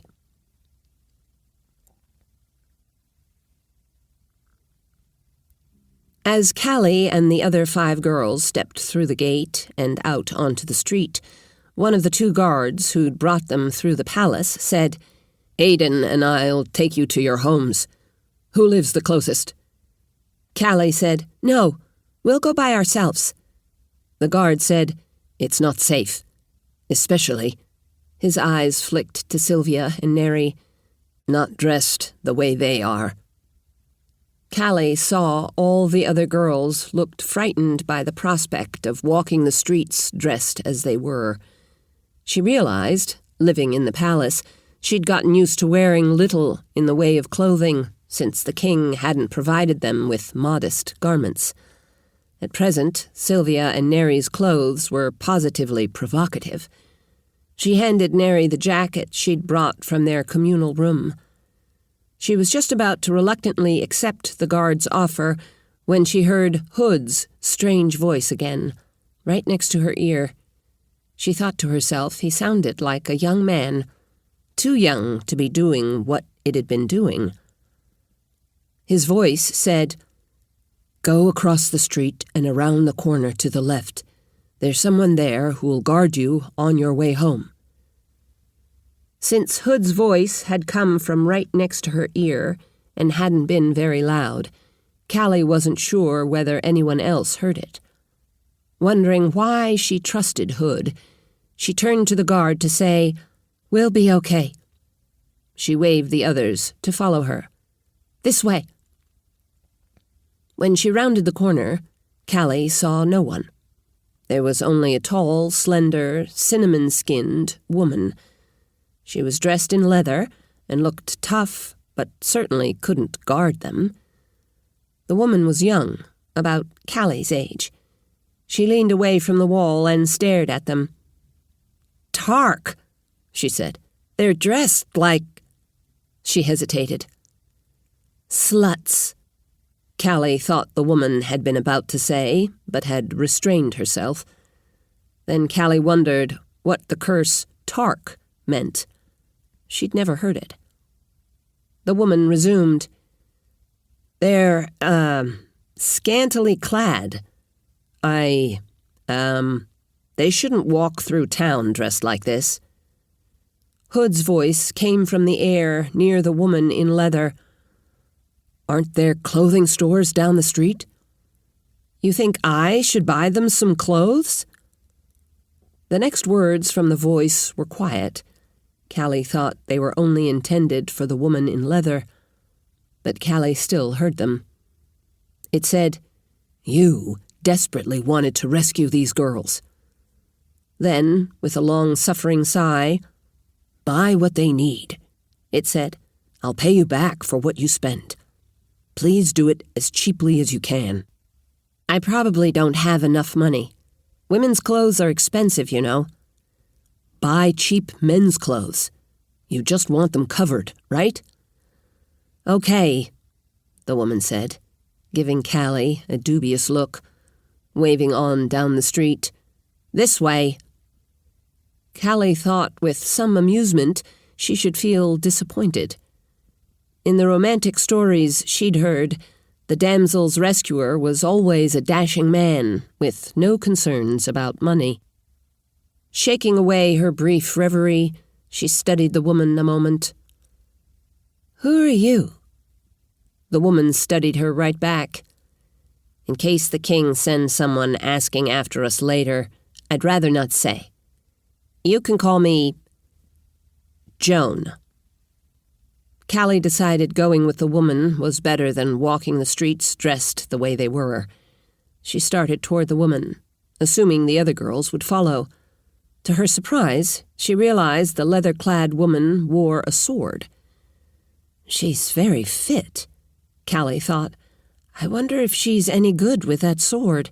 She said, "Well, Joan, I thought the king was letting us go. Why would he send someone around asking questions later?" The woman quirked her a grin.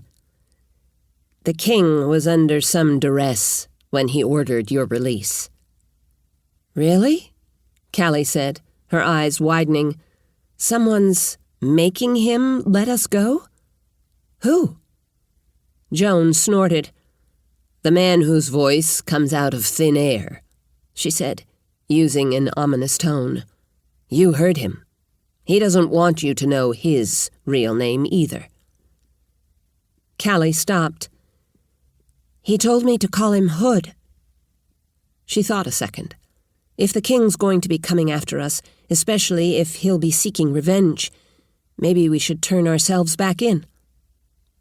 The woman turned and gave Callie a disgusted look. "Sure, go back and spread your legs for the son of a bitch." She looked at the other 5 young women. "Do the rest of you want to go back too? Or do some of you want to get the hell out of there?" Angry, Callie said, "I don't want to go back either. But if the son of a bitch is going to kill everyone in my family, then I will go back. From what you're saying, Hood isn't going to be able to protect us or our families, is he?"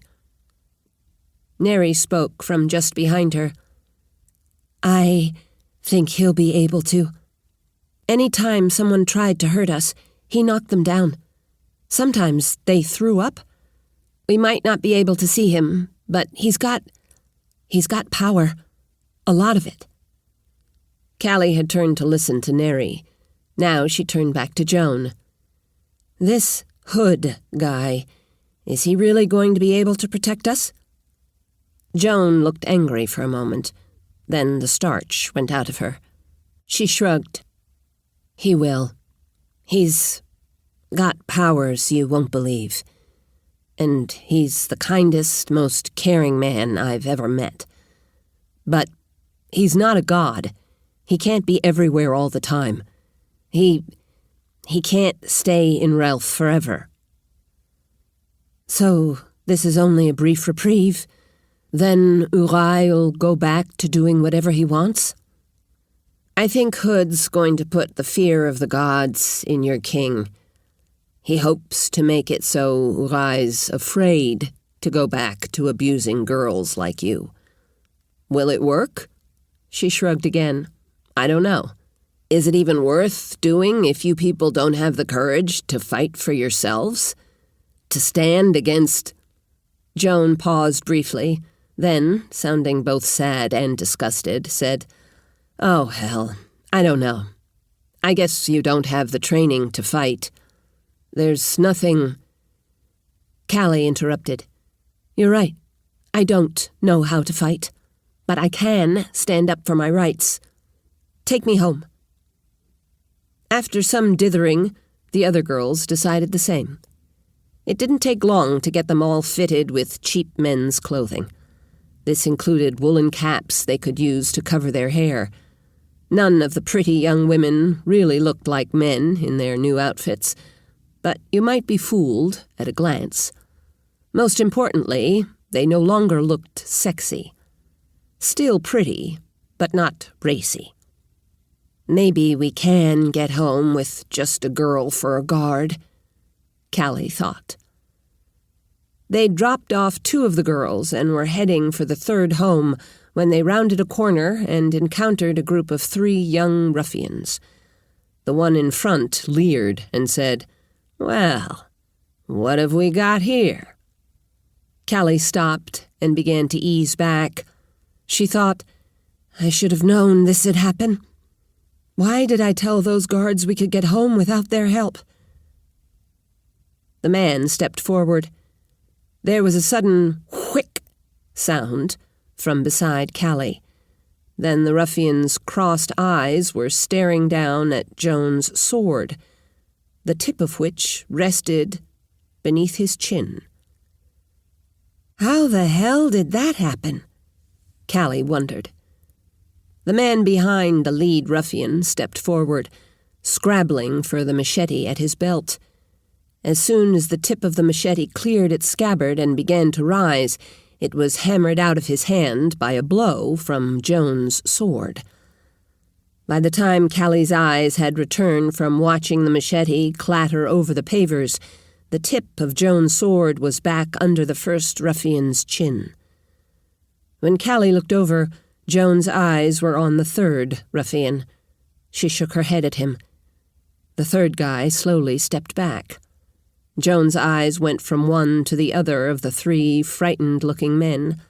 She slowly pulled the tip of the sword out of a drop of blood under the first man's chin.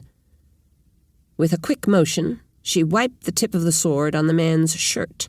Then, after briefly surveying the three ruffians, she flicked the fingers of her left hand in a dispersing motion. They turned and ran. "Lead on, Callie," Joan said calmly. Holy shit, Callie thought. I think this girl might be better protection than 4 or 5 palace guards. She started down the street toward Neri's house. Turning, she said, "Joan, could I learn to use a sword like that?"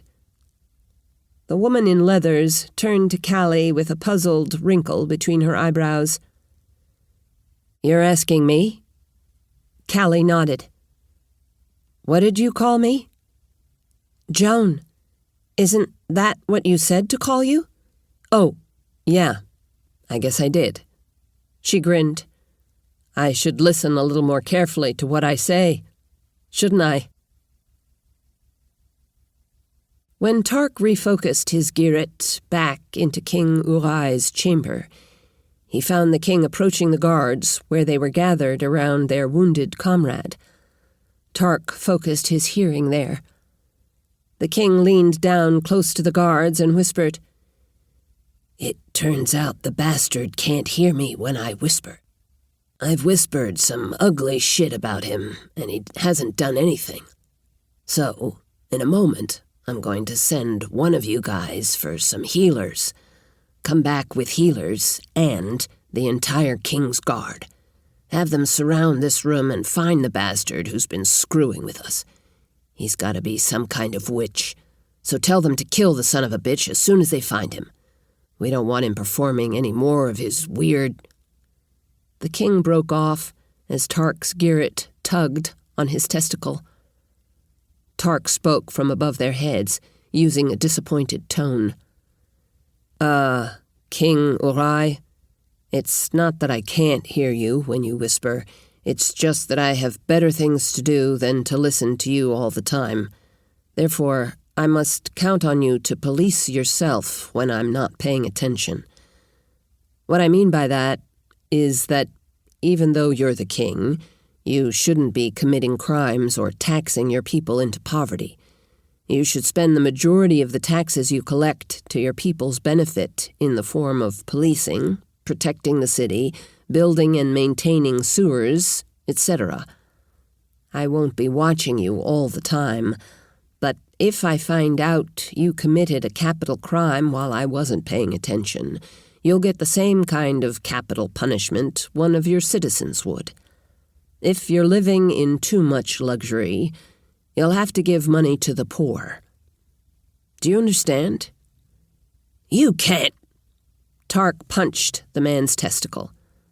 As the king fell to his knees, then collapsed on his side, holding his crotch, Tarc spoke conversationally. "I can, and I will." He found the man's eyeball. Wincing at the thought of it, he heated a tiny spot, all he could do at that distance, on the sclera of the man's eye. With a screech, The big man pulled one hand from his crotch and clapped it over his eye. "When you get to a mirror," Tarc said conversationally, "you're going to see there's a burn on the white of your eye. It won't blind you, but if that burn had been on your pupil, you'd have been blinded in that eye. A burn like that in your brain would have caused a stroke. You're at my mercy. Behave yourself." Tarc started to leave, but then he had another thought. He spoke again from above their heads. "And the same rules apply to you guards. Tell the others." He thought of elaborating the rules, but decided not to. If they're carefully defined, they'll try to work around them, he thought. Chapter 5. As they walked in, Argoon was pleased to see the Hyllis tavern serving a standing-room-only crowd. It had been shut down while the plague ran rampant. Everything had been pretty much closed at the height of the outbreak. The fact that businesses were getting busy again meant the plague was in control, that the city was recovering. Most importantly, it meant this tavern was rolling in money. Also, a big crowd in the tavern was good because it made it less likely the people working there might recognize him. He and his heavy-set partner, who wanted to be called Jersey, though Argoon didn't think that was really his name, joined the long line of people waiting to order. He leaned closer to Jersey. "You see the kind of business they're doing here? They're busy like this day in and day out." The man nodded. "At the end of a day like this, their coffers have got to be full, right?" Jersey nodded again, but then leaned close to whisper, "And if someone hears you saying shit like that, it's going to ruin the whole plan. Shut the hell up." Pissed to have a lowlife like Jersey telling him what to do, Argoon thought about turning around and walking out. "But I've got to have muscle for this plan," he thought, reminding himself to grin and bear it. "Their food's so good, they bring in crowds like this every day," Argoon said with a small sense of triumph. "I said something despite this asshole telling me to shut up, but didn't say anything that'll endanger the plan," he thought. Jersey only grunted. "I shouldn't stay in line any longer," Argoon whispered. "The guy who's taking the orders might recognize me." He handed Jersey a few coppers. Turning on his heel, he spoke over his shoulder as he walked away. "Get me a slice of the spicy sausage pizza and a beer. I'll wait outside." He felt he'd scored another little triumph, essentially having forced Jersey to serve him. Jersey looked to be in a foul mood when he arrived outside with their beer and pizza. Argoon resisted the temptation to smirk at him. Instead, he said, "Wait till you taste this stuff. I may hate these people, but they make the best food and brew the most amazing beer I've ever had." Jersey grunted non-committally, but Argoon thought he'd already been tantalized by the smell. They ate, Jersey wolfing down his big slice of pizza. He guzzled his beer, then abruptly got up and went back inside. "He's getting more beer and another slice," Argoon thought blackly. "He left suddenly because he didn't want to take a chance I'd tell him to bring me more too. Score one for Jersey. But I will get even." When Jersey returned with another beer and a partly eaten second slice, he smirked and lifted an eyebrow at Argoon. "Good stuff," he said. Their table was at the edge of the deck, and no one was sitting nearby, so Argoon leaned closer and said, "So, we arrive late at night, right before they close, when the coffers are full of the day's take." Jersey sucked his teeth. "Yeah, Little problem there. While I was waiting for my order, a guy showed up and collected most of the coin from the wimp who takes orders and changes money. Went off around the corner so I couldn't see where he put it. Shit, Argoon thought as he considered this complication. He shrugged in what he thought would look a nonchalant fashion, saying, "Not a problem. Point a blade at the weasel and he'll lead us to it." Jersey sucked beer off his mustache and gave a little shrug. The guy who collected the cash looked pretty tough. That's gotta be Dom, Argoon thought. He said, "That's the owner. He does look pretty tough, but he's got all those women working for him. Unlucky for him, he cares about them. We grab and threaten a couple of them. He'll give up the cash, no problem." What if some of the customers take exception to what we're doing? You and one of your guys hang around inside nursing beers until everyone who looks like they might have the balls to give us trouble has staggered off home. Then you step outside and give us the signal. He shrugged. If it doesn't look good, we'll just do it a different night. Jersey gave Argoon that kind of look you'd give a long-dead fish. Of course, you wouldn't be in there, would you? First of all, they'd recognize me. Second, I'm sure you want to decide for yourself whether there's anybody in there that's going to cause trouble, right? Right, Jersey said, getting up. He hawked a loogie that nearly hit Argoon's shoe. It was obviously intended as an insult, but not one Argoon could react to. Not until we've concluded our business, anyway, Argoon thought. As they walked back to Clancy Vail, Argoon's mind turned once again to disguising himself during the raid and, much more importantly, to the issue of how to make sure Jersey didn't cut him out of his share. He'd been assiduously saving his coppers toward an upgrade of his sword. And he'd been using his old sword to practice.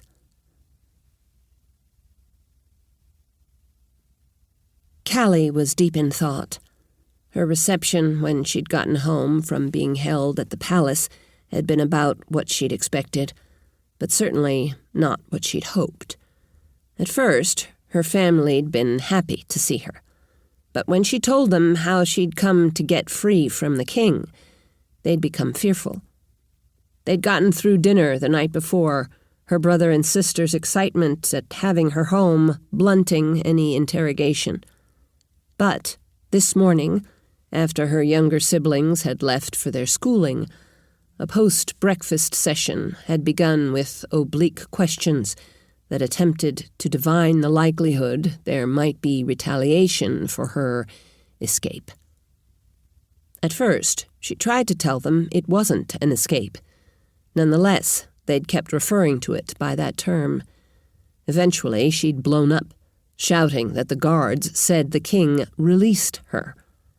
Her mother and father had looked at one another. Then her mother said, "If they come looking for her, we can tell them that's what we were told."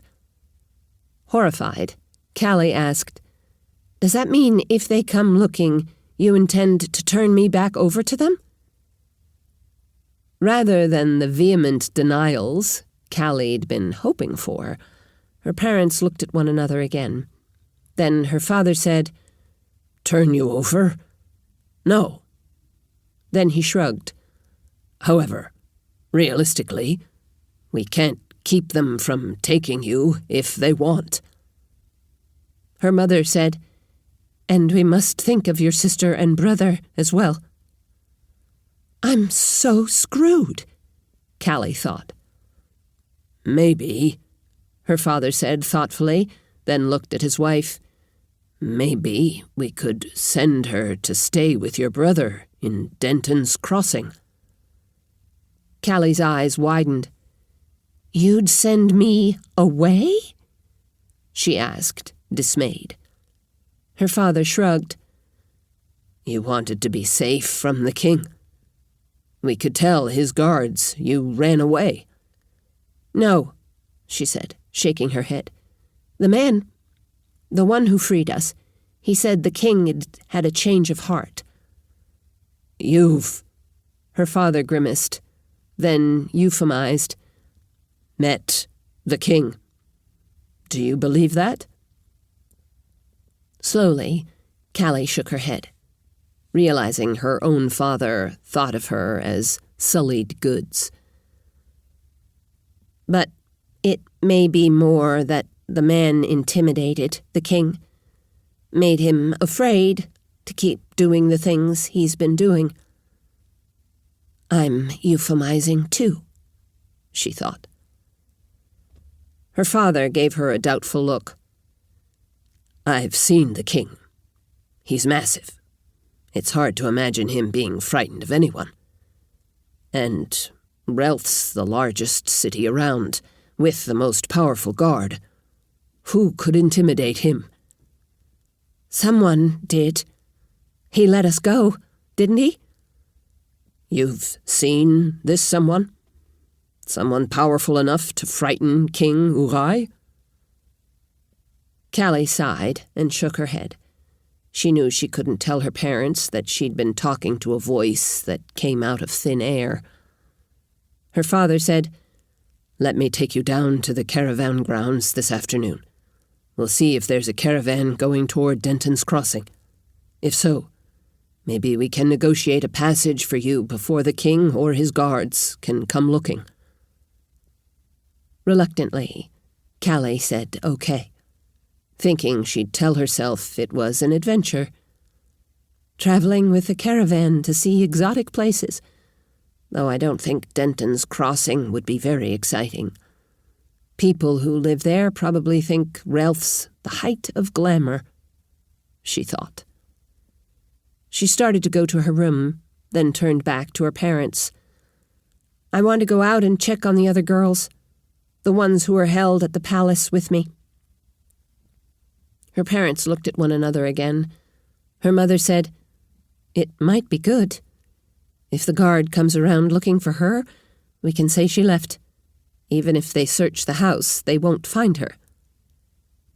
To Callie's amazement, they'd soon arranged a coded signal, a white ribbon tied to the back gate. Callie should check for the ribbon before entering the house. If the ribbon was present, she should stay at an inn. Her father gave her money and arranged a way to pass messages if she couldn't come back to the house. Then he left to talk to Neil, the young man who lived next door, to ask whether he'd accompany Callie on her visits to the other girls for protection. From the way Neil had looked at her in the past, Callie wondered whether she might need as much protection from him as she did from ruffians along the way. But, tired of arguing, she didn't protest.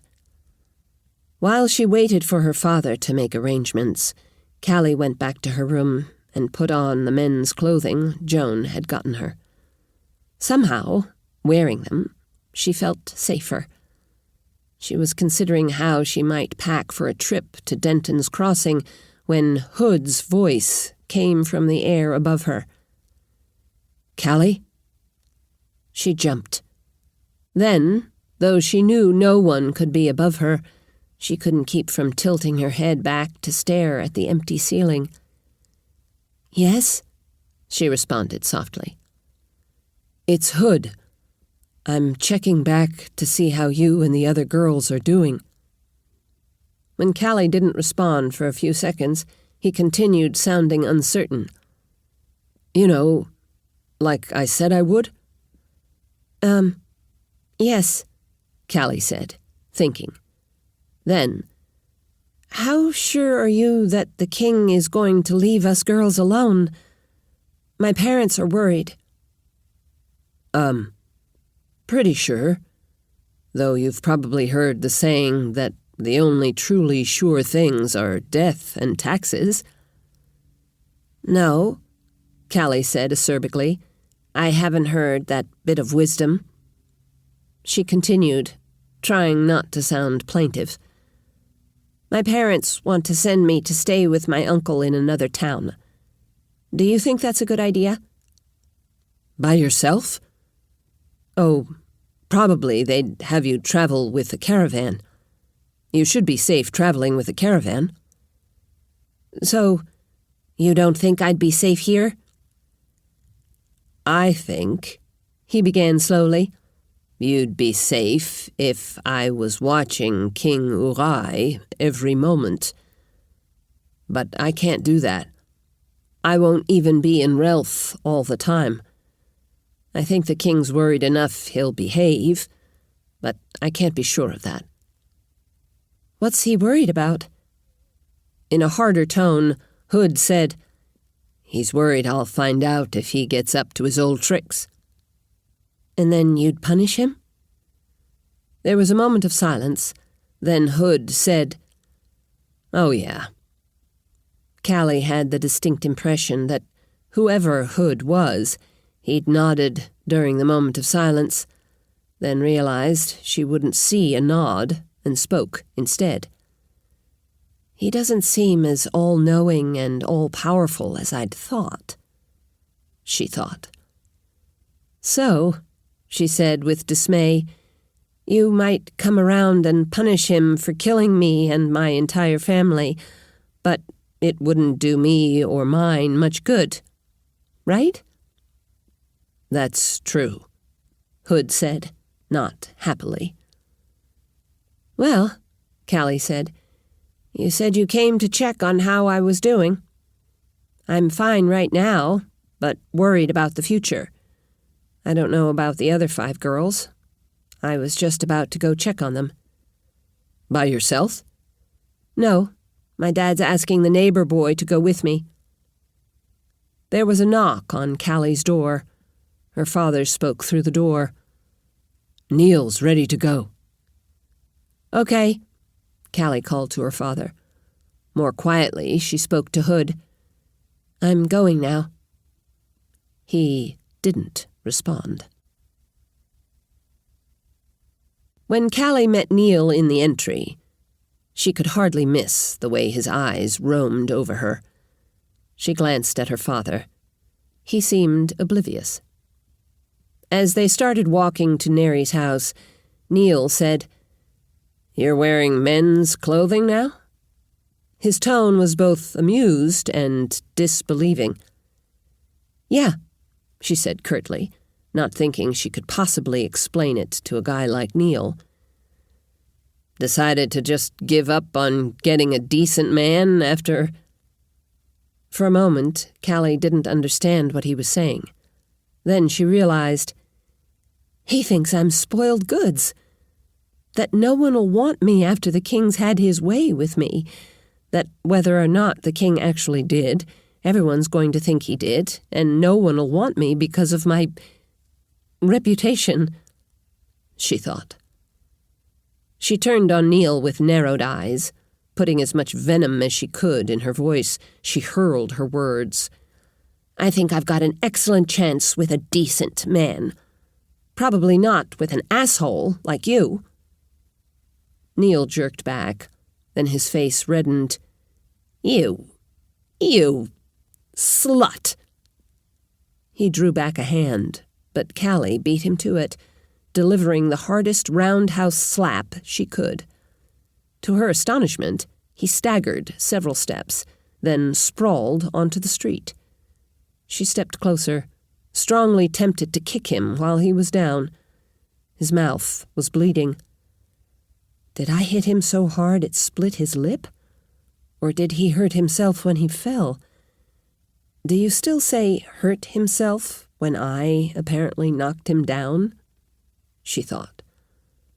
She wondered what to do. Her parents wouldn't be happy about this. Neil was grunting. Callie wasn't sure what the grunting meant, though she had the distinct impression he was trying not to throw up. Should I stay here to make sure he's okay? Go back to the house and tell my parents?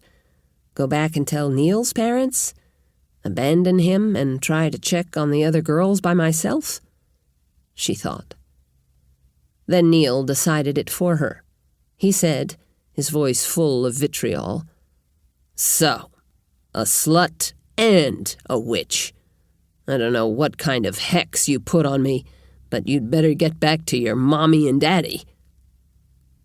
She leaned down. Despite her incandescent fury, she managed to respond in an amused tone. "Yeah, if I were you, I'd blame my defeat on a hex, too. Wouldn't want word to get out that a girl knocked your ass down. Don't worry, I won't tell anyone you're such a pathetic wuss. Well, I won't as long as you don't bring up this little episode." She sighed.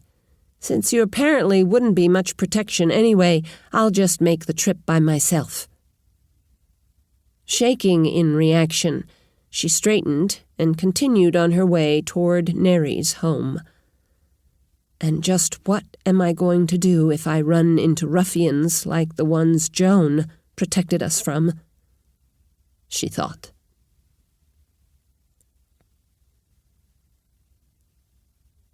Using his Girret, Tarc was able to keep following Callie from house to house while keeping out of her line of sight. Fortunately, only one fellow looked like he might accost her, turning to follow her after she walked past. Tarc tried a new idea on him, applying just the faintest twist to the man's semicircular canals. The man stumbled but caught himself against a wall without actually falling. When Tarc walked past a few moments later, the man was looking puzzled but not distraught. The man gave a quick shake of his head, as if checking for residual dizziness, then continued on his way, no longer shadowing Callie. Except for Sylvia's wealthy father, the families of the other girls were all worried that the king might take some kind of revenge on them. When Callie mentioned that she might be sent away to live with an unspecified relative, the other girls seemed to think it sounded like a good idea. They certainly weren't as appalled by it as Callie had been.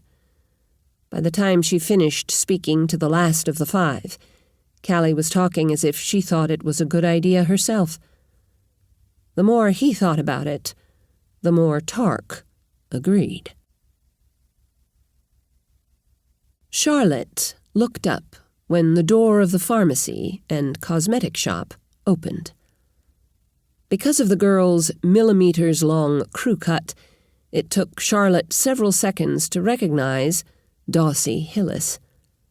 Thinking ruefully of how little she liked the way her own shaved head looked in the mirror, Charlotte thought, "Damn, I thought it was amazing how good the girl looked with the terrible haircut she had before.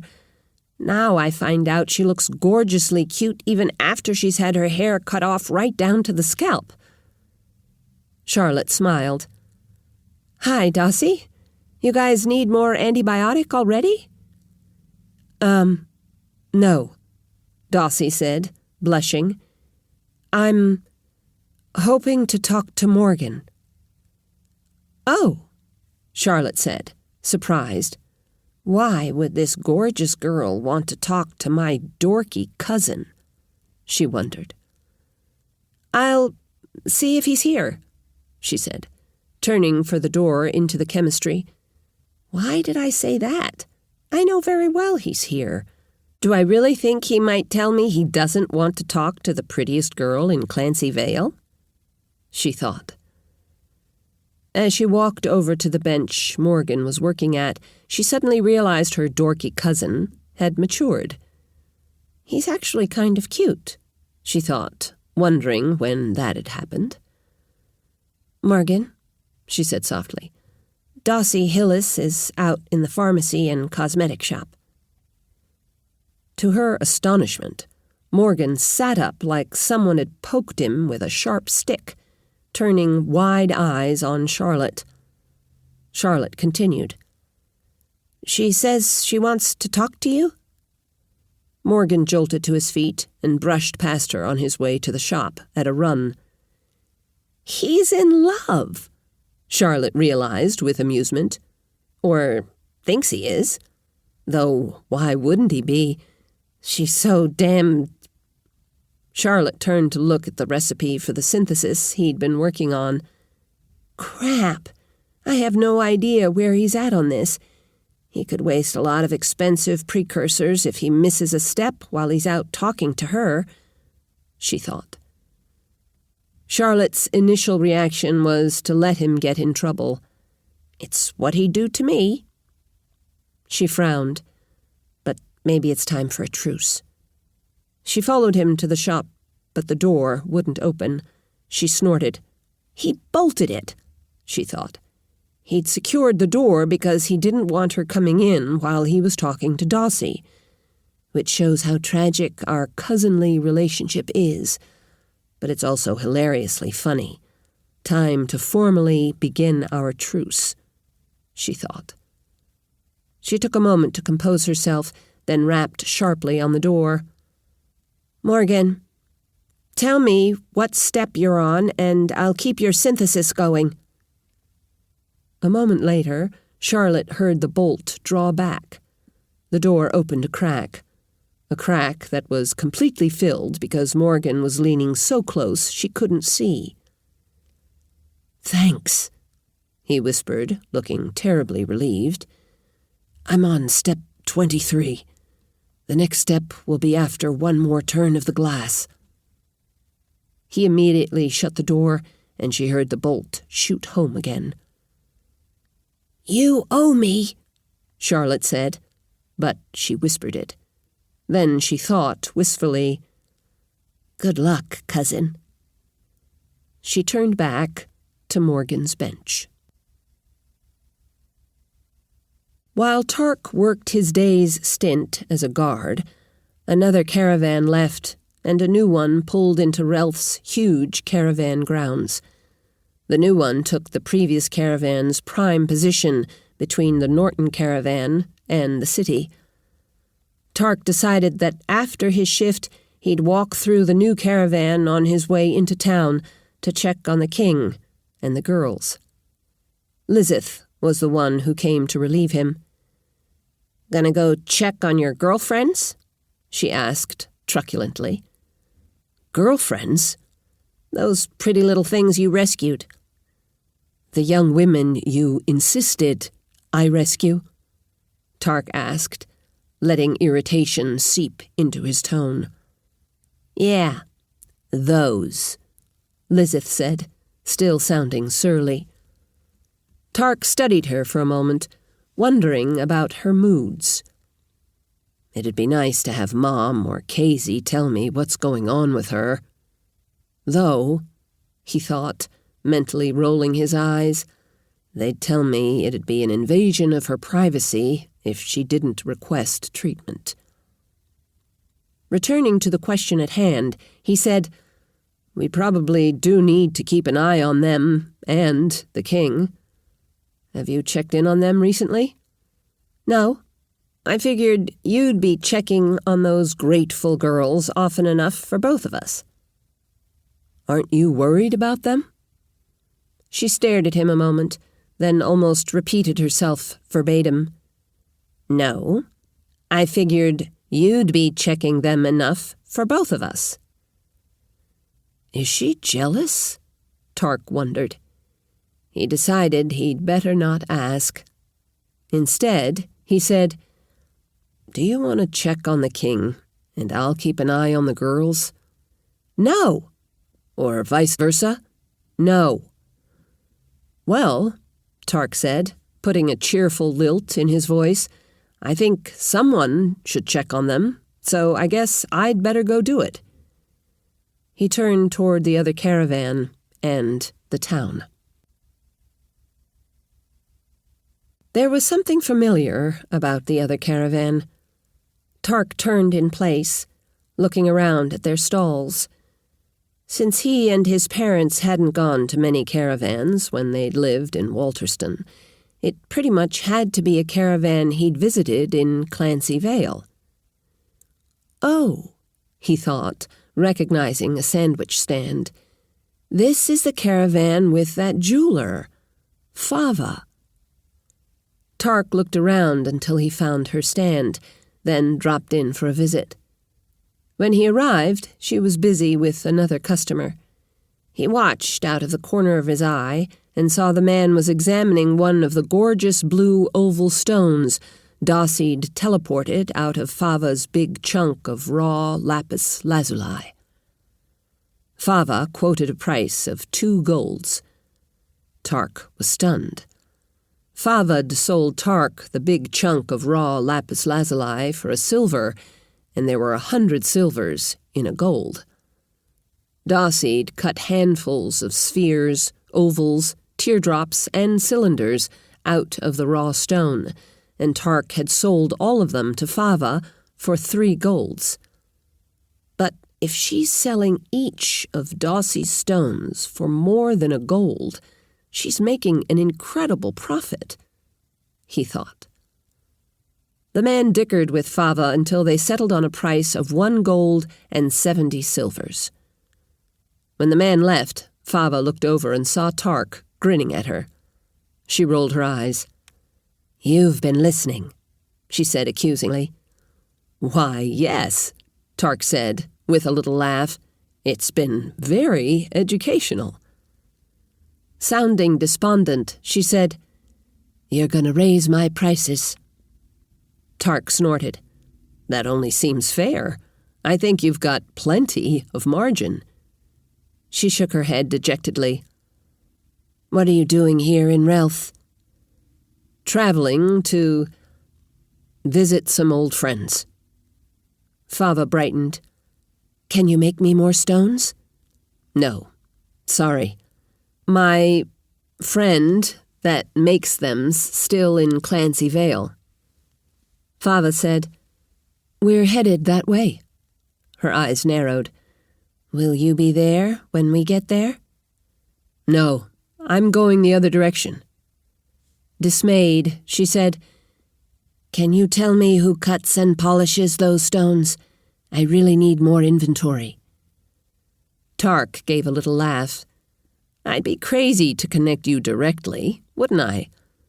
But if you go to the Hyllis tavern and ask for my sister Dossie, she could take your raw stones to the person that does them." "Oh, thanks," Fava said. Tarc could see the wheels turning in Fava's head. He said, "And I'm sure you'll give her a much better price on the finished stones, right? Something like 30 silvers per finished stone. You wouldn't want me to find out you'd shorted us when I got back. I might decide to deal with a different distributor from now on." Fava sighed. Tarc thought partly in frustration and partly in relief. "Of course. I was planning to do that now that I know what I can sell them for." Tarc grinned. "I'm sure you were."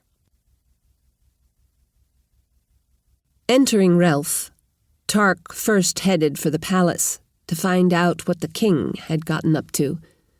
There weren't any people in the audience chamber where Tarc had dealt with the king the day before yesterday. Tarc realized this wasn't surprising. King Urai probably thought something about the room allowed the voice projections that had harassed him. He probably searched for speaking tubes or other devices. Finding none, he's just decided to avoid that room, he thought. Expanding his girit, Tarc started walking around the outer wall of the palace, searching for the huge man. He was feeling hungry and thirsty. Keeping an eye out for a tavern, he wondered whether he should have gotten a sandwich at the stand in Fava's caravan. But he'd eaten at that stand when it had been in Clancy Vail, and the food had been terrible.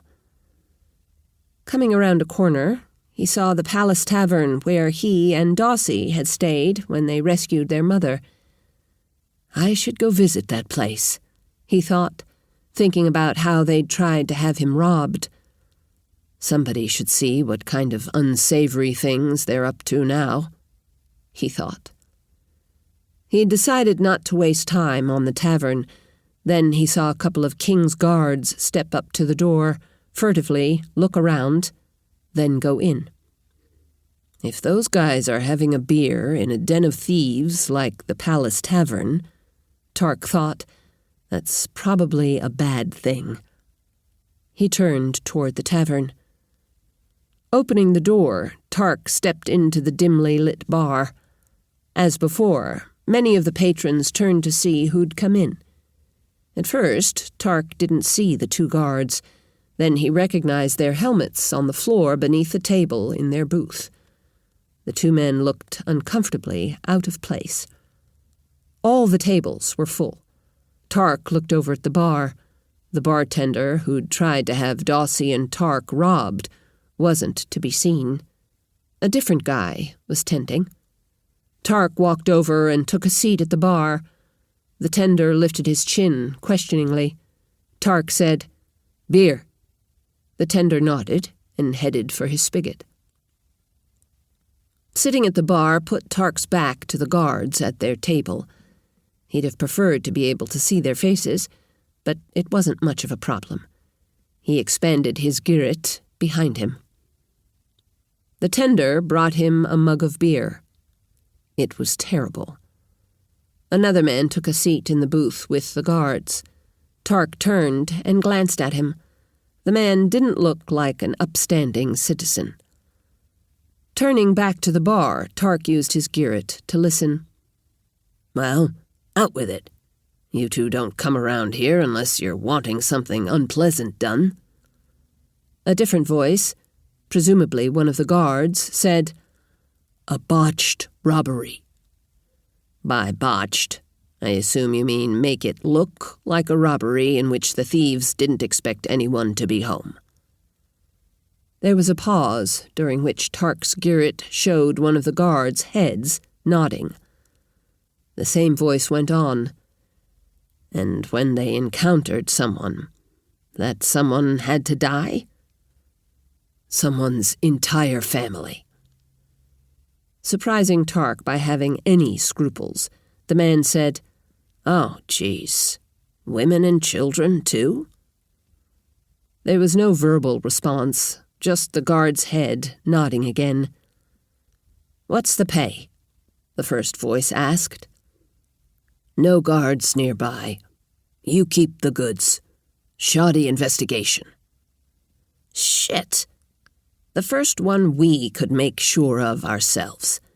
The second one's assumed. The third one's no different than the guard's usual investigation. The only thing that'd be different about your job is that we'd have to do a house we didn't choose, and we'd have to kill the women and kids.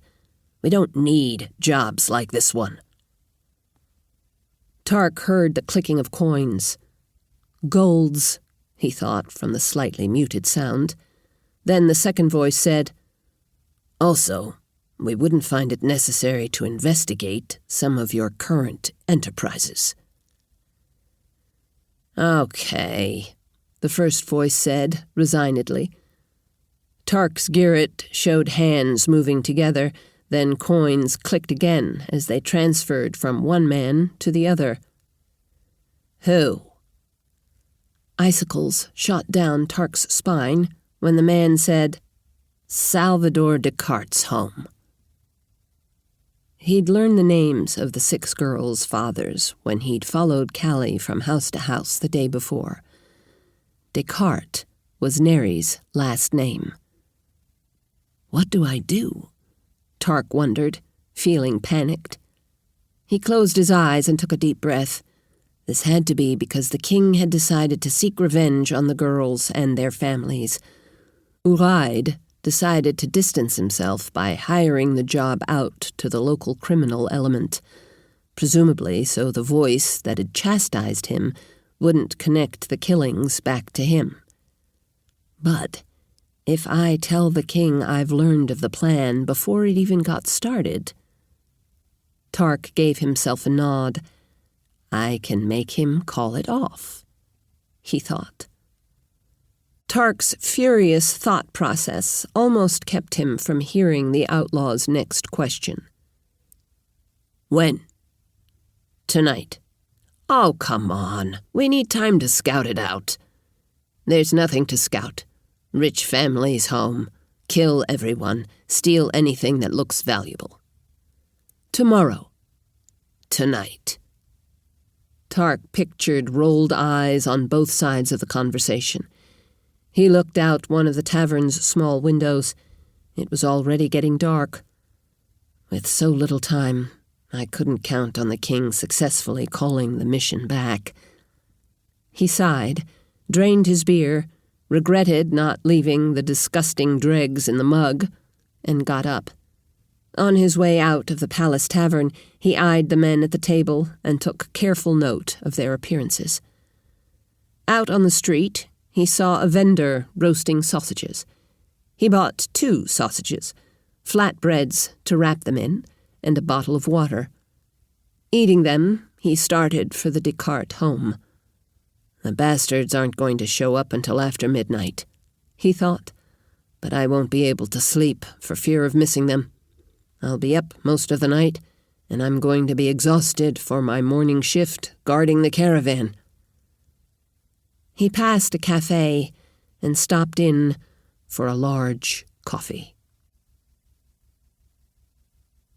Hood up against a cool evening, Tarc sat, leaning against the wall next to the back gate of the Descartes home.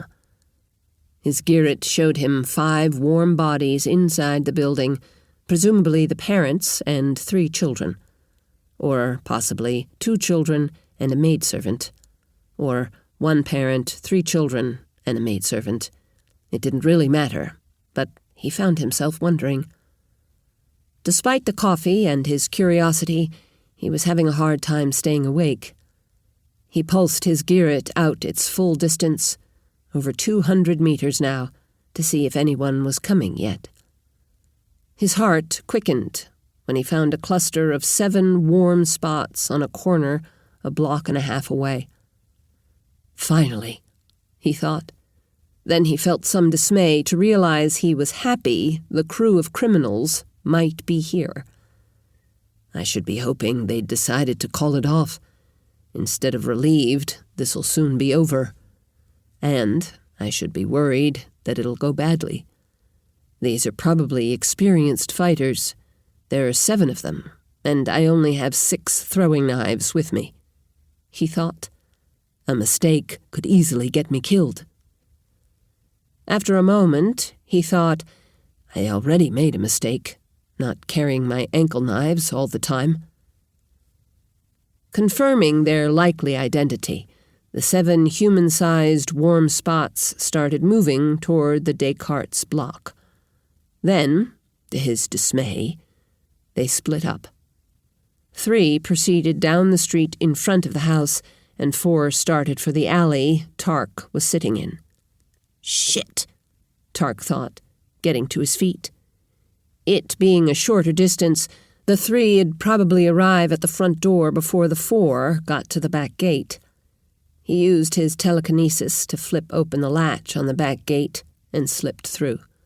Closing the gate, he reset the latch.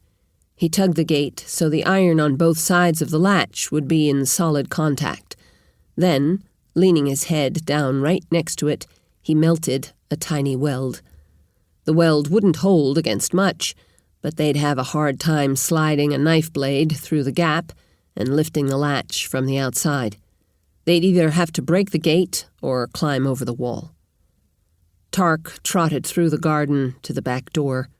He didn't try to keep quiet, since it'd be helpful if the people in the house woke and contributed to their own defense. Having already snuck through the garden and examined the door with his Girret, it only took a second for him to lift the pawls in the crude lock and open the door. Once through, he set the lock again. He stopped and sent out his Girret. The men were almost at the front door. As Tarc walked through the kitchen on his way to the hall, he reached out and flipped a pan off the stove so it'd clatter to the floor. Down the hall, a masculine voice said, "Paula?" Closer, a frightened feminine voice replied, "That wasn't me, Master Descartes." The father and a maidservant, Tarc thought. Tarc's Girret showed the man getting out of bed. "Lights, Meredith, Light the lamps!" the masculine voice exclaimed.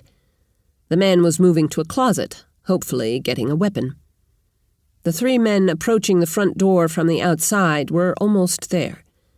The bedrooms were along one end of the main hall. Tarc was coming from the kitchen at the opposite end of the hall. A shorter hall crossed this main hall, one end starting in the main living area, the other ending at the front door. Tarc walked down the main hall from the kitchen and turned left into the hallway to the living area. The men outside reached the front door. Tarc used his Girret to check the four men in the back alley. They were climbing over the wall. There was a crash from the front door as the largest of the warm bodies outside hurtled into it. The door held, but Tarc heard some splintering. He doubted it'd hold through another impact. The master of the house opened his bedroom door and stepped into the hallway. Faint light coming from behind him. He was holding something, though Tarc couldn't be sure whether it was a sword or a club. The big man outside backed up, then charged the door again. This time, it burst open, and the man flew through. Overbalanced and plunging into total darkness, he crashed to the floor. Two men crowded through behind him. Tarc threw his first knife.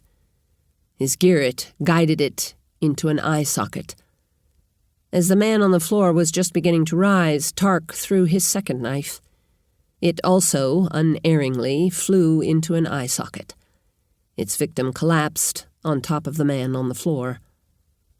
While the two bodies were tangled on top of the big man, Tarc sent his Girret to the back door. The four men were gathered at the door, but so far it was holding. Tarc suspected that was because the back porch was so tiny they couldn't get a decent run at the door to break it down. He turned his attention back to the three men in front of him. One was flopping around, apparently seizing from his brain injury. The second one was limply draped over the big man who'd broken the door.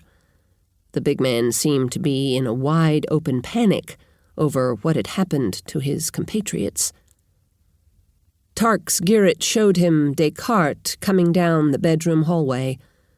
The hallway suddenly glowed with more light. Tarc's Girret showed him Descartes' wife had come out of the bedroom, behind him, carrying the heat of a lamp.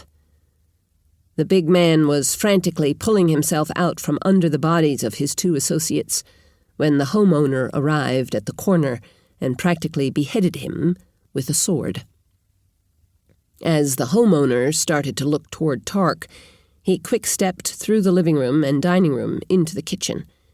In the kitchen, he avoided the line of sight down the main hall to where Descartes seemed to be trying to figure out what had happened in his entry.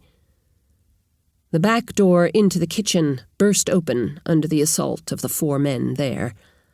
As the first man, unbalanced by the sudden giving way of the door, staggered into the room, Tarc threw his third knife. The man collapsed. The next two men came through on his heels. A knife buried itself in each of their eye sockets. One flopped to the floor beside the first man, the other convulsed. Tarc expected the fourth man at the door to turn and run when he saw what had happened to the first three, but he came through the door so rapidly he tripped over them.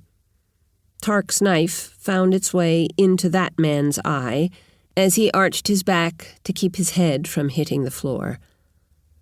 Tarc realized it had been so dark in the kitchen that the fourth man had no idea what had happened to the first three guys. Tarc's Girret showed him Descartes cautiously coming down the hall to investigate the noises coming from his kitchen. Tarc stepped quickly to the four bodies in the kitchen, retrieving his knives and briefly wiping them on their victims' clothes. The kitchen's entrance to the main hallway brightened as the lamp approached. The homeowner and his sword were just about to enter the kitchen. Tarc darted out the broken kitchen door. Turning left, he trotted around the house. Tarc's Girret showed him Mr. Descartes and his wife in the kitchen. His ears heard their exclamations. The other three occupants of the house were still in their rooms, one in a closet, one hidden beneath a bed, and the smallest one sprawled atop its bed.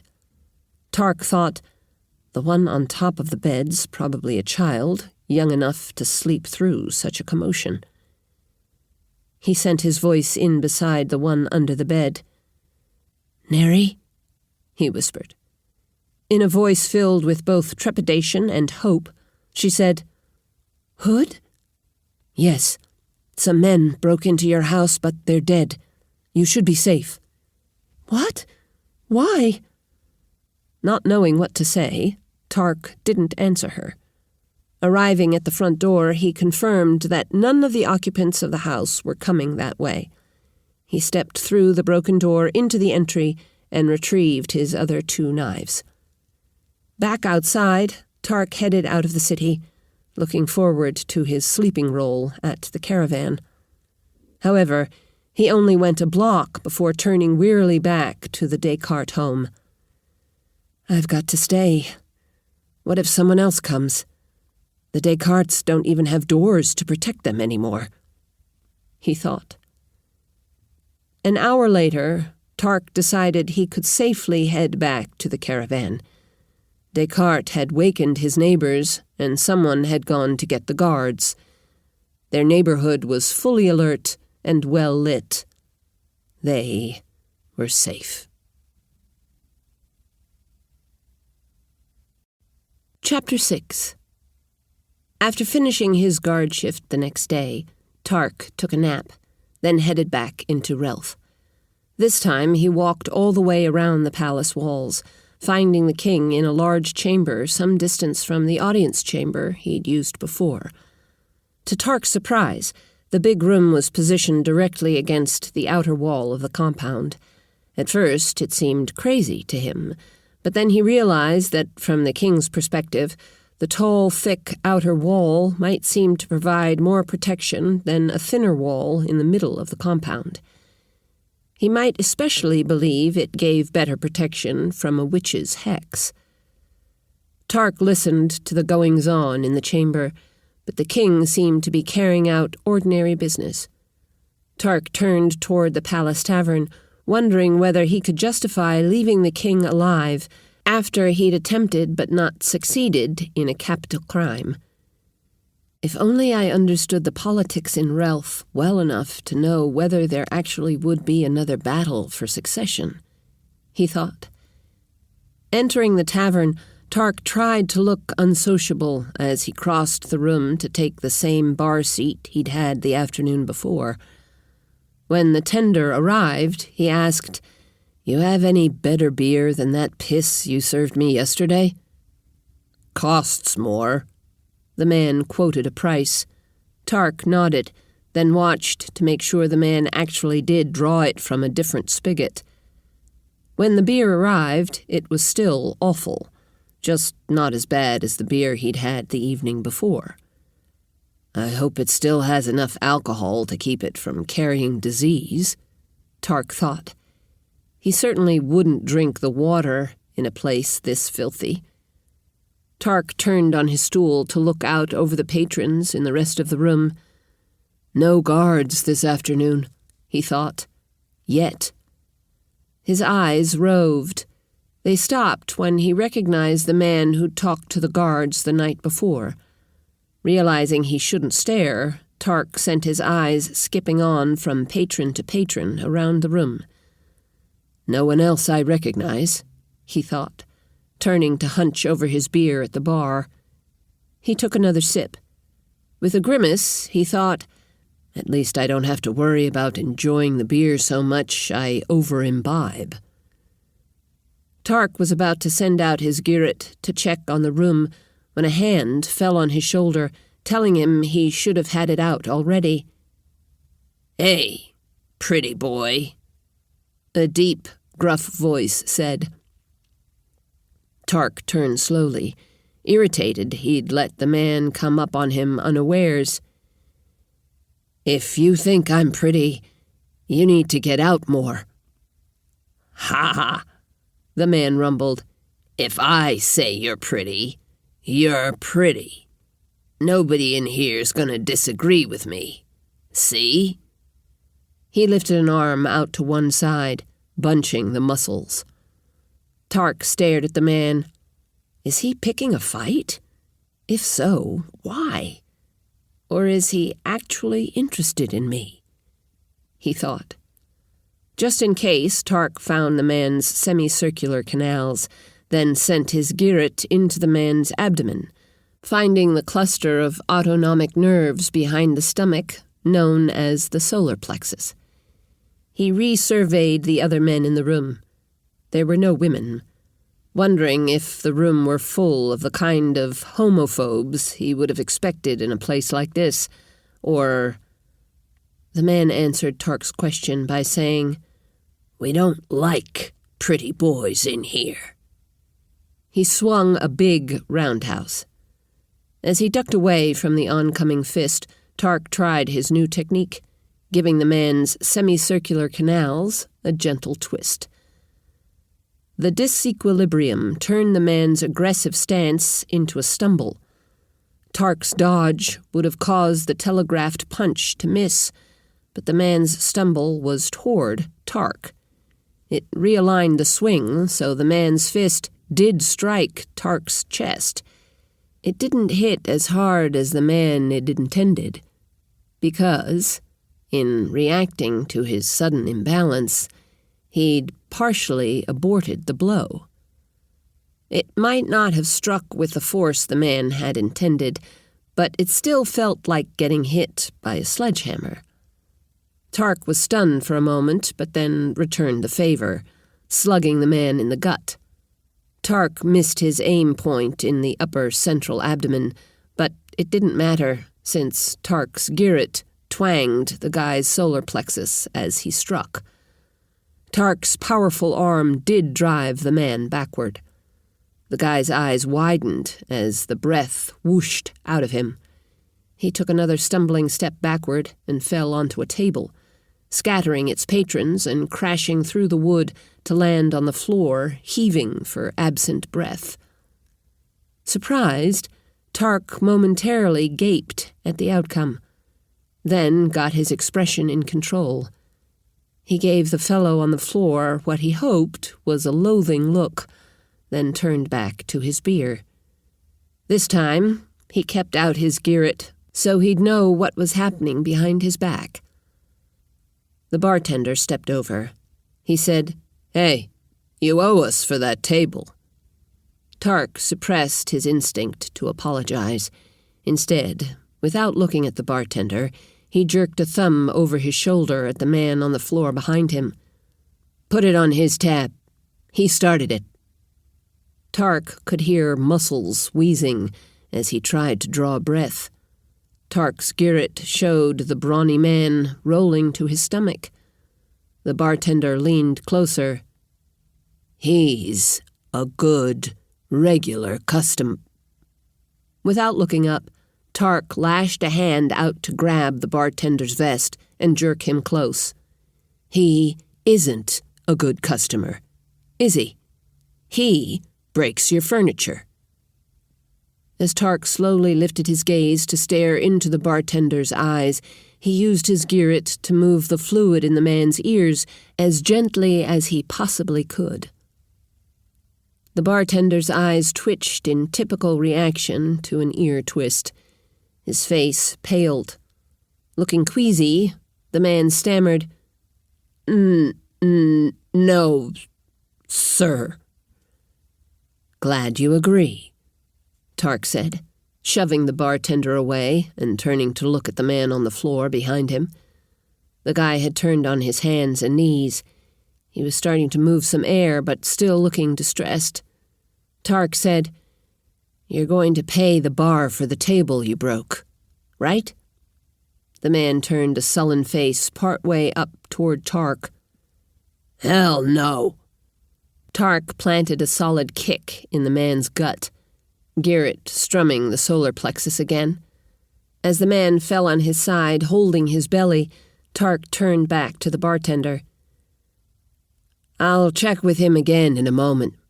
I'm thinking he'll eventually change his mind about paying." Tarc turned back to the bar and his mug.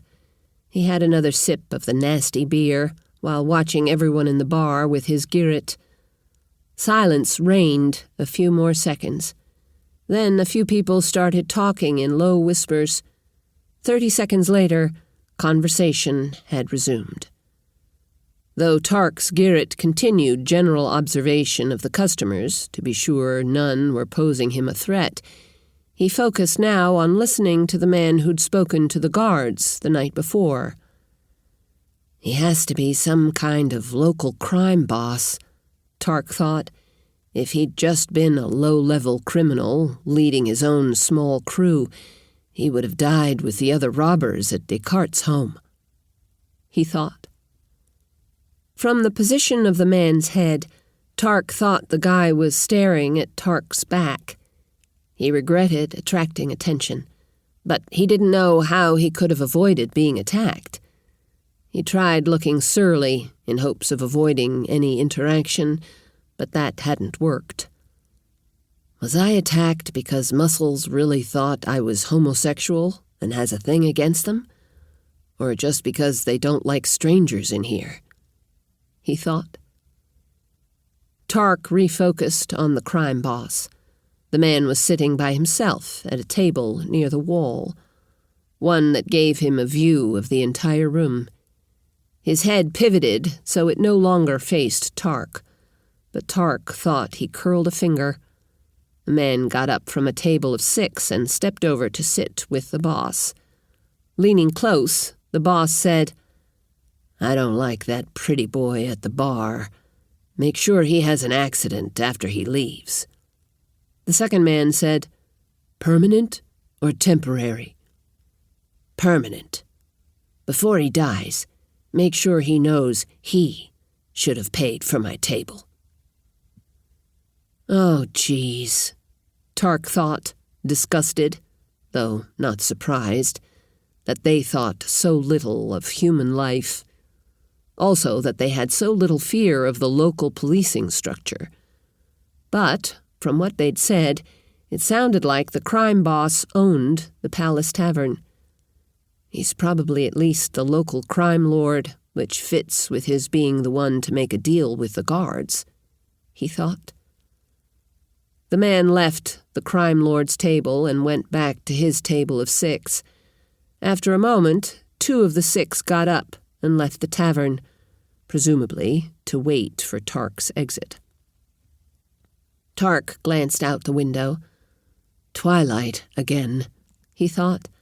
I need to nurse this beer until full dark, so I'll have a greater advantage over the men coming after me.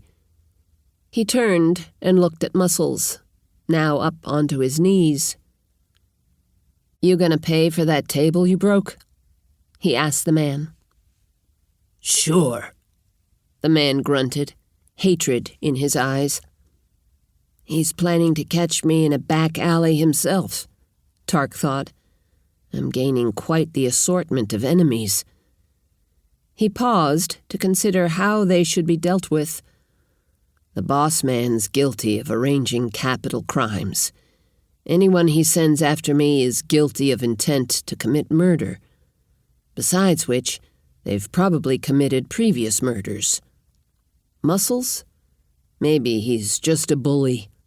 Obnoxious, but not a capital crime, he thought.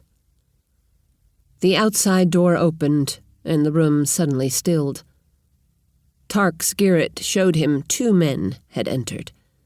With everyone else, he turned for a quick look and recognized the 2 guards from last night. Tarc turned back to his beer and grimaced as he took a small sip. The 2 guards made their way over to the boss man's table and, if Tarc weren't mistaken, irritated him by sitting without asking permission. Leaning close, one said, "What the hell happened last night?" "Just what I'm wanting to ask you, assholes," the boss man responded with an angry undertone. "There wasn't a hair harmed in the entire Descartes family. They're in the pink of health." "Yeah, well, all my guys are dead. What the hell did they run into over there?" That's what I'm asking you. How the hell am I supposed to know? None of them came back to tell me. The guard leaned closer and hissed at an even lower volume. What I hear's that all but one of them was stuck in the eye with some kind of narrow sword. Like a rapier? The guard's shoulders moved up and down in a shrug. I suppose. What about the last one? The biggest guy got his head hacked most of the way off. Apparently, Descartes claims he did it with a sword. There's no way the big guy got taken out by a homeowner. You've got a leak. There must have been an entire squad waiting in that house. The boss man's tone turned ugly. Unless you set us up. No, this order came from way up the line, and people are pissed. I would have known if a squad got sent out. Then who? Descartes' fairy godmother? Because I guarantee Descartes didn't kill those guys. We're talking some tough sons of bitches. In an uneasy tone, one guard said, Supposedly. Impatiently, the crime boss said, Supposedly what? Descartes' daughter claimed they were saved by some guy named Hood. The crime lord rejected that idea in a disgusted tone. No way one guy took out those 7. You'd best look around and find the leak amongst your guards. Some crew of do-gooders going down there to interfere. But as he finished talking, his head had turned to point at Tarc's back. My hood, Tarc thought, suddenly conscious of it hanging on his back. Hoods weren't rare, but they weren't common either. Feeling stupid, he thought, I'd just as well have told the girls to call me Tall Blonde Guy. He liked his hood, but decided he needed to tuck it down inside the jacket when it wasn't in use. He looked over at the window. Dusk. Dark enough, he thought, pushing his stool back and standing up. Tarc's vague plan was to deal quickly with the 2 men who'd been sent out to wait for him, then wait in his turn for the big man, the 2 guards, and, eventually, the crime lord.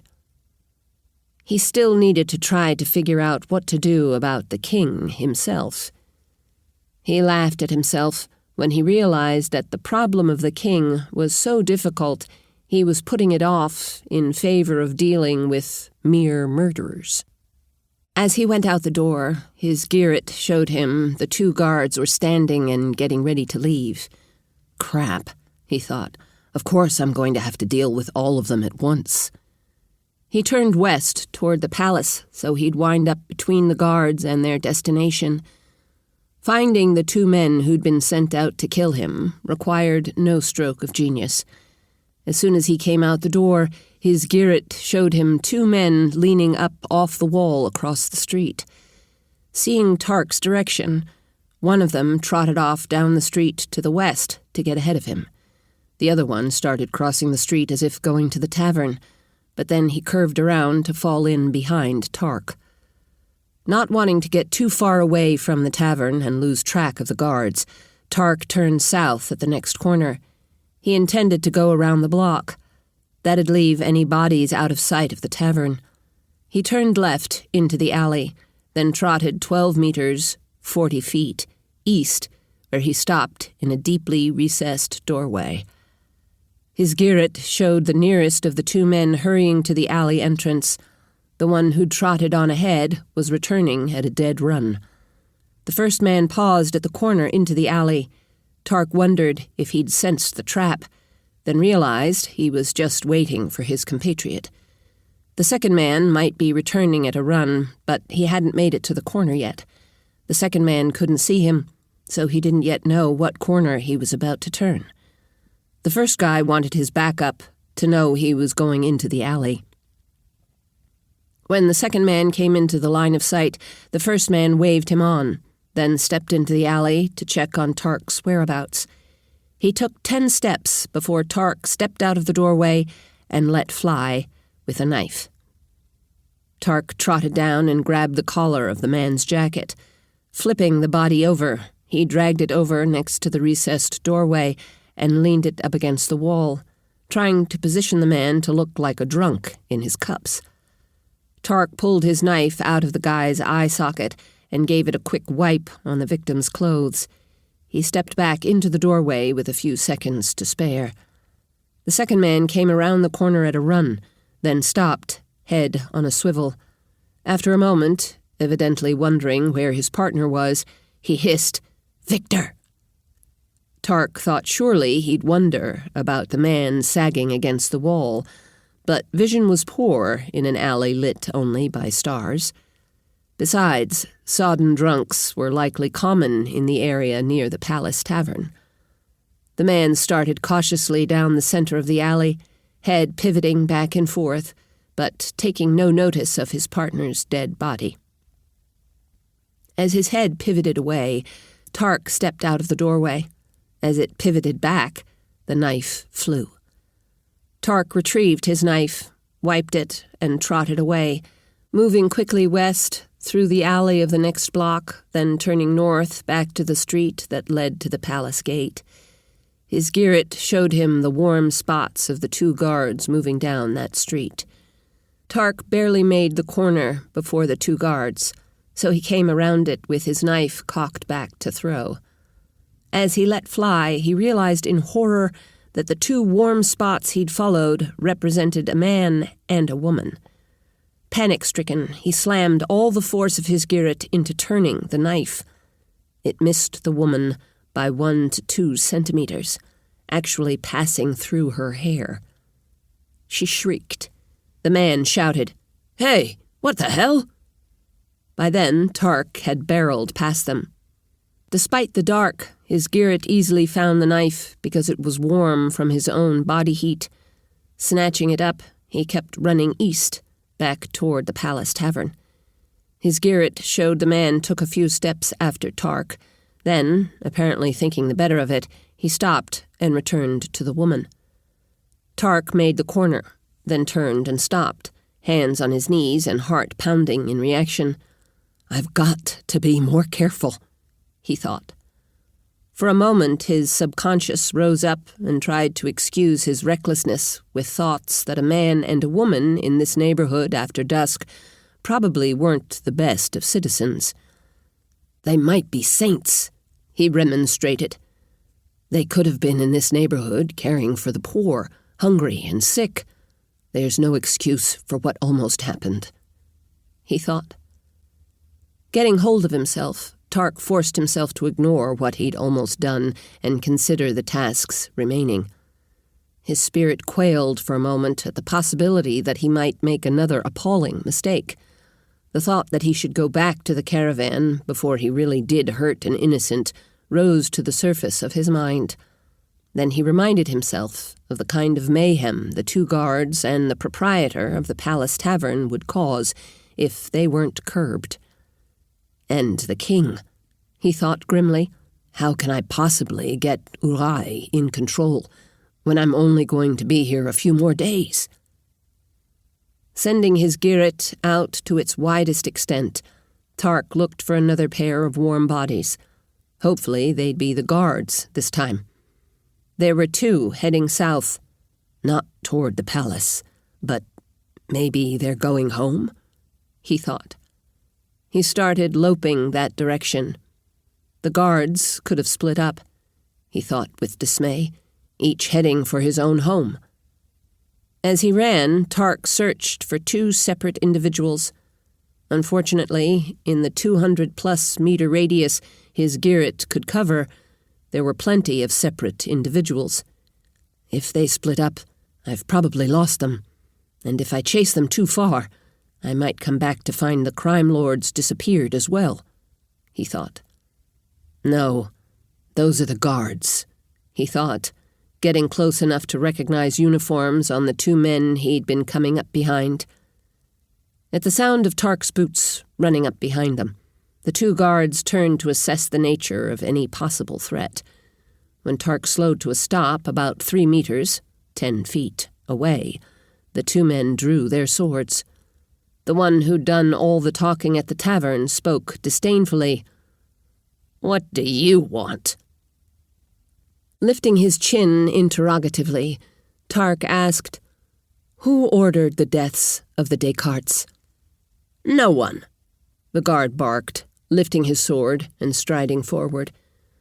When Tarc's knife thwacked into this man's eye socket, he convulsed so hard he flipped to land on his back and lie quivering, the hilt of the knife pointing up at the heavens.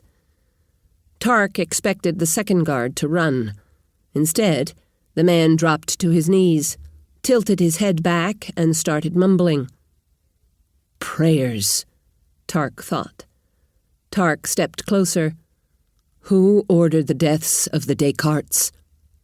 The guard lowered his gaze just long enough to say, "The king," then tilted his head back up to the sky as he resumed praying.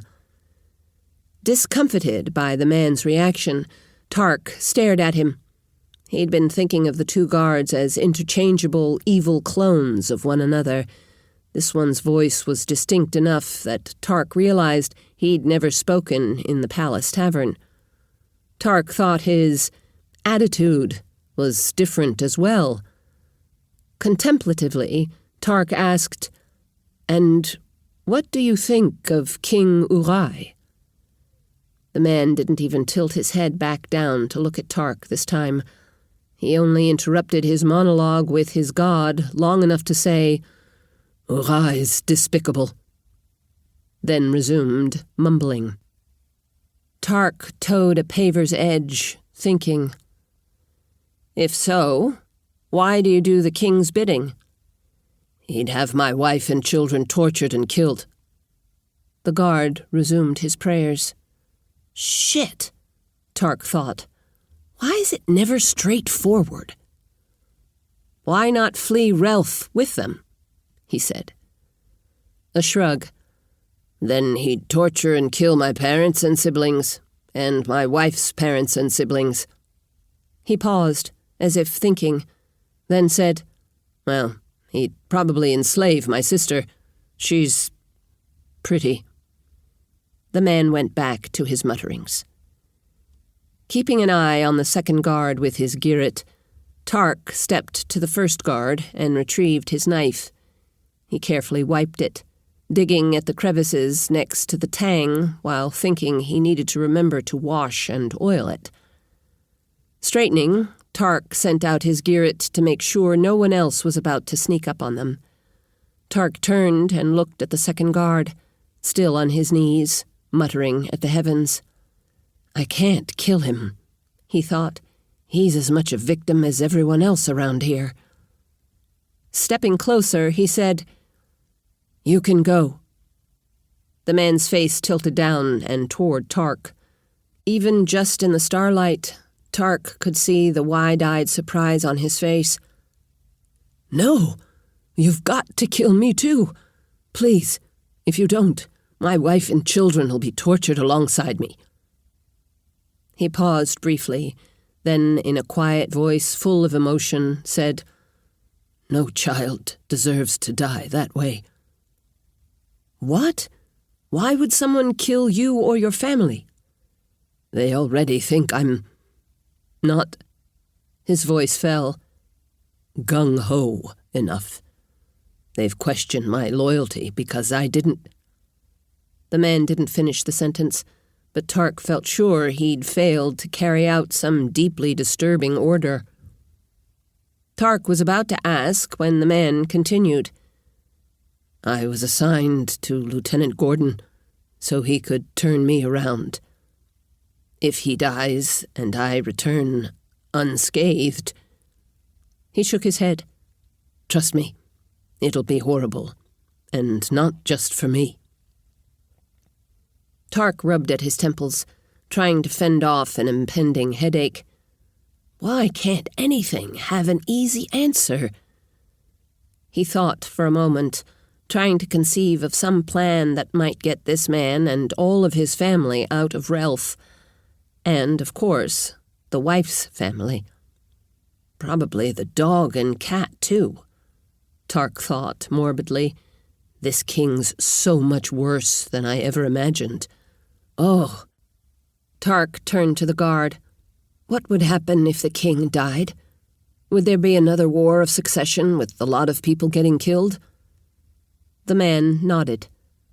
Tarc's mind was casting about for some other solution when the guard said, "Unless." Feeling like he was grasping for a straw, Tarc said, "Unless what?" "Could you take over as king? We'd need someone so—" The guard glanced at his compatriot lying on the street. "So lethal that no one would dare challenge him." "No, I'm just a—" Tarc broke off before he said kid, realizing that asserting that status could bring on another whole set of problems. Regrouping, he said, "I'm not from here, and I'll be leaving soon. Isn't there anyone else lethal here?" The man shrugged. "Sure, but most of them wouldn't be any better than King Urai. Deadly men are not often nice people." Tarc thought the stumble in the man's description of deadly men had been when the guard realized he was about to say something insulting to Tarc, who fit the deadly description. Tarc said, "I already threatened King Urai with consequences if he didn't stop committing crimes from the protection of his office. But even after that, he sent you two out to hire outlaws to kill the Descartes. Do you think if I threaten him again, he'll change? I mean, now that he knows what happened to the outlaws he sent?" The man shook his head. "Not a chance. I promised him capital punishment if he committed a capital crime. Should I carry out that threat?" The guard nodded. "But then," Tarc sighed, "then there'll be another war of succession, and a lot of people will get killed." "Maybe not. You could appoint Lieutenant Hyllis to be our king. He's ethical, and a lot of the guardsmen think he's a tactical genius." "Is he lethal enough people wouldn't challenge him?" "No, not by himself. But the guardsmen like him. I'm pretty sure they'd follow him."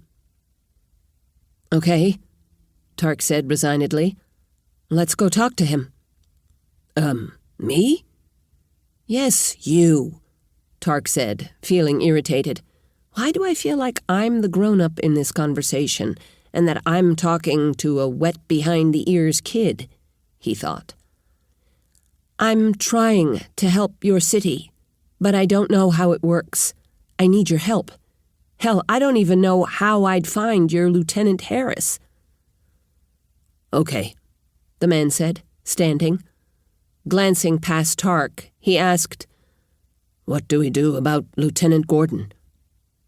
"Leave him here," Tarc said, turning back north. "We're in a hurry. What's your name?" "Pongo. Sergeant David Pongo," the guard said, stepping around Gordon's body and hurrying after Tarc. When Tarc got to the street from the tavern to the palace and turned east toward the tavern, Sergeant Pongo asked, where are we going?" "Back to the palace tavern to deal with the crime lord." "Crime lord?" "The guy you told to arrange the hit on the Descartes." "Shibone?" "I don't know his name. You and Gordon were sitting at his table talking to him, yesterday and today." "Shibone," Sergeant Pongo said definitively. "Why are we looking for him?" "He's committed capital crimes. I want to stop him before he commits any more." "Kill him?" Tarc nodded, somehow reluctant to put it in words. "Which is ridiculous, since I'm planning to put it in action," he thought. Pongo said. Chabon definitely deserves to die. But he's a minor player. You're talking about overthrowing the king, right? Chabon's crimes are minor compared to Hyllis. It seems like you should deal with the king first, shouldn't you? If you were to get hurt going after a two-bit criminal like Chabon, and that kept you from dealing with the king... Pongo shrugged and lowered his voice. That'd be a travesty. Tarc's initial reaction was that he wasn't going to get hurt. Probably true, he thought, but I've got to keep in mind that, strange talents or not, what I'm doing is really dangerous.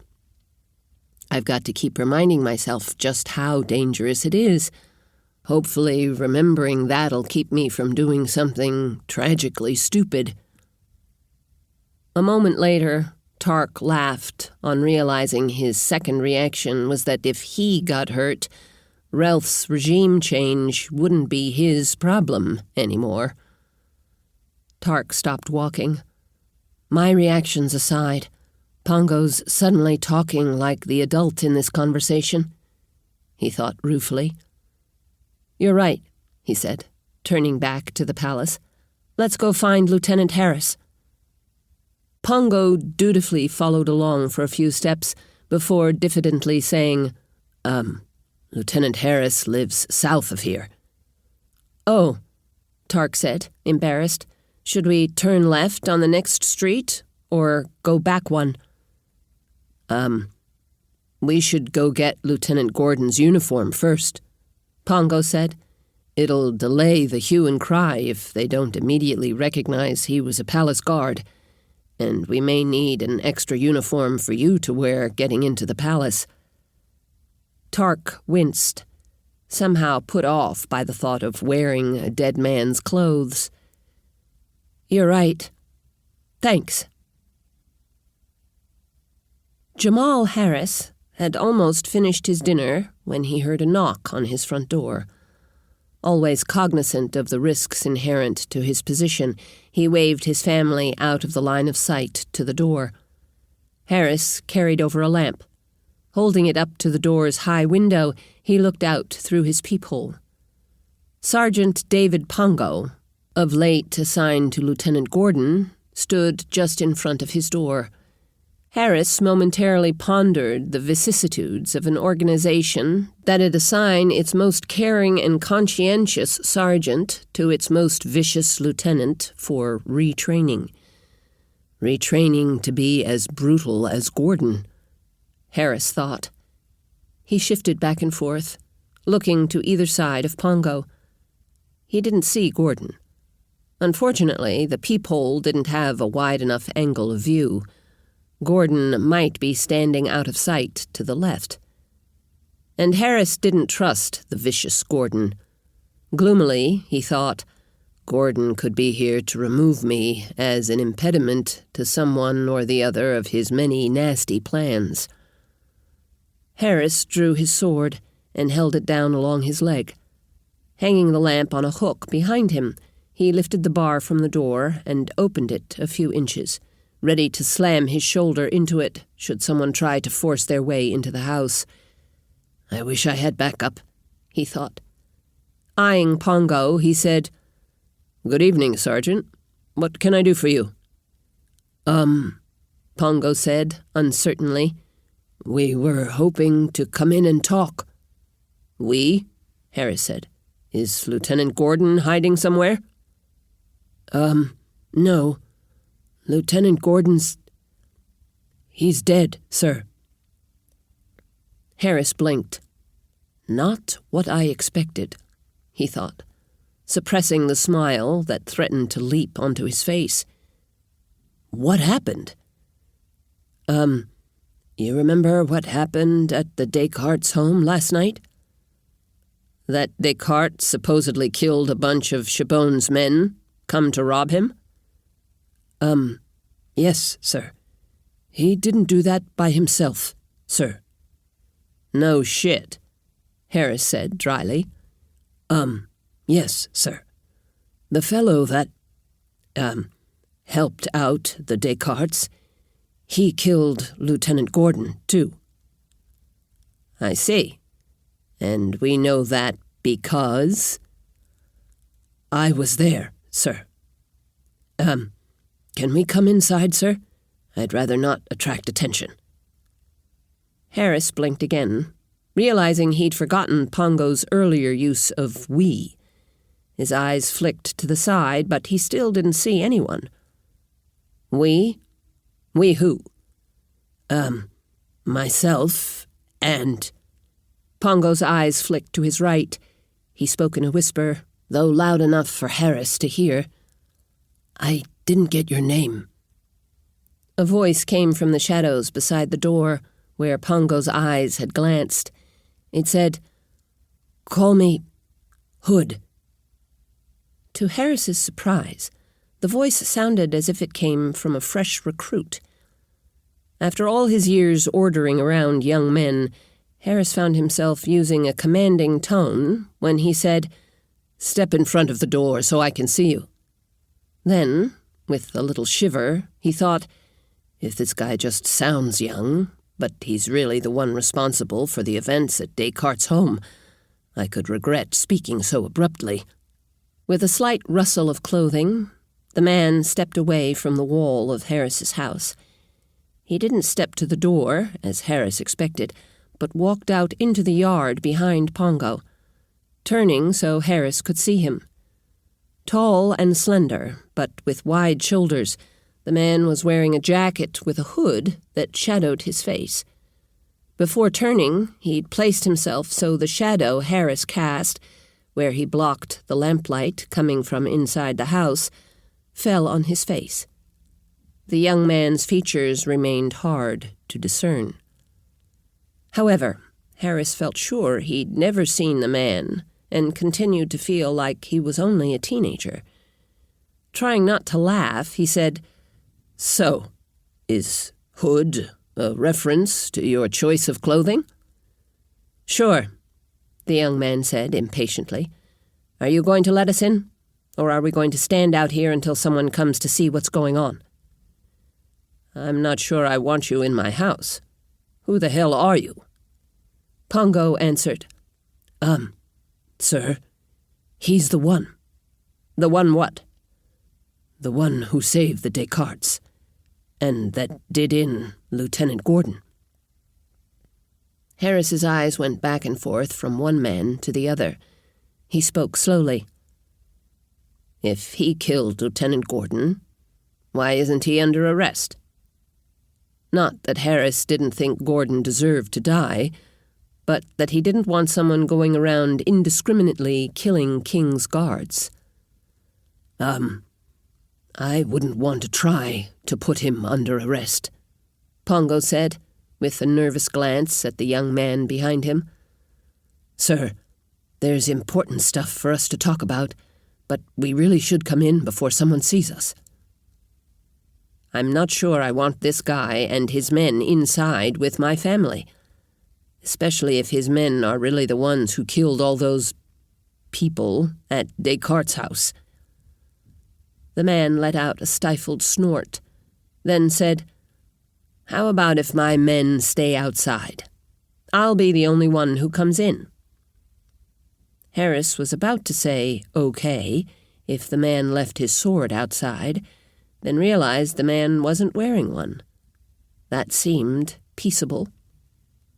"Okay. Come on in." "Okay," the young man said, "but sheathe your sword first." Harris thought to protest, then decided he trusted Pongo. If it was just this one guy without his men, against himself and Pongo, they should be okay, right? And his sword could easily make its way back out of its sheath. Harris sheathed his sword and opened the door wider. He waved the young man into the public room of their house. When Pongo made to follow, Harris touched his shoulder. When the sergeant paused, Harris leaned close to whisper, "If Gordon died while you were with him, you could be in deep shit. Have you reported it?" No, sir," Pongo said. "That's partly what we're here to talk to you about." Harris patted his shoulder and waved him on into the public room of the house, telling him to take a seat. Harris wondered whether there was any way he could keep Pongo alive. Gordon wouldn't have had any actual friends, but as the king's fixer and general dirty works man, he'd had the monarch's ear. The king was going to be pissed about the loss of his sycophant, and when Uri was pissed, somebody's head usually rolled. Besides, most of the other savages in the upper ranks of the king's guard also thought Pongo was too much of a do-gooder. The sergeant wouldn't have many defenders. Much as I like David Pongo, I probably shouldn't waste any favors I'm owed trying to pull him out of this bottomless pit, he thought. Pongo sat, but the stranger remained standing. Harris waved to a chair. "Take a seat." "No thanks. I'll stand." Harris frowned. Sitting put you at a disadvantage in a fight, so Harris himself planned to stand until he was sure of the people in the room. But Harris had a sword, and the stranger didn't. Standing or sitting, this hood would be at Harris's mercy. He was standing, so his face was cast in shadow.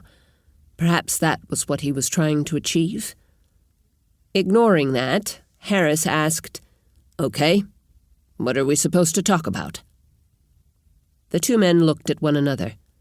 After a moment, Pongo turned back to Harris. "I don't think you like King Uri. Correct?" Harris snorted. "Even if that were true, I'd be a fool to admit it." Sergeant Pongo took off on a tangent. "If the king died, what would happen?" "Sergeant," Harris said slowly, "admittedly, Lieutenant Gordon's death's a big problem for you, but there's no way you'd be able to kill the king. Even if by some miracle you succeeded in getting past all his guards, it wouldn't solve your problem. His guards would kill you before the king's heart finished beating." The young man interrupted. "Let's assume the king's died and that Sergeant Pongo didn't kill him. What would happen?" "The guards would track down whoever—" "Not," the young man interrupted, as if he were at the end of his patience. "Not what had happened to the people who killed him. I'm asking what had happened to Relf. Who'd take over as the new king?" Harris shook his head. "It's a ridiculous hypothetical. The king's healthy. Why would he die?" "Say someone killed him." "That someone would have to be insane. The king's extremely well guarded. It'd take an army and—" "The same person that killed the last king," the young man interrupted. Harris blinked, thinking about how someone had killed the previous king. It had happened during the commotion of a prisoner breakout. The king had been struck by an arrow when he stepped out on a balcony to see what was happening. Harris realized it not only could be done, it had been done. But that had to have been a stray arrow, a shot meant for someone else, one that missed and accidentally went on to hit the king. Done on purpose, it would have been an astonishing shot. Considering the high angle at which the arrow entered the king's body, it would have had to have been shot from quite a distance. It was dark, so at that distance, the shooter wouldn't have even been able to see the king. In fact, they would have had to have been so far away they must have been outside the palace walls. Yet another reason they couldn't have seen their target. No, it had to have been an accident. Someone involved in the escape, outside the walls of the palace, shooting up at one of the guards on the walls but missing. Thus a wild arrow had flown into the palace grounds, one that, by some kind of wild serendipity, struck King Philip.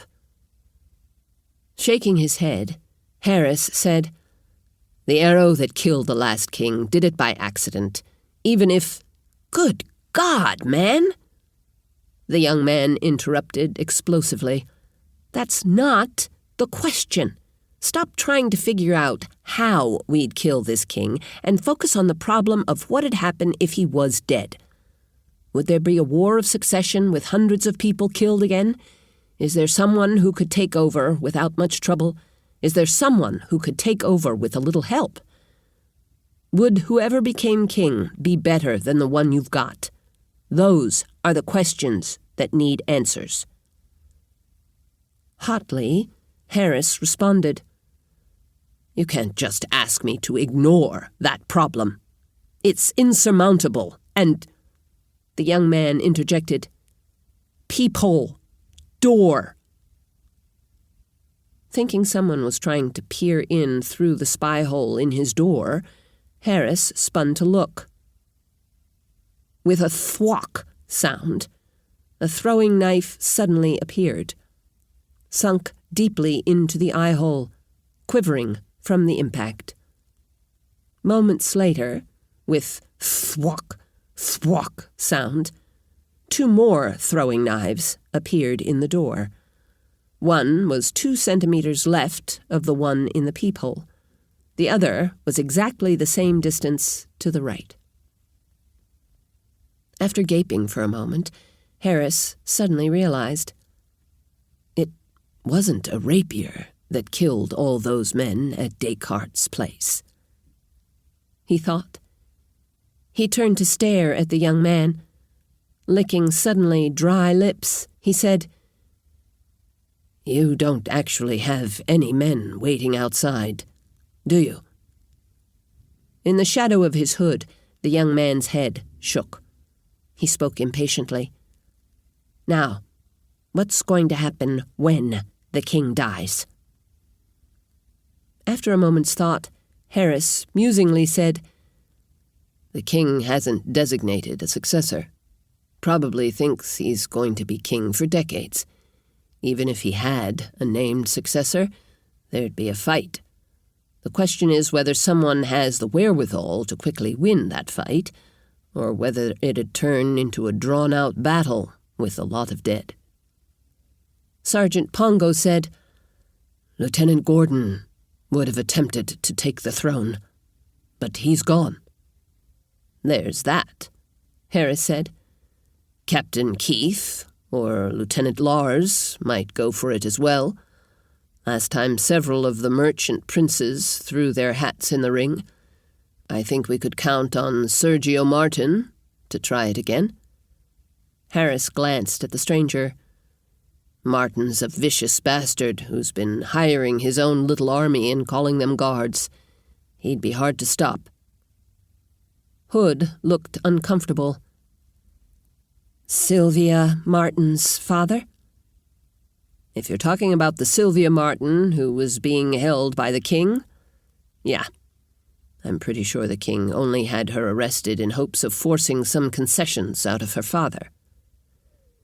"It didn't work," Sergeant Pongo said. "Martin doesn't give a damn about that daughter. When the king told her about his demands, she said as much. Her father proved her right by laughing in the face of the king's demands, said the king could do whatever he liked with the little whore." "Then," Pongo continued, his eyes flicking over to Hood, "supposedly a voice told the king to let all the girls go." Pongo sighed. "That's when the king came up with a plan to have the girls and their families killed one at a time, working their way toward the Martins. The idea was that Sergio Martin was going to blink when the threat got close to him." Revolted, Harris asked, "You're saying the king ordered the attack on the Descartes?" Pongo nodded. "Lieutenant Gordon took me with him when we went to arrange it." Dismayed, Harris rubbed his forehead. In what felt like a non sequitur, Hood said, "Sergeant Pongo told me you're ethical, and really good with tactics." Harris didn't look up. He said, "I like to think so. But even in my wildest dreams, I don't think I could put someone on the throne without a lot of bloodshed." "The sergeant says a lot of the guardsmen would follow you." Harris snorted. "I like to think that too, but realistically, I have to admit they probably follow me because of my rank. If I try to get them to stop Captain Keith from seeking the throne, he outranks me, and they may follow him instead. Especially since, as the prospective king, he could make them promises." Hood turned to Pongo.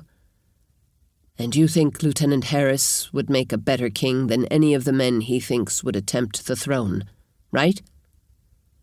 Startled, Harris lifted his eyes in time to see Sergeant Pongo nodding. Pongo said, "None of the others would be good kings, but Martin would be unspeakably—" Wide-eyed, Harris interrupted. "I don't want to be king." "I think," Pongo said, speaking to Hood, "that men who do want to be king shouldn't be allowed to have the job." He turned to Harris. "Sir, that's just why you should take the job. You wouldn't be capricious in judgment. You'd make sure the city's taxes were spent on public works. You once told me you'd like to convert Relf into a democracy." Harris gave a cynical laugh. "I must have been drunk." "In vino veritas," Hood said. "Let's figure out how to do this." Harris shook his head. "I'm not interested. I've got a family." "Sergeant Pongo tells me you've got a daughter. A pretty one." Icicles formed in Harris's heart as he understood what the man was saying. "Okay. I should at least listen to your plan. See if I think it's plausible." "Your plan. You're the tactician." Eva, Casey, and Rika stepped through the door the guard held for them. Baron Vail waited in the room with Ronald James, his financier. Casey found herself staring at the room's back door. "There's something back there," she thought, with intent curiosity. Someone. She shook her head to clear a sense of confusion. "Whoever's back there isn't bad. I need to ignore them." She forced her attention back to the meeting. Ronald James's eyes glinted irritatedly at Eva, but she gave him a big smile and asked, "How are your glasses working, Mr. James?" He gave her a nod. "They work very well. I'm able to read much finer writing than I could before I got them. But," he frowned, "from everything I've heard, they don't work any better than the lenses you've sold to others at much lower prices." "That's true," she said, still smiling. "But those other people couldn't afford to pay as much, and they weren't rude to me." The Baron blinked at his financier, then turned to Eva and said, "I don't think I paid for my lenses, did I?" "No," Eva said, then tilted her head and gave him a wink. "You were pretty rude as well. It's so nice to see you seem to have matured and gained a conscience." James looked shocked at Eva's candor. Though he didn't turn his head, his eyes briefly veered toward the Baron. Casey thought James expected the Baron to be angry.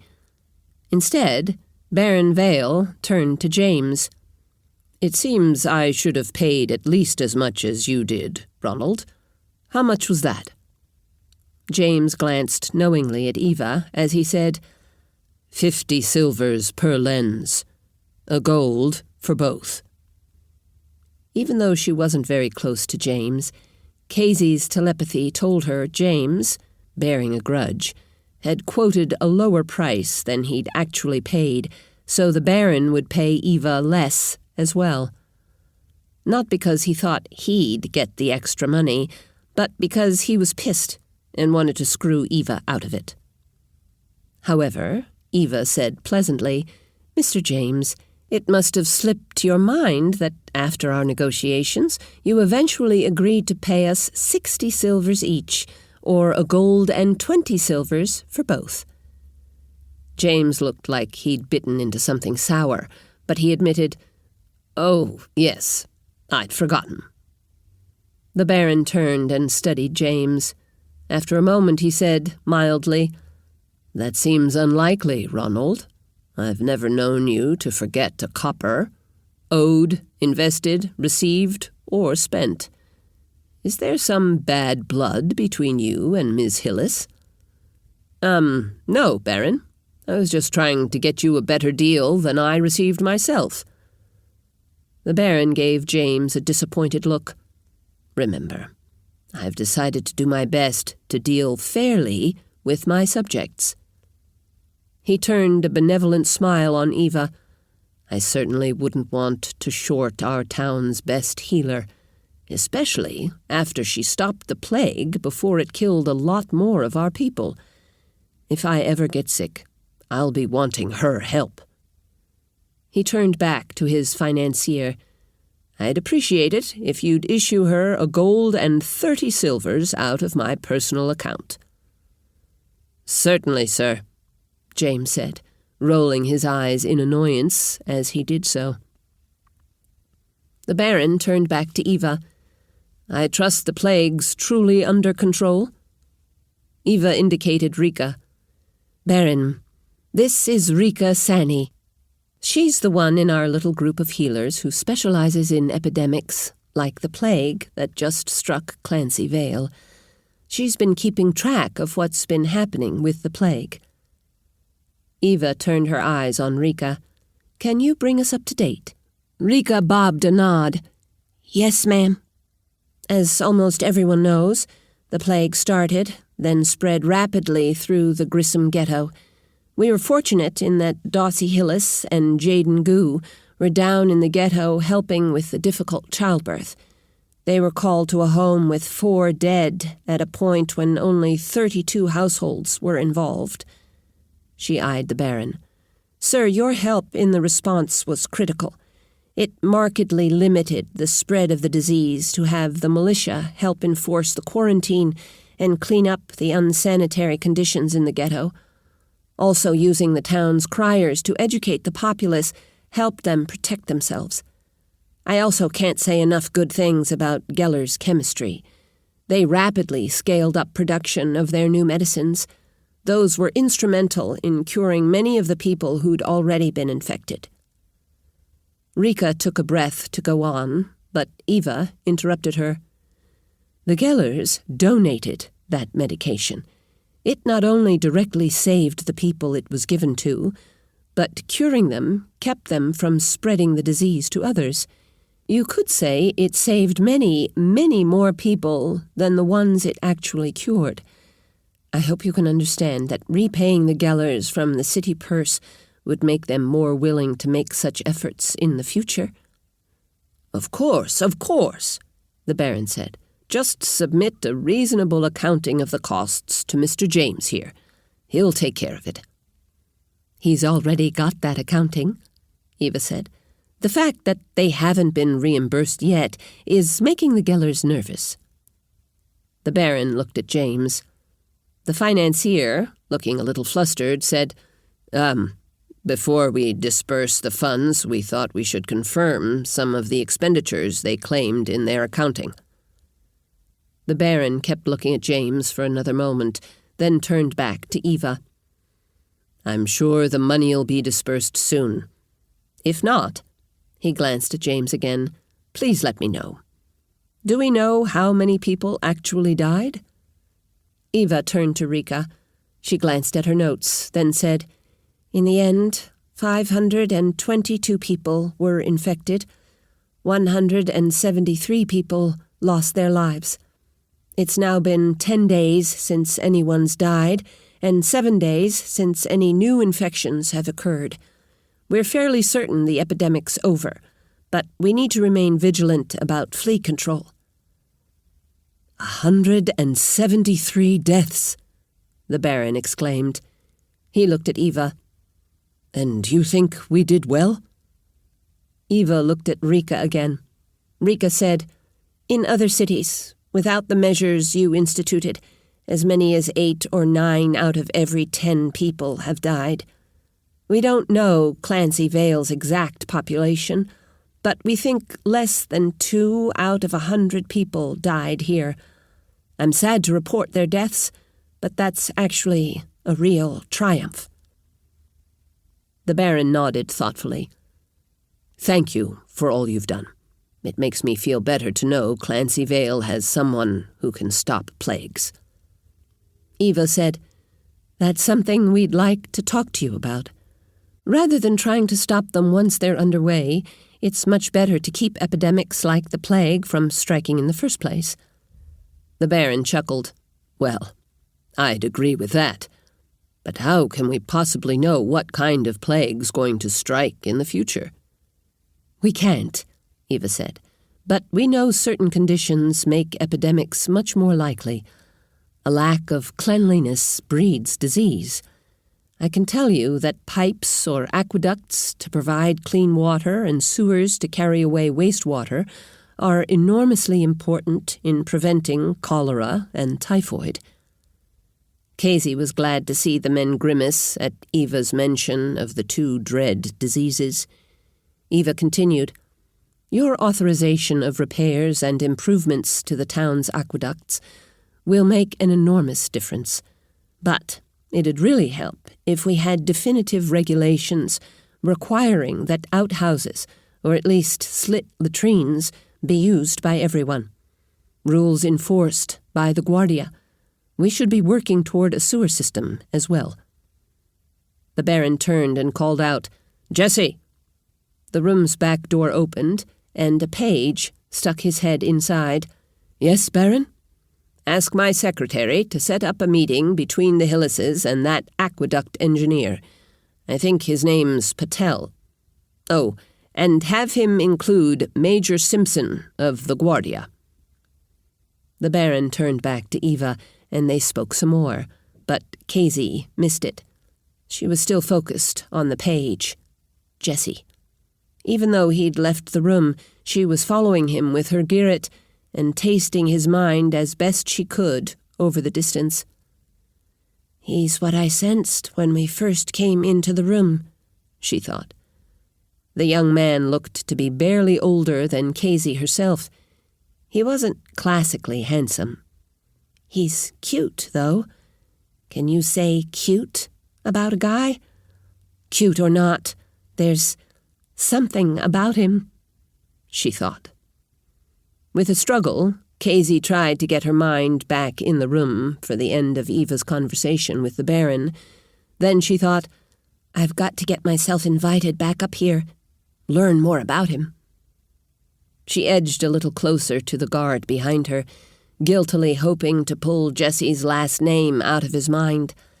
She was almost relieved when it turned out the guard didn't know it. However, when they left, the Baron called Jesse back into the room and had him usher them out the back door to talk to the Baron's secretary about dates for their meeting. When Casey walked past Jesse, she found herself staring at him. His name was Jesse Martinez. I wonder if he's one of the Martinez family that deals in antiquities, she thought. Her hair stood on end. What's happening to me? She wondered. Eva turned and blinked at Casey. She glanced at Jesse. As they walked over to the secretary's desk, Eva grinned and whispered, Casey's in love. That's plainly ridiculous, Casey thought. I haven't even met him. I'm just interested. Chapter 7. Out of the corner of his eye, Argoon saw a flash of light indicating the door of the Hyllis tavern had opened again. He turned and focused on it. A group of 6 men wandered out, looking pleasantly inebriated. After they'd left, a bulky man stood in the doorway for a minute or so, outlined in the lights of the lanterns inside. He slowly lifted one foot and rubbed it up and down the inside of the other leg, scratching. Jersey, Argoon thought. Okay, Argoon said, turning to where Jersey's men stood beside him. What aren't you going to do when we get inside? In a bored tone of voice, one of the men said, Not gonna hurt the pretty girl with straight black hair and dark brown skin. Before Argoon could continue, another voice spoke with amusement. What if there are 2 pretty girls with black hair and dark skin? Leave both of them alone, Argoon said with irritation. Okay, Team 1, you'll head on down and around to the back of the tavern. Remember to stay in the shadows 5 to 10 meters from the back door. Your signal will be one long whistle. When you hear it, go in the back door. Break it down if you have to. Come in and look to me or Jersey for orders. Right? Right, they chorused in bored tones. If these bastards weren't dumb as cow pies, I wouldn't have to repeat their instructions ad nauseum, Argoon thought disgustedly. He said, Team 2, you'll head down and wait at least 10 meters to the Clancy Vail side of the building. If we decide to use the fire arrows, you do not want to get hit, right? Another bored chorus. Right. If I'm not with you, your signal to go in will be 2 short whistles with a long space between them. Argoon demonstrated the pattern by whistling it softly. Just like Team 1. Once you're inside, do what Jersey or I tell you to do. Argoon turned to the 3 bowmen. Team 3, at my wave, light your arrows. Then just stand here in sight of the windows. Do not, I repeat, do not, shoot an arrow unless you hear 3 short whistles close together. Again, Argoon demonstrated the pattern by quietly whistling it. Everybody clear? Receiving their nods, he clapped his hands and said, Okay, let's get to it. Argoon followed Teams 1 and 2 down the slight slope to the tavern. Once they were in place, he waved exaggeratedly at the bowmen. It took them a minute or 2 to light the oil-soaked rags on their arrows. Once Argoon could see them burning, he signaled Jersey, hooting like an owl. Jersey'd gotten terminally bored, sitting in the Hyllis Tavern's dining area, dawdling over a couple of Hyllises' excellent beers. With nothing better to do, he'd had to constantly remind himself, Miguel and Roscoe, the big men he'd brought with them, to drink slowly. Once all the other patrons left, the tension ratcheted up. He'd stood in the door and signaled the way that asshole Argoon wanted, then found that continuing to sit there looking bored got even harder. Hyllis alternated between staring through his fancy spectacles at something behind the bar and looking over them to give Jersey's team increasingly suspicious looks. Finally, Jersey heard Argoon's unbelievably poor imitation of an owl's hoot. Standing, he settled his sword belt on his hips. Miguel and Roscoe did the same. A bell started ringing upstairs. Moments later, a man shouted, "There are men outside!" Irritated at having his surprise preempted, Jersey turned toward the bar to make the best of it. Hyllis had already lifted a little section of the bar and exited the space behind it. "Makes it easier," he thought. "Mr. Hyllis," he said, "those are my men outside." He turned and pointed out the window. "Worse for you. If you'll look out there, you'll see that 3 of my men have fire arrows ready." Hyllis turned to look out the window. Imagining the fear on Hyllis's face, Jersey looked out the window himself as he continued. "Those are rough men outside. If you don't want them coming in and hurting your ladies, or worse, us burning your little tavern to the ground, I'd Jersey broke off at a wet, crunching sound back and to his left.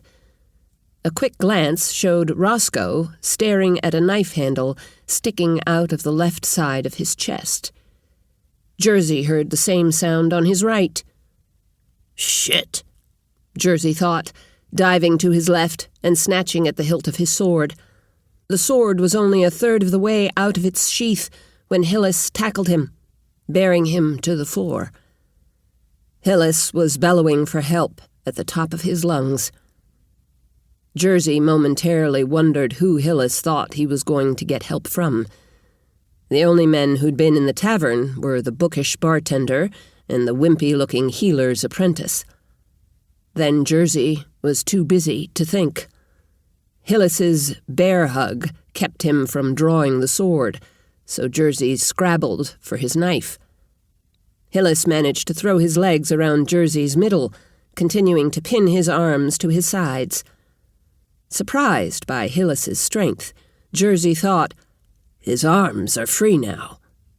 Jersey redoubled his efforts to twist his wrist into a position where it could get his knife out of its sheath. "I'll stab the bastard in the leg," he thought. Jersey felt a sharp prick at his left nipple. "Don't move," Hyllis grated. Jersey glanced down. Hyllis had the point of a big work knife against Jersey's chest. He found himself dazedly thinking that it wasn't a lightweight knife like the one buried in Roscoe's chest. Jersey relaxed. He'd been in this kind of situation before. If you relaxed and acted non-threatening, people like Hyllis wouldn't stab you. If I were him, Jersey thought, I'd be sinking that big blade to the hilt. Like most people, he's probably too much of a pussy. Hyllis said, "Toss your knife aside." Jersey'd just gotten the damn knife free. With a sigh, he gently tossed it aside. Gently enough that it'd only go about half a meter, 19 inches or so. If he broke free, he'd be able to grab it almost instantly. Footsteps were pounding down the stairs. One of the girls had come out of the kitchen. She knelt by his head. Jersey felt his concern about how this was going to begin to fade. "It's going to be okay," he thought, as his muscles relaxed even further. Hyllis shouted, "Bar the doors," at the people entering the room. He looked up at the girl bending down by Jersey's head. "Okay?" he asked. The girl nodded. Jersey was drunkenly admiring the dark-haired, brown-skinned girl. He thought, "Hey, it's Argoon's girlfriend." Hyllis let go and ran for the stairs. As he went, he shouted behind himself, "Tell me their plan as soon as you figure it out." Lazily, Jersey thought, "He left me with the girl. I could just grab her as a hostage and make the rest of them let me go." But he felt so tired, he felt his eyes drifting closed. Standing tensely beside Team 2, Argoon adjusted his mask while praying Jersey'd be right about the Hyllises' reaction to the threat of fire arrows. Argoon had seen the results of house fires, and he desperately didn't want to go down that path. In fact, he'd repeatedly insisted they abandon that part of the plan. But Jersey'd rejected his demands. He kept imagining the plan going off the rails in some fashion, that somehow the arrows actually got fired. His mind's eye kept seeing the tavern burning. The fire spreading so quickly they couldn't get into the Hyllises' strongbox and collect the cash. Argoon getting burned, trying to find the love of his life. Jaden dying horribly in the flames. Jersey was sure the Hyllises would just give up when they saw the waiting fire arrows. As soon as they saw them, they'd willingly turn over the money, and no one would get hurt. Team 1 and Team 2 wouldn't even have to enter the building, introducing all the kinds of unpredictability that came with keyed-up dumbasses like the ones who worked for Jersey. They'd just walk out with Jaden and the strongbox and disappear into the night. Suddenly, Argoon heard the thrum of a bow being fired. He glanced to the south, thinking one of the fire arrows must have been fired. As he was turning his eyes that way to see if one of the fire arrows was flying toward the tavern, he thought, but it sounded like it came from up on the roof. Argoon's bowman hadn't moved. Suddenly he heard a thump come from that direction. His middle bowman shrieked and fell, dropping his flaming arrow. Another thrum came from up on the roof. Damn it! Somebody's shooting out of that stupid-looking little shed on top of the roof, Argoon thought. Argoon turned to check on his bowman. 2 of the burning arrows were on the ground. 1 fire arrow was flying toward the tavern. 2 man-sized lumps lay on the ground, one still, the other writhing. Argoon thought he saw 1 bowman running toward Clancy Vail. Argoon looked up. He could see the shack. That means the bowman can see me, he thought. Shouting, "Get under the eaves!" Argoon ran for the wall of the building. Reaching the wall, Argoon spun around to check on the men. He saw the whites of the eyes of the idiots in Team 2. They were staring at him in confusion, but hadn't moved. Then a wet thwack came from that direction. One of the men shrieked and started flailing about. With that, the rest of them ran for the tavern wall like he'd already told them. Argoon produced the long, loud whistle that told Team 1 to go in the back door, then yelled at the men around him. "Get in the front door, now! Go!" He ran for the door. Arriving, he crashed into it with his shoulder, expecting to plunge into the room. He bounced off. They've barred it, he thought, a little dazed. Looking back, he saw Jersey's men, still frozen against the wall. Argoon screamed, "Come on!" and waved them to him. Glancing up at the roof, they started shuffling his direction. Up in the guard shack, on top of the tavern's roof, Keller Sarno'd been awake.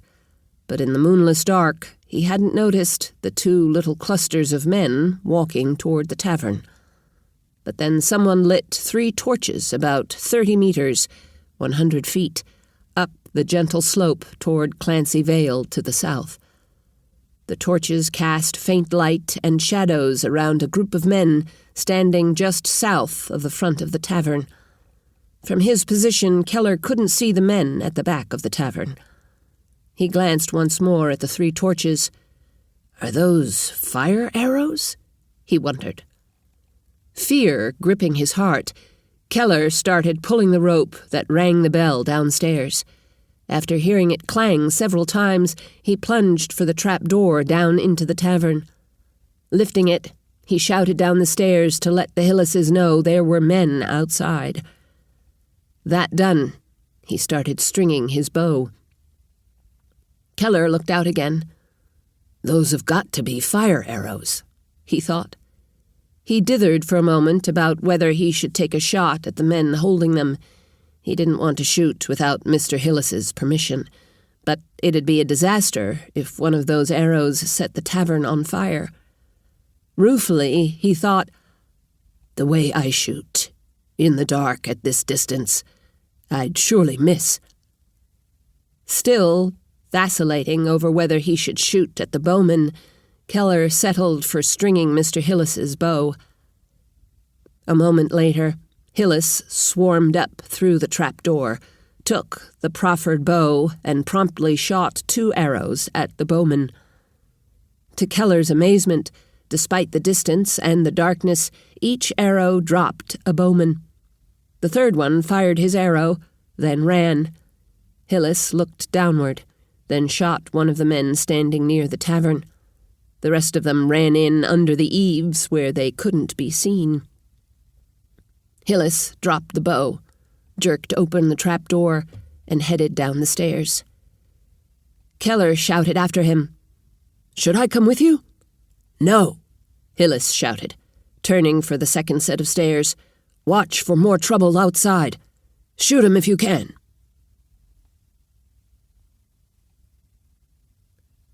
Argoon looked frantically at the flaming arrow stuck in the high timbers of the tavern. Too high to reach, or he'd try to pull it out himself. "I've got to get Jaden out of there," he thought frenetically. He screamed at the idiots Jersey'd saddled him with. They'd gathered around him, but weren't showing any initiative. "Hit the door! We've got to break it down!"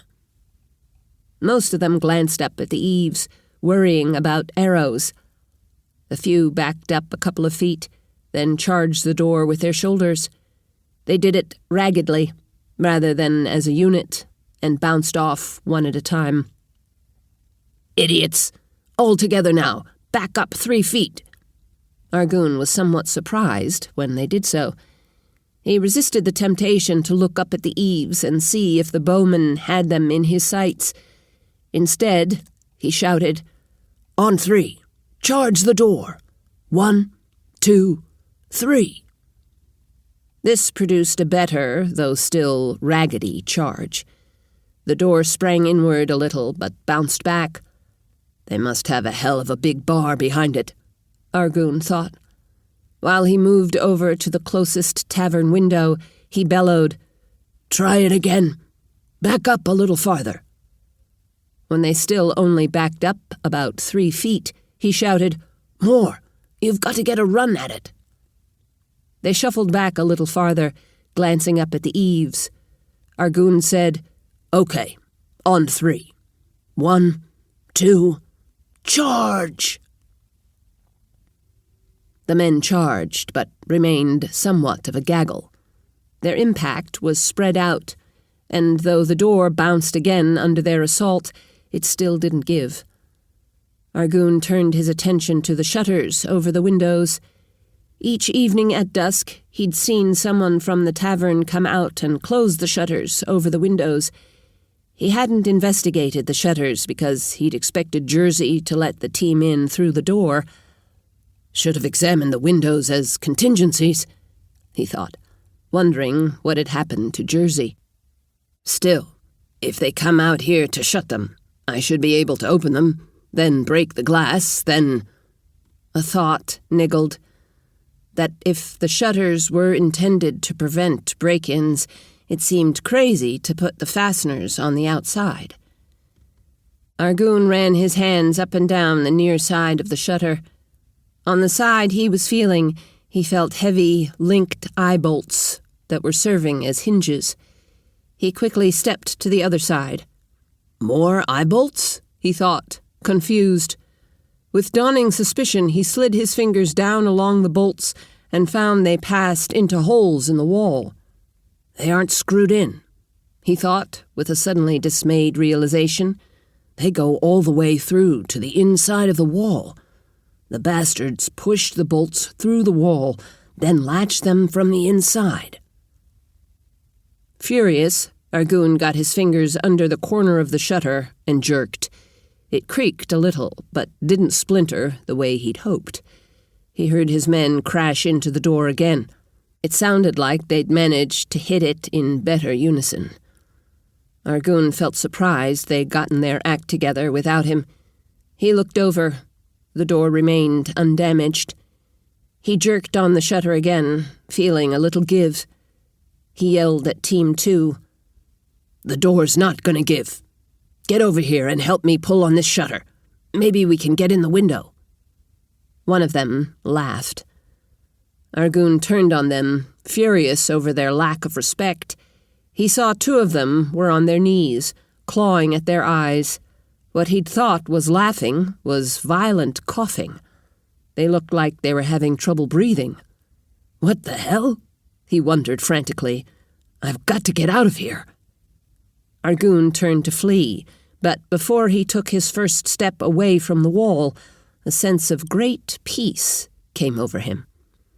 He turned his back to the wall. Sliding down the wall, he sat.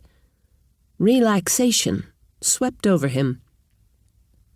Grave embarrassment surfaced as he thought about what he and the men had been doing. "I was going to steal from these people," he thought. "When did I start thinking that was okay?" Argun's head slumped to the side as his consciousness faded. Jaden looked up when Mr. Hyllis came pounding back down the stairs. She realized with a little surprise that Hera, Rika, and Casey were dropping the big oak bar into its cleats at the back door. A glance to her left showed that Dossie, Eva, and Sari were doing the same at the front door. Remembering that Dom wanted her to tell him what her telepathy had learned from Jersey's mind, she spoke loudly. "They've got 3 archers with fire arrows about 30 meters toward the city. This guy expected us to give up on the threat of fire, but they've also got teams of 6 men waiting at both the front and back doors." "And we should give up, shouldn't we?" Jaden thought. "We've just locked ourselves inside a big wooden building that they're about to set on fire." Dom was running across the room and into the kitchen. He shouted, "I already shot the archers, but they did shoot 1 fire arrow at us. Dossie, figure out where it went. Hera, pepper the guys at the front doors. Casey, stop the ones at the back." Bursting back out of the kitchen, Dom ran back to drop to his knees by Jaden. He had a roll of heavy cord. Grabbing Jersey's wrists, he jerked them back and started lashing them together. In a commanding tone, Dossie said, "Sari, help me with the fire arrow. Mom, 2 of the guys from the back headed for the kitchen door. Stop them." For a moment, Jaden worried whether Eva's telepathy was strong enough to stop someone through a wall. She doesn't have to put them to sleep, Jaden realized. She can just make them not feel like attacking us, and if it doesn't work, she can just ask for help. Dom looked up into Jaden's eyes. "I've got him, Jaden. See if you can help control the people at the front door." Jaden stood and ran to the door. Hera was running up, and Jaden's Girret showed a couple of those men were already coughing. Presumably, Herod teleported some cayenne into their throats. Sari was taking a stance, braced against the wall. Dossie started clambering up over her to stand on her shoulders. Jaden's Girret showed her a fire arrow burning on the outside wall about a half-meter above Dossie's head. Suddenly the arrow fell to the deck. "What? Oh, Dossie cut it off next to the wall," she thought. The arrow almost went out on impact, but then it flickered back to life. Sari knelt with her head against the wall just on the other side of the arrow. It flickered again, then went out. Sari curled up, holding her hands to her head. For a moment, Jaden didn't understand what had happened. Then she realized Sari'd used her telekinesis to cool the molecules of the arrow's rag below flammability, which was possible, but the wad of cloth on the arrow was big enough that it must have taken all of Sari's ability and would have left her with a ripping headache. "Ouch," she thought, sympathetically. She knew those use-of-talent headaches were bad, and the kind of effort Sari had to have given would have made for a really bad one. Remembering Dom had tasked her with helping control the men outside, Jaden felt embarrassed for gawking.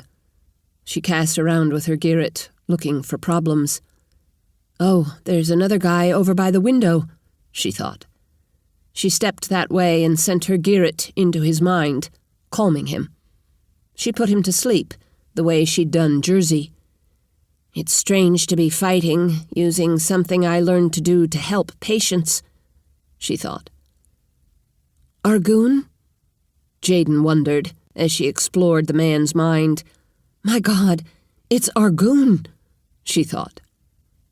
Horror came over her as she saw in Argoon's mind what he'd been doing. Should I change him? She wondered, then thought of Casey's ethics for telepaths. He's been committing crimes.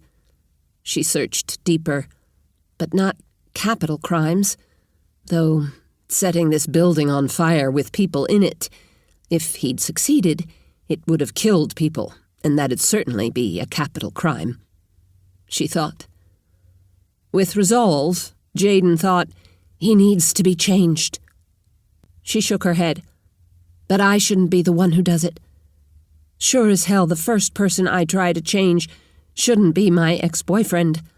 I'll just keep him asleep, and Eva or Casey can fix him later, she thought.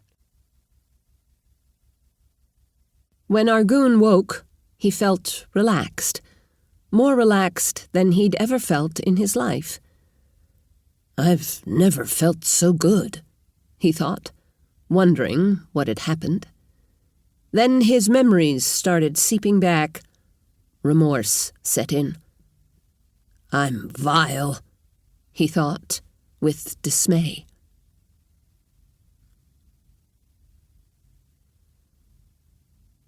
Tarc started back into Relf. He wanted to talk to Sylvia Martin about her father. Somehow, the fact that he'd saved Martin's daughter made him feel like her dad couldn't be as bad as Pongo said he was. From behind him, Lizeth's voice called, Tarc, wait up! After the arguing they'd done last time, Tarc wasn't at all sure he wanted Lizeth with him. Nonetheless, he stopped and waited for her to jog up to him. He said, Hey, Lizeth, you're off duty too? Lizeth nodded, then looked down at the blanket-wrapped bundle he was carrying. You're bringing your bow? Tarc shrugged. Just in case. Lizeth sighed and turned her eyes to the city. Last night I went in and made a circuit around the palace, trying to figure out whether that SOB recaptured the girls. What did you find out? Lizeth snorted. That I can't tell one girl from another with my Garrett. She shrugged. The king didn't have any girls with him, though. So, I'm hoping that means they're okay. Tarc said, Last time I was in the city, I checked with Callie. She said they were all still at their homes. Her family's worried about her, though. She might join the caravan for the next few legs. Her dad wants to send her to live with her uncle in Denton's Crossing. Lizeth shook her head. I get a sick feeling every time I think about leaving that bastard Uri alive. I don't think that abomination of a man's going to change just because you threatened him, made him dizzy, and punched him in the nuts a few times. Tarc hesitated, then sighed. Yeah, I think you're right. He hesitated, then continued. I've talked to some people who should know. They agree with you. If I punish him some more, he might behave for a few weeks. But once he hasn't heard from us for a while, once he thought we might not be watching. Tarc shook his head. Then they think he'll go back to his old ways. Maybe worse. It'd be bad. Lizeth gave Tarc an eager look. You've changed your mind? You're going to kill the son of a bitch after all? Tarc shrugged. Maybe. I'm trying to figure out whether there's a way to keep them from having a massive fight over the succession. Getting hundreds of people killed to keep a few from getting raped. He shook his head and gave her a pleading look. What the hell's the right and wrong of questions like that? Yeah, Lizeth said. I think you should do something more than just killing Uri. But I sure as hell don't know what. I've talked to someone in the palace guard, Tarc said. He thinks one of the guard lieutenants would make a good king. Family man, good tactician, good listener, Ethical. He says this lieutenant wants to turn Relth into a democracy. They walked in silence for a minute or two. Then Lizeth said, I can see how you could kill Uri, but I don't have any idea how you'd put a lieutenant on the throne. A few well-placed arrows aren't going to make that happen. Arrows might stop some of the other people who'd try to take the crown for themselves. Kill a few to save hundreds? Lizeth asked. I guess that sounds okay. I'm trying to think of it as killing a few evil men to save hundreds of good people. But you don't know who's going to go after the throne. Tarc lowered his voice because they were walking past the guards at the city gates. Actually, my source in the palace has some pretty good guesses as to who'd make an attempt. How's he know that? Tarc felt somewhat surprised to realize talking to Lizeth was helpful. She may be bitchy and difficult, but, oh hell, I have no idea why I like talking to her about this stuff, he thought. He looked at her. No might be too strong a word, but probably if you lived here and worked in the palace, you'd have some ideas yourself, right? Lizeth frowned. I don't know. I'm not good at politics. Who's he thinking might take a shot? Well, Tarc paused, wondering if he should be telling Lizeth this stuff, then realized he should trust her at least as much as he did Pongo and Harris. He continued, This is really unsettling, but I've got 2 people telling me that Sylvia's father might be the biggest problem. Sylvia? Sylvia, the girl Uri was holding? Wait, the one whose father wouldn't cooperate with Uri? Tarc nodded. Didn't the girl say her dad didn't care about her? I don't remember it exactly, but yeah, I got the impression she didn't think she mattered much to him. My palace source said her father called her the little whore. Told Uri he could do whatever he wanted with her. Loathingly, Lizeth said, A father who says things like that needs to die. Tarc shrugged. Maybe it was just a negotiating ploy? I've got one of my sick feelings that it isn't. Your feelings? Yeah, you know, those sick feelings people get about how things are going to turn out. Tarc felt goosebumps. I thought you didn't get little tingles of warning about earthquakes and stuff. I don't. But, like everybody else, sometimes I think whatever plan we're following sucks ass. Of course, we soldiers always think the boss's plan sucks, but sometimes it's worse than usual. We may always bitch about the plan we're handed, but when I get one of my especially sick feelings about whatever Norton's got us doing, things usually go exceedingly sideways. Tarc gave her a wide-eyed look. Maybe your precog does go farther than a few seconds into the future. You should try to come up with some way to measure how accurate those feelings are. Yeah, Lizeth said, rolling her eyes. Every time something goes in the shitter, all the guards sit around afterward, saying they knew it was going to happen. It isn't precognition. It's just after-the-fact bitching, looking for someone to blame. She paused for a moment. When Tarc didn't say anything, she said, It isn't precognition. It's common sense. Shitty plans lead to shitty outcomes. Tarc shrugged. You'd have to write it down ahead of time. Rate your feelings as bad, worse, and terrible, then score it afterward to see how your feelings correlated to the outcomes. Lizeth snorted. Don't go getting all big-brained on me. You can't score feelings. They reached the palace and started walking around it. Tarc kept his Garrett out in the palace, but found himself mostly thinking about whether Lizeth really did have some kind of longer-term precognition. Just as he was wondering whether he'd been paying enough attention that his Girret would have actually noticed anything important, he realized the king, or at least a huge man, had just entered his range. He turned to say something to Lizeth about it, but realized Uri was still too far away for her to sense. She'd looked questioningly at him. Rather than say something about the king and make her realize how much farther he could sense things, he asked, "Have you noticed anything interesting yet?" She pointed into the palace grounds and said, "I think there are women in the room I'm pointing at. Can you tell?" Tarc focused his Girret along the line she was pointing to and found a room with several smaller-sized people. "They might be small men, but I think you're right. They're women. Those aren't the rooms they used to hold prisoners, though." "What if they're holding some girls there, using different rooms so we won't notice?"